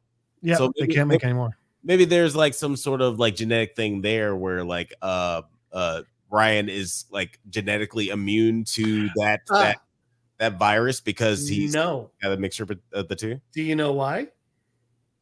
Gen V. They were testing it on the kids at the school. And all those kids weren't just like pure. I mean, unless they were doing genetic testing and doing all pure-blooded V users, I have to assume some of the kids were children of, V, non-V parents. Yeah, but I feel like a lot of the kids in Gen V are just like product of like the you're saying the ones that tested it on, they made sure were pure V kids. Right. Like I'm just like specifically the ones who were like byproducts like of all first gen V users having sex with a pure human, and like was that was the Jedi that come of that. Yeah.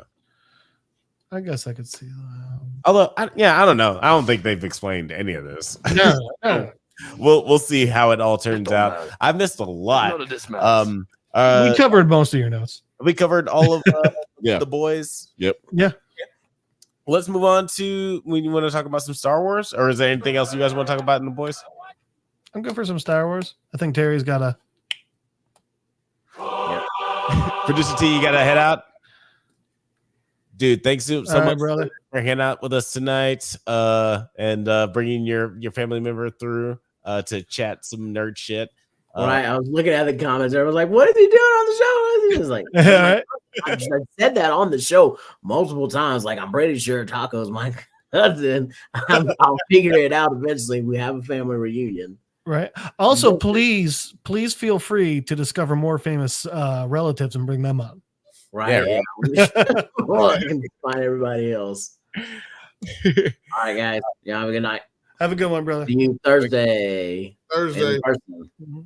Yes, sir. Same bat time, same bat channel. Let's get into the wars in our stars. The Acolyte, episode 3, Night, which is obviously a playoff of the episode, or not episode 3. It's episode 5. It's a playoff of episode 4, which is called Day. And I feel like these 2 episodes could have just been one episode. We talked about this a little bit about the pacing of the series. We'll definitely get into that. But let's talk about the beginning of this episode. The mysterious warrior, aka Smilo Ren, kills all the Jedi except for Yord, Jeki, and Soul. Soul saves. Yeah, it's not bad. It's not bad. I can't remember who. I think it was Kirstyn who came up with that, but I can't remember. Soul saves Osha from the warrior and demands that he reveal his identity. The warrior claims that they have already met and then vanishes into the forest. Now, there's a lot of action in this episode, but I'm curious about how you guys felt about this opening fight sequence. There's a lot of obscurity. Like it's very voyeuristic as far as the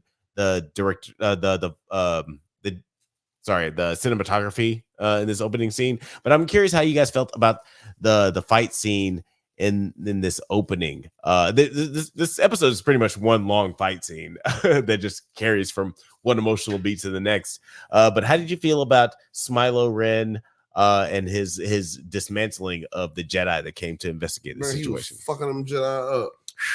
I mean, he was fucking their ass up. He hit their ass with the turn your lightsaber off. Your lightsaber off. Your lightsaber red off. light. Your lightsaber off. That was the coolest shit to me. When he just like headbutted. Well, yeah, that's what I'm saying. When he headbutted, he said, that was the coolest shit. Your lightsaber off. That shit was badass. But then I was like, man, fuck this nigga, man. Yeah, and then I was like, man, y'all better hold up. It's 8 Jedi out here, nigga. Well, y'all better get it together, man. I haven't loved this series, but there are definitely moments in this show that I loved, and that moment where he headbutted the lightsaber is that was I felt like it's I feel like I should have heard an N-word in this moment.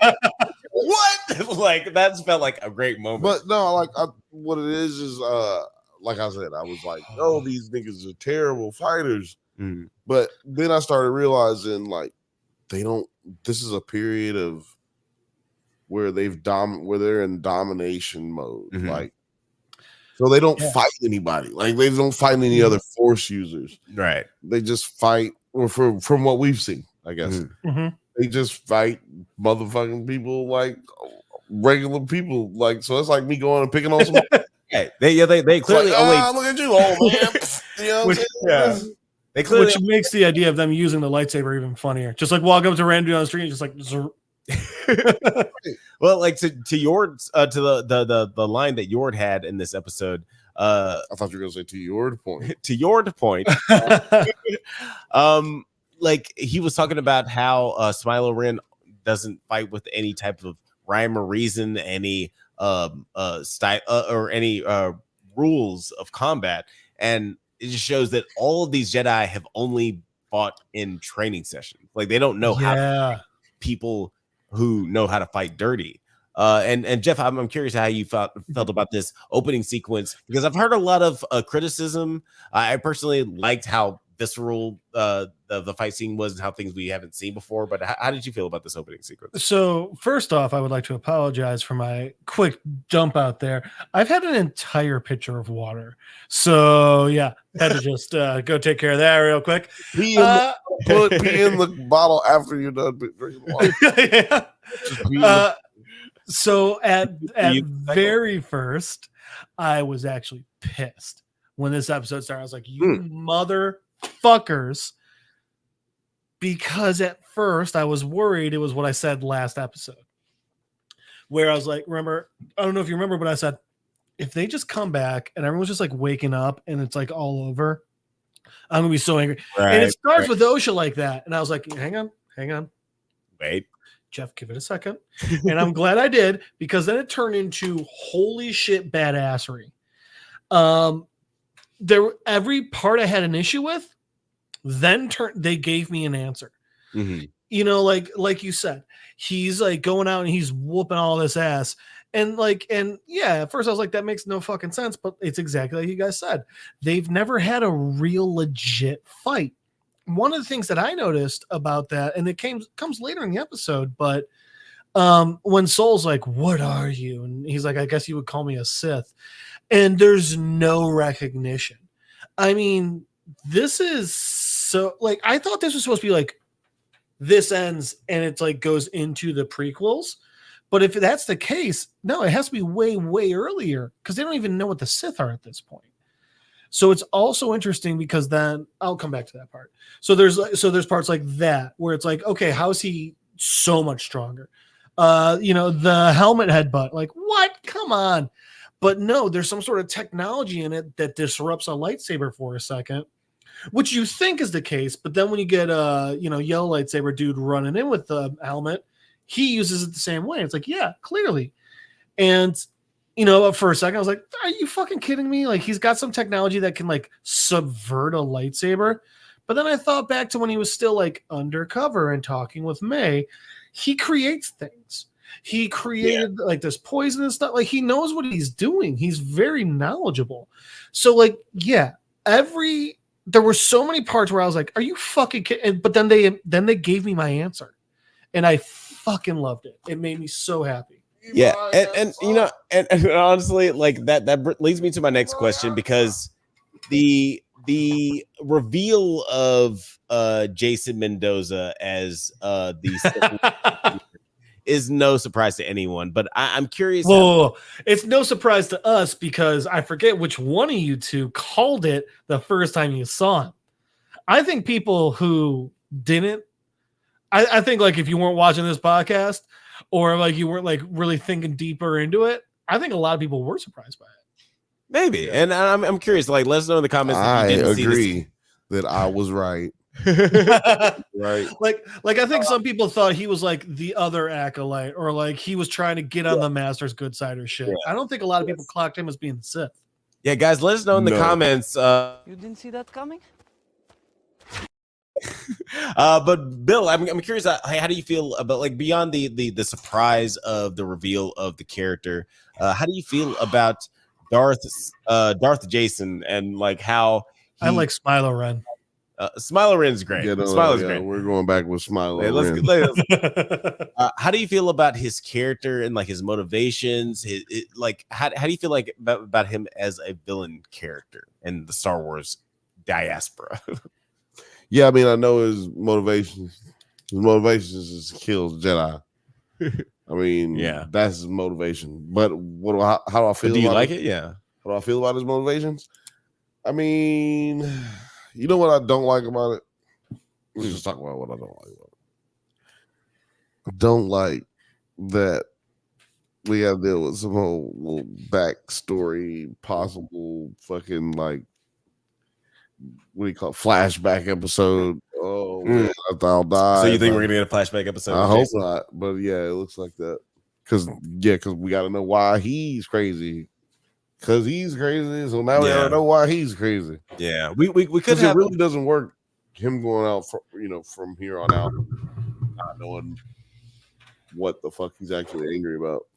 Well, we could have a situation because we talk about Star Wars a lot. Like a lot of people have problems with we don't have the backstory of Snoke. We don't know enough about Snoke. But Stupid. The Emperor. We didn't know anything about him in the original trilogy, but he was kept still it that way. But he was still a compelling villain. And I like the things that they did with the prequels with Palpatine's back. with Shreve. Palpatine has somehow returned. Somehow Palpatine has returned. The sequel trilogy, yeah, like that messed up a lot of things. But I like the idea of humanizing a character, empathizing with a character, figuring out where they came from. And I like the Smilo Ren. Like I like the idea of figuring out where he came from, at least emotionally, because he has a lot of really great lines where he's talking about like Soul says your darkness has consumed you or something like that, and Jason says I've embraced my darkness, what have you done with yours? Like I like lines like that. How do you feel about the relationship between Soul and Jason in this episode, Jeff? Like, do you feel like we're gonna get an interesting revelation in the next episode, considering Soul's emotional turmoil? So clearly there's something they're hinting at for us with that, and clearly it's something that they're going to flesh out. But more importantly, I actually think that. So here's the thing: I think Smilo is the truest Sith we've ever seen. Because here's the thing. So, like, I mean, I got these for Christmas one year. The Jedi Path and the Book of the Sith. Didn't Smilo used to do birthday parties? So, but the thing is, though, like, remember, he's saying it's little things. It's not little things. It's rebuttals that he has a lot.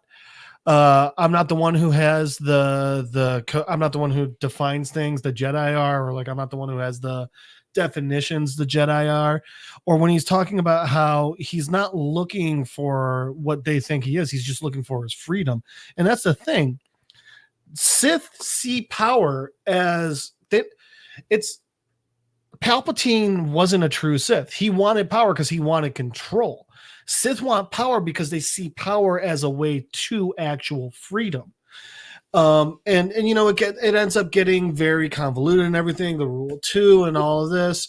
But at its core, the Sith's belief is power is the only way to be truly free is to be powerful enough that no one can take your freedom from you. Right. Yeah, and that's one of the things, like, and Travis was talking about it earlier, how like the lore of Star Wars can be so much more interesting than some of the shows that come out. Mm-hmm. And some of the things that I love so much about Star Wars when we're in the video games, where like we just get to explore like different planets and universes and just explore this lore without the humdrum of the Luke Skywalker saga.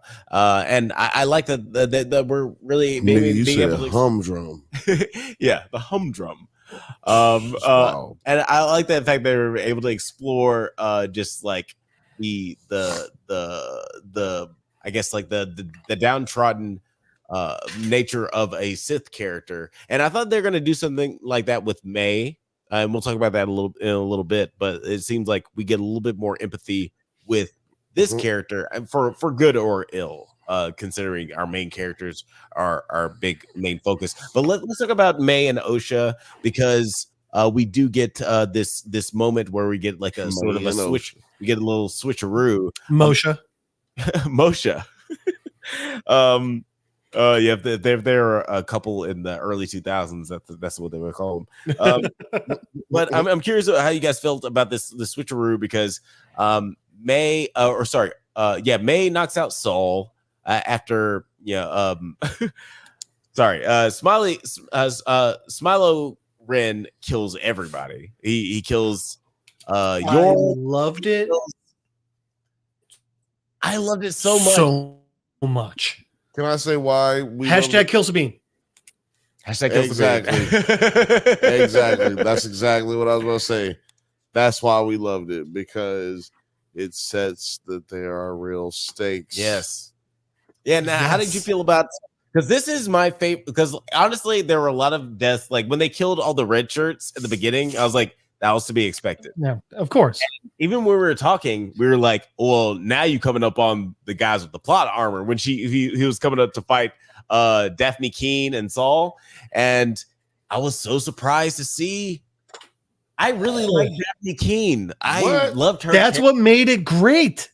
Yeah, Kill her. Kill that bitch. And also the reveal that his lightsaber breaks up into 2 lightsabers. That's fucking right. Awesome. That was awesome as shit. Dude, I'll tell you what, that's the best dual lightsaber or unique lightsaber reveal since Darth Maul. Actually, yeah.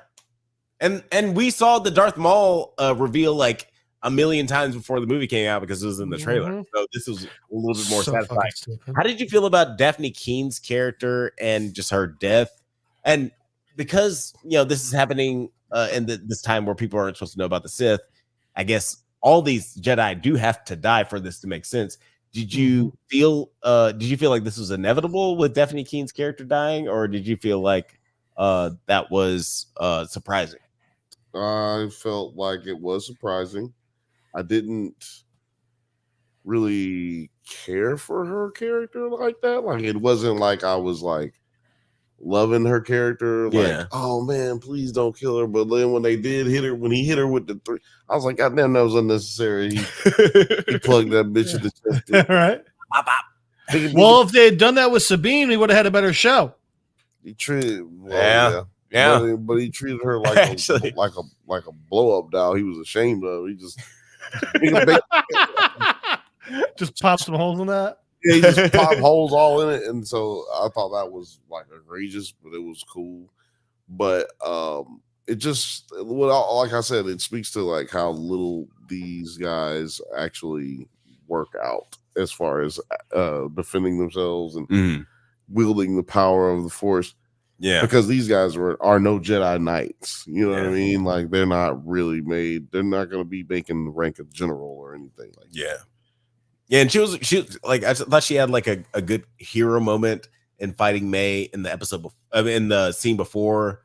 Especially, I liked how they broke it up because like, it can be very overwhelming, or at least like blasé if we had just have like 14 different lightsaber fights in one scene. But I like how they broke it up with the fight scene between Daphne Keene and May, where they weren't fighting with lightsabers. They were just like very much hand-to-hand combat and force use, and she ended up coming up on top, and until they use the lightsabers later on when Smilo Ren joins the fight. But let's talk about the ending of this. Well, and also the important part about that, I don't know if you caught it, but so one, like they show her getting better. Like it's like, okay, she's okay fighter, but then she's like, bam, she's a fighter. But the part, I think it's also very important that the part when she does lose the battle, it's a trick shot with the pop, pop, pop, but also she was screaming with like rage when she went for that overhead attack. Yeah, she was losing control at that point too. And while I don't think they would admit it, or I don't think she would admit it, or her masters, I think she was starting to give into the dark side. And that's a good point, because they even mention Yord mentions that Smilo Ren has a way of getting into the Jedi's head and like maybe making them disoriented so they don't fight as skillfully as they normally would. Yeah, that's a good. Also, Alex, I'm sorry to take us off subject, but did we gloss over the fact that he's basically Magneto? Oh, he's got the helmet, so they can't get in. Let's talk about that for a second, because let's talk about the armor in general, because these are things that haven't been introduced in live action Star Wars, because he does have the Magneto helmet that apparently it protects you from thoughts of I didn't even know that they was telepaths like that, right? And also I want to talk. Actually, I want to talk about that in a second. But yeah, like Smilo Ren, he says that his helmet keeps Jedi from reading his mind, and that's something that we've never really heard as a capability as far as like practical objects that'll be able to block out these magistical. I mean, powers. basically blocking the Force. Yeah, blocking the Force. And I thought that was like an interesting way to introduce that, but also the fact that he's able to deflect the way he's able to deflect these lightsaber attacks, and like again, like the way he just headbutts a lightsaber strike like a fucking G. That was dude. Probably my top 5 favorite Star Wars badass of all time, where he headbutts a lightsaber. Headbutts a lightsaber. That's what I was saying earlier. Wait, so I guess here's a good question though. Did he headbutt the lightsaber, or was it when he got close enough it shorted the lightsaber out? Two things He headbutted the shit out of that lightsaber. And it looked like the lightsaber hit him on the helmet a little bit, and it just lit up like it glue a little bit, but it didn't like take no damage for real. For real. So I'm like, yo, what the fuck? So is it Beskar? No, it can't be Beskar because Beskar doesn't disrupt a fucking lightsaber. Dude, it's so good. There's apparently like I can't remember the name of it, but there's a metal in Legends lore from like the books that does disrupt a lightsaber attack like that, and it actually shorts it out. Where'd you get that research from? People smarter than me. Boy, you made me take a shot. But I do like the fact that they're introducing these little nuggets from Legend into the live action which version. Is about time. Make it canon. Yeah, and also like they're doing it kind of like in the first. I'm sorry, at least do like what they're doing now and just like use little bits and pieces and get it to canon, right? Like, yeah, and I like the stylized version of this fight. I like the gravitas, like the sort of like fuck it vibes of just like headbutting a lightsaber. I liked him force pulling 2 people onto a lightsaber. Bro, that was such a good scene. Like, I thought that was great. Okay, I gotta point out this episode and the fight scenes are so good. I feel so stupid talking about them because all I can say is like, it was so cool, right? That's how we feel. That's how we feel talking about Futurama episodes. Like, we know that these are funny jokes, but we don't know why they're funny because we're not mathematicians. but it made me laugh. Right. Next show. It's like I enjoyed it. Next thing. But no, I did like a lot of that stuff, and especially the after it seemed like we have like this Mexican standoff between Saul and Saul and Smilo Ren, and they're just talking about like the philosophy of the light and the dark. Do you like that shit when niggas is like fighting and then they be like, let me tell you a story? It's like, God damn it. I do is sometimes like in this.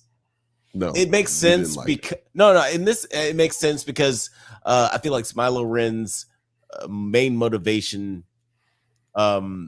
is like so big. He wants to make a statement at the same time, and is also like having this ambiguity. But like he has really, really strong feelings about like the entirety of the Jedi. So I feel like he has a lot to express.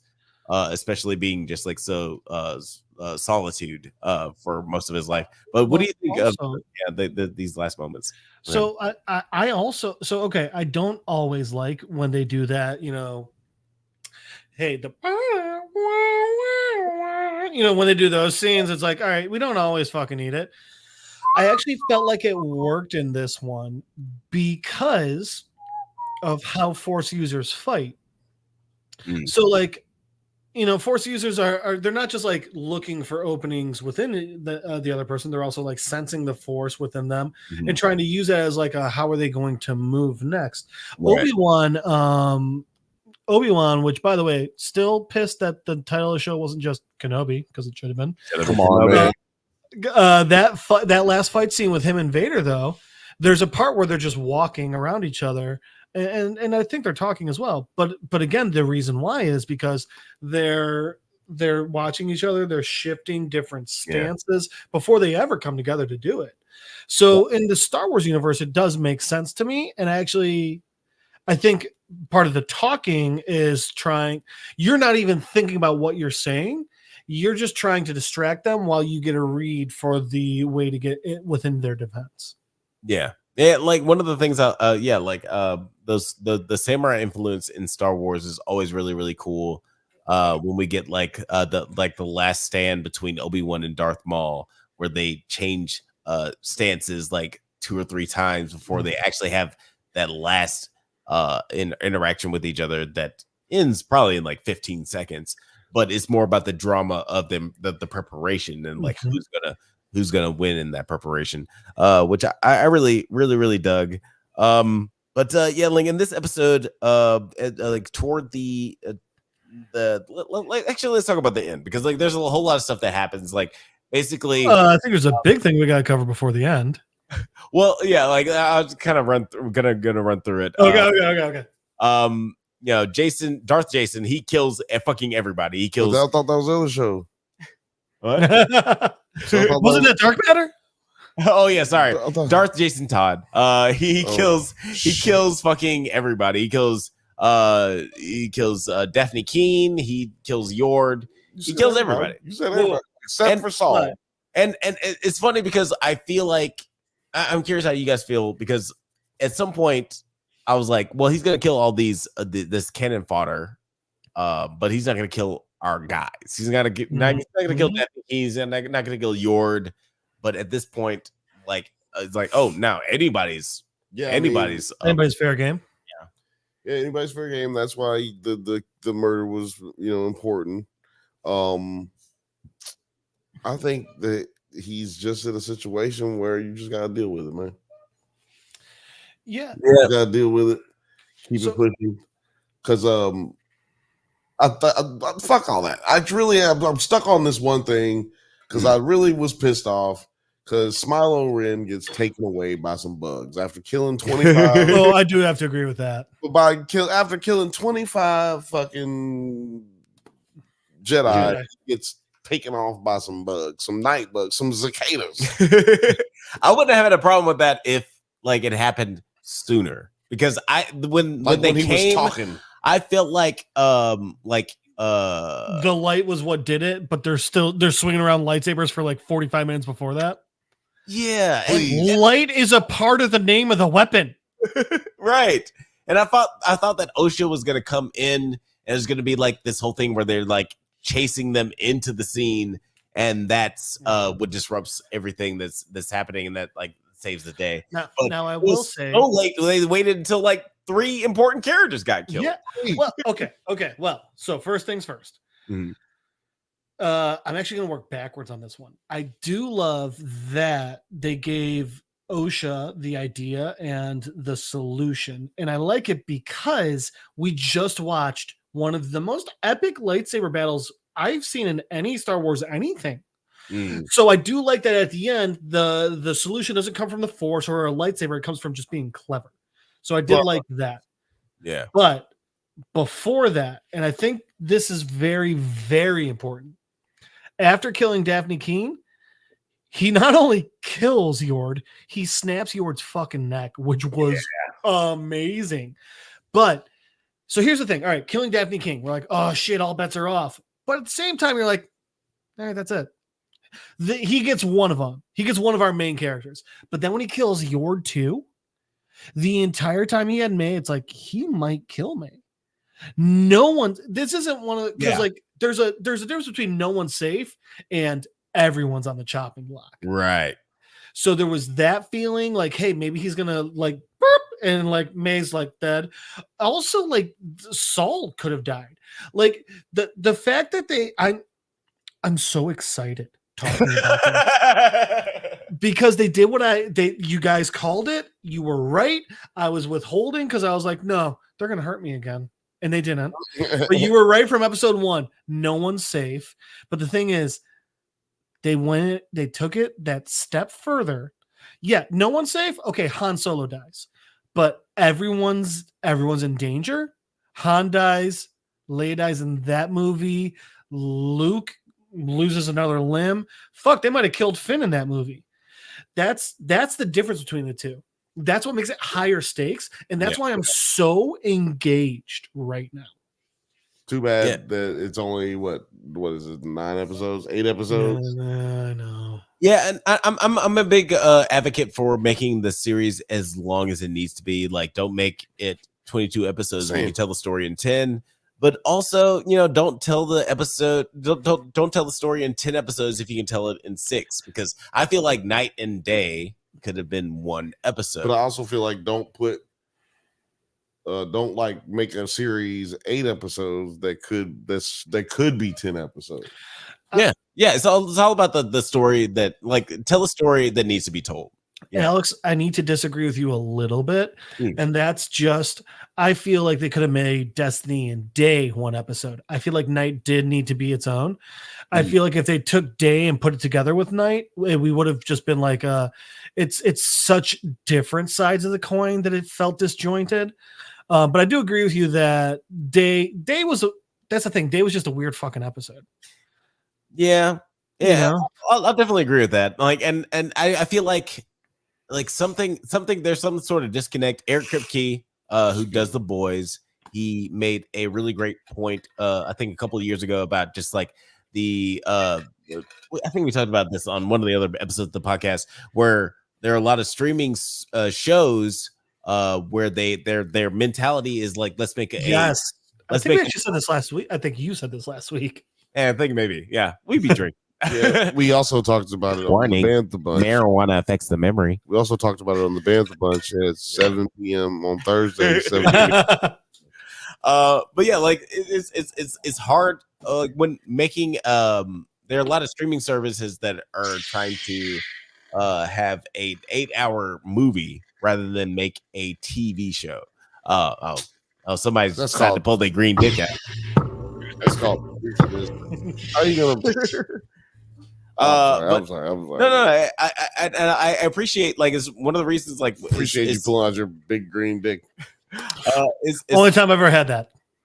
It's one of the reasons why we can see how The Boys story structure and like the way that they dole out their narrative is superior to other streaming platforms. Because it seems more satisfying from week to week, where these other shows like seems disjointed, like Obi-Wan, and this show is like, maybe this could have been a 2-hour movie rather than a however disjointed a TV show. I will say, I think something that is helping with it, but clearly not everyone has mastered Disney, is the not standard length of an episode. Take as long as you need within an episode to tell a story as well. Yeah, like if you need 22 episodes, if you need 16, 12, 13, 5, however many you need, tell it. Like, well, for me, it's more like, I mean, how long was Night? Night wasn't that long, but I mean, like, Day was 30 minutes, Destiny was 41 minutes, Revenge Justice was 36. Just they're trying to do it that way, but it's not hitting as well. I think House of Dragon, however, is doing well with that. Yeah, in the sense that, like, some episodes are 50 minutes, some are an hour 20, but they finish telling their story within the episode, and they don't say like, oh, well, we can't because we got to worry about, the show coming on next, and we got to worry about commercial breaks. Like, no, I think a lot of shows are doing a good job with that. I don't feel that Disney and Star Wars shows are always doing the best with it, but I did like the length of Night. And I do feel like it has a sense of just like, I'm not getting my money's worth for a lot of people, because with House of the Dragon, we get like 50 minutes episodes plus. Like, we either get a 50-minute episode, 50 is minimum, right? Or we get like way more. We're not going to get a 34-minute episode of House of the Dragon, and I think that's I would write it. It's like, I fucking dare you to make that episode, but like that, I think that's where like the disconnect comes. That's funny. Like the internet would implode. But I think that does have something to do with the reaction with the episodes.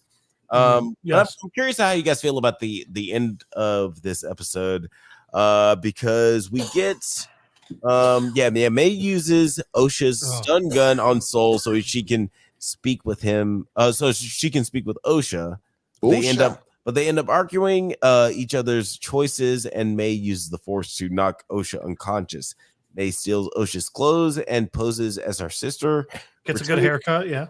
Yeah, she gets a sweet ass haircut. Returning with Soul to the Jedi's ship. Jason frees himself from the bugs and comes across an unconscious Osha, and it seems that Darth Jason is going to recruit Osha to his cause. Now, I'm curious how you guys feel about this ending. Do you guys feel that Darth Jason is going to try to recruit Osha? And like, do you feel like we're gonna get like basically a flip where Osha turns to the dark side and May turns to the good side? Because it seems like that might be. I think we're getting our little flashback. He's going to tell her what really happened. Yes. You know what I'm saying? That kind of situation. But do you feel like that'll lead to some like emotional implications? Oh, you mean emotional implications? Yeah, where like people will switch sides. So my opinion on it is, I agree we're gonna get that flashback, and maybe we'll get the ending with like Osha not trusting the Jedi or whatever. But I think the motivation behind Smilo taking Osha is actually, remember, the only way for all this to work for him is anyone that's seen his face has to die. So I think he realizes taking Osha will get both May and Soul to come after him again.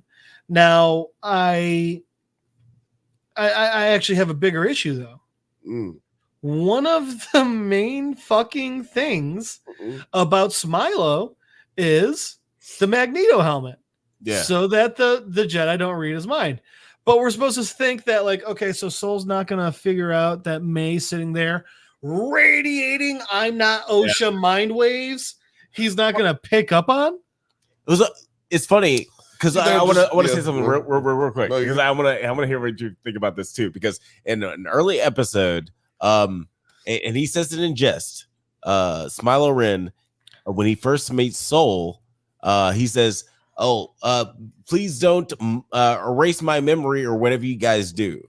Now, do you think that that's like an sort of a hint to what happened to Osha? Do you think that they erased her mind to make her augment her memory of what happened with her childhood? I gotta rewatch the episode now. Guys. Man. You know what? I'll let Bill go first because I've been talking a lot. That's what I should have done. Because I thought that was like at first I thought it was like a throwaway line, because like I gotta rewatch that. Is that not a wild line? I agree with Bill. I'll have to rewatch it because I took it as a foregone conclusion that May started that fire.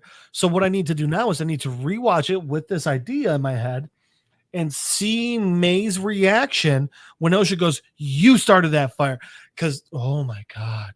Yeah. You just became my favorite Star Wars show in the span of like an episode. Because here's the thing, and I'm going to be fully honest about this.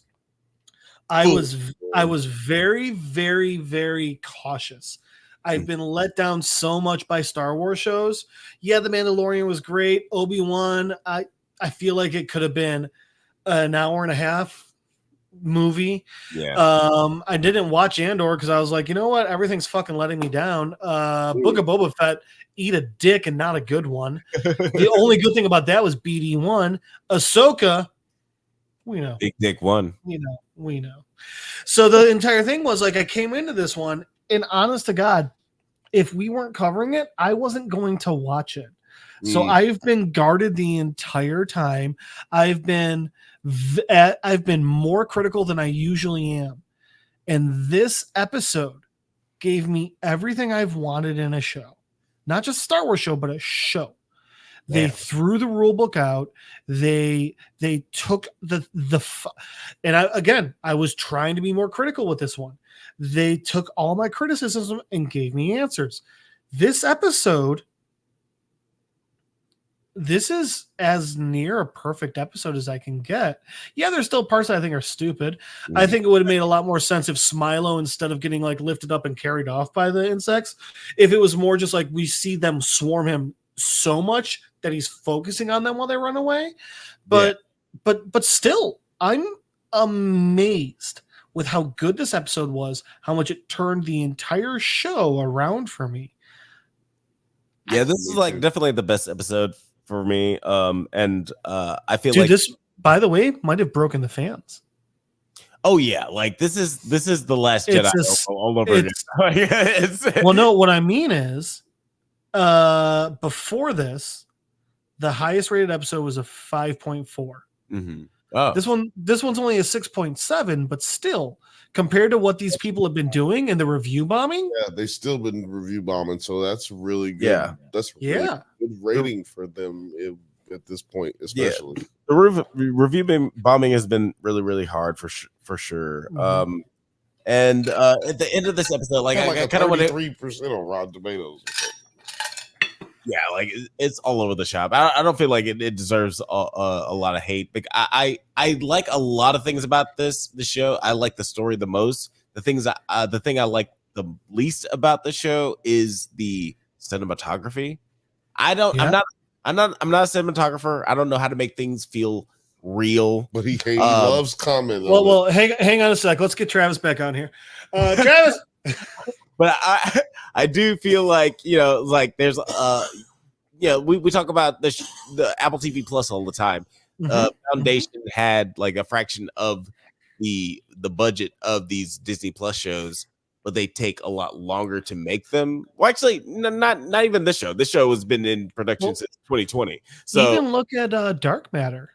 They use their money wisely. Yeah, it's all about like the way you use your budget. Like you want to, like it's all about the thoughtfulness behind the product. And I feel like Foundation looks way better than this show on it. Like Foundation on its worst day looks way better than Acolyte on its best day. But that's my biggest critique. Like sometimes I think the visuals don't look as great, but I'm definitely digging the story. And I'm curious how it's going to go forward. And I'm curious how you guys feel about this last scene where it seems like Darth Jason is going to recruit Osha to his cause. And we get this situation where, May has assumed the identity of Osha. We talked about this a little bit in the like earlier in the episode, but I'm curious, do you guys have any? Sorry, it's been 4 hours 20 minutes and 16 seconds. I've been jumping all over the place. That's my bad.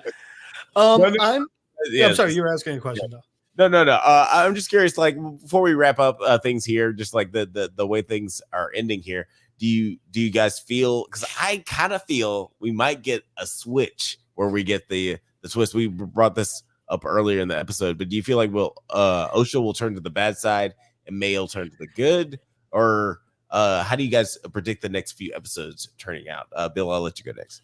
Man, I think the next couple episodes are going to be pretty boring. Yeah, man. It's like this is the best they've done. This is gonna be the peak, or it's gonna go downhill. Usually, it's 4 and 5 that are like kind of. So it's got to go downhill sometime. Yeah, the penultimate episode is usually pretty great, though. Right. So that's what I'm saying. Next episode, I think it's gonna be not like it's gonna be bad.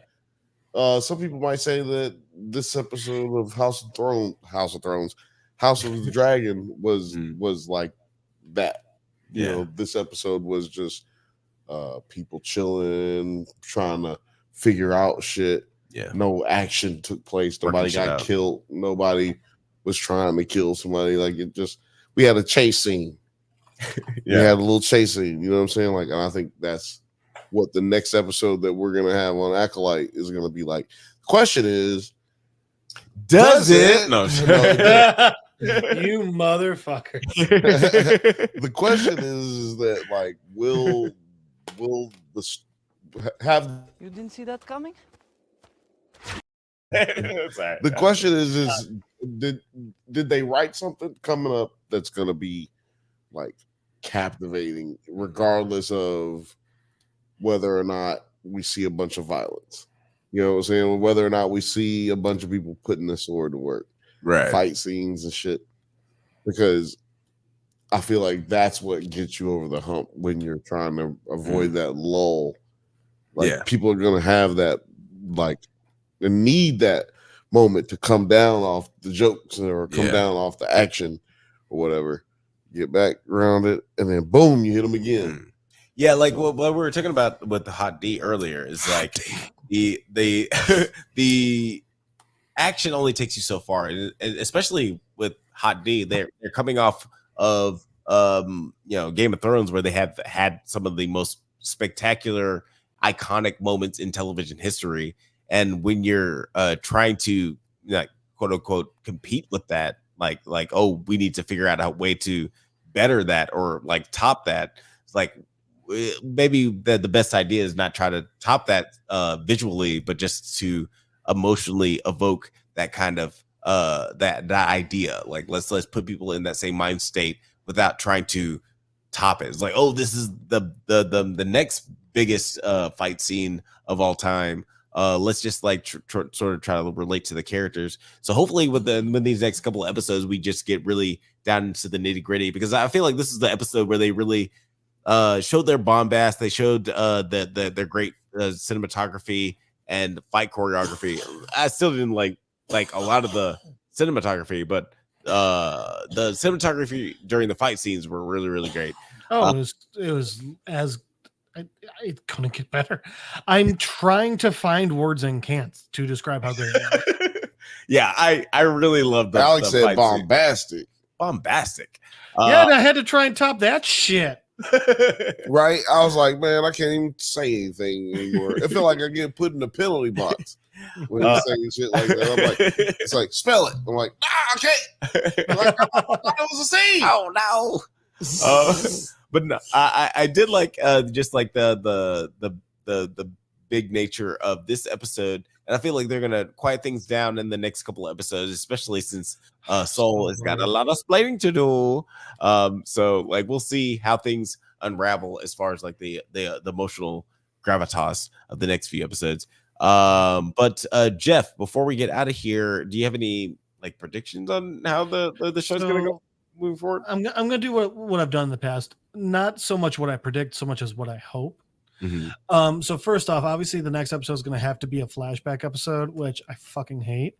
So what I hope is we have Smilo kind of like leading Osha, like Osha's got like, her arms tied in a rope or some shit, and Smilo's like leading her somewhere.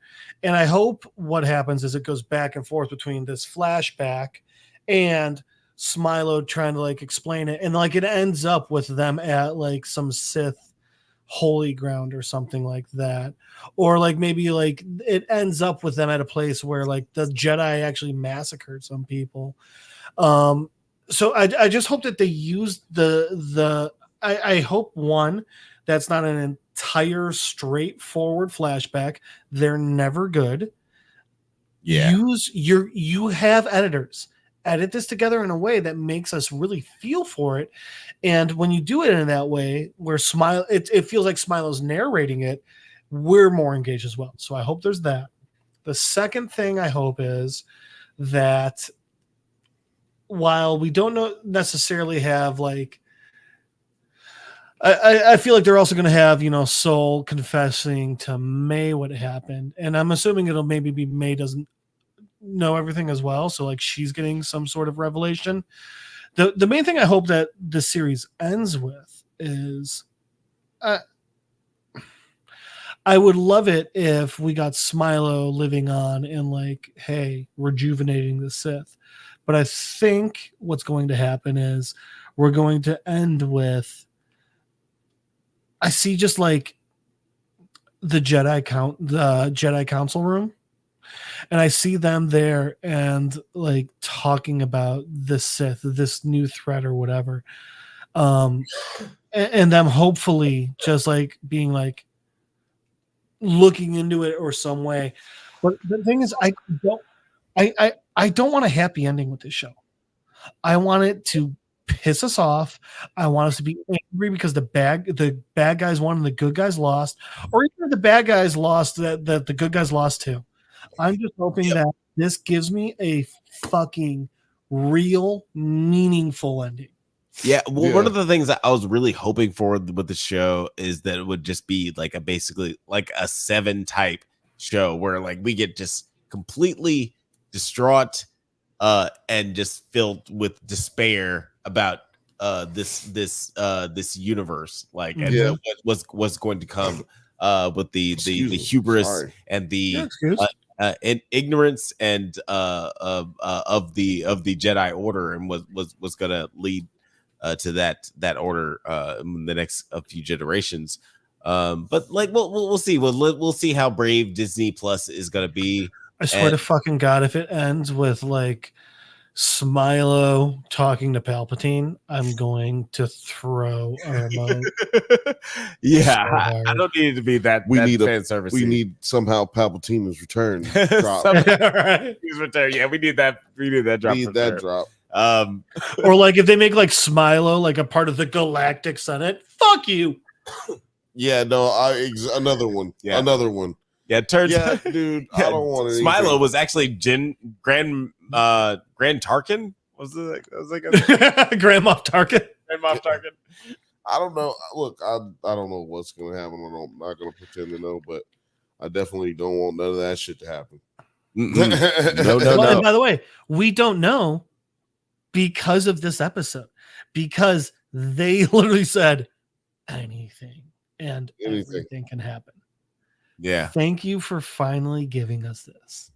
Yeah, I do like. Yeah, again, this is like good problems to have. Like they've kind of opened the mystery box where pretty much anything can happen. I don't know. A lot of people who are like hard locked onto lore don't like to see these kind of things happen, but I like it. You know, anything can happen on the Bantha Bunch show at 7 p.m. Pacific time every single Thursday, 7 p.m. Pacific time. You can do it. You can do it. Absolutely. Yeah, every Thursday. Oh, what do you the only other thing I was going to say about this episode, I'm sorry, I don't know Jason Mendoza's the actor's name, but holy range. I'm really happy someone gave him the opportunity to just really stretch his acting muscles. I was very impressed with him in this episode. I think I mentioned on previous episodes, I was like, I'm going to have a hard time seeing him as like an evil mastermind, considering how goofy he always is. Yeah. Nope. He fucking nailed it. Yeah, he pulled it off. And like, I've always felt like he's had range beyond his comedic chops. And you said stretch those acting muscles. How about those other muscles? Hey-yo. Hey, girl, hey. Hey, girl, hey. Apparently, this was a topic of conversation on, was it Tuesday? No, if you guys could just be quiet for a little bit, I'm just enjoying this. Okay, all right, whatever. He's like, can you guys talk a little slower? Can you just like soften that a bit? Yeah. I will say, yeah, humble brag. I got an opportunity to interview. Is the humble brag that's actually a copy paste of your arm? Right. That's a great humble brag. I was actually the body double for the scene. Yeah, like we definitely need to get out of here soon. But I just want to say real quick, I got an opportunity to interview Manny Jacinto. Thank you. I forgot his name. I felt bad. Yeah, Smilo Ren and William Jackson Harper for like the last season of Good Place. And I was like, God damn, these are the most beautiful people I've ever met in my entire life. They're so attractive, like in real person and in real life. And that was the time where I realized that Manny Jacinto is fucking jacked. I was like, oh my God, put this guy in a Marvel movie. Put him in something. Put him in Expendables 17. Yeah. And also seeing his work from The Good Place, like you can see that he has like the chops to delve into the more emotional stuff, the more dramatic stuff, even though he's more just like a fool and like affable. He's the 420 stoner in it, but yeah, they every once in a while they threw him a bone. Whereas I feel like the Acolyte, this entire episode was go as far as you can. Yeah, like he's definitely getting an opportunity to do a lot more, and I really love this for his character, and I hate it for him as a person that he has to be in a Star Wars show because nobody hates Star Wars as much as Star Wars. But this is gonna open up so many doors for him. Oh yeah, no, for sure. Niggas took his kids out of public school, put them in private school, do all kind of shit. It's life changing money right here, man. I mean, hey, you could be Harrison Ford or you can be Kelly Marie Tran. There's a lot of there's a wide spectrum when it comes to being in a Star Wars movie. Also, if Manny ends up being the next Indiana Jones, I'm 100% in. I will watch that movie. Oh my god, 5 times in theaters. I'll watch the fuck out of that. Yes, like even if it's literally just Raiders of the Lost Ark, shot for shot, but with Manny, I'm in.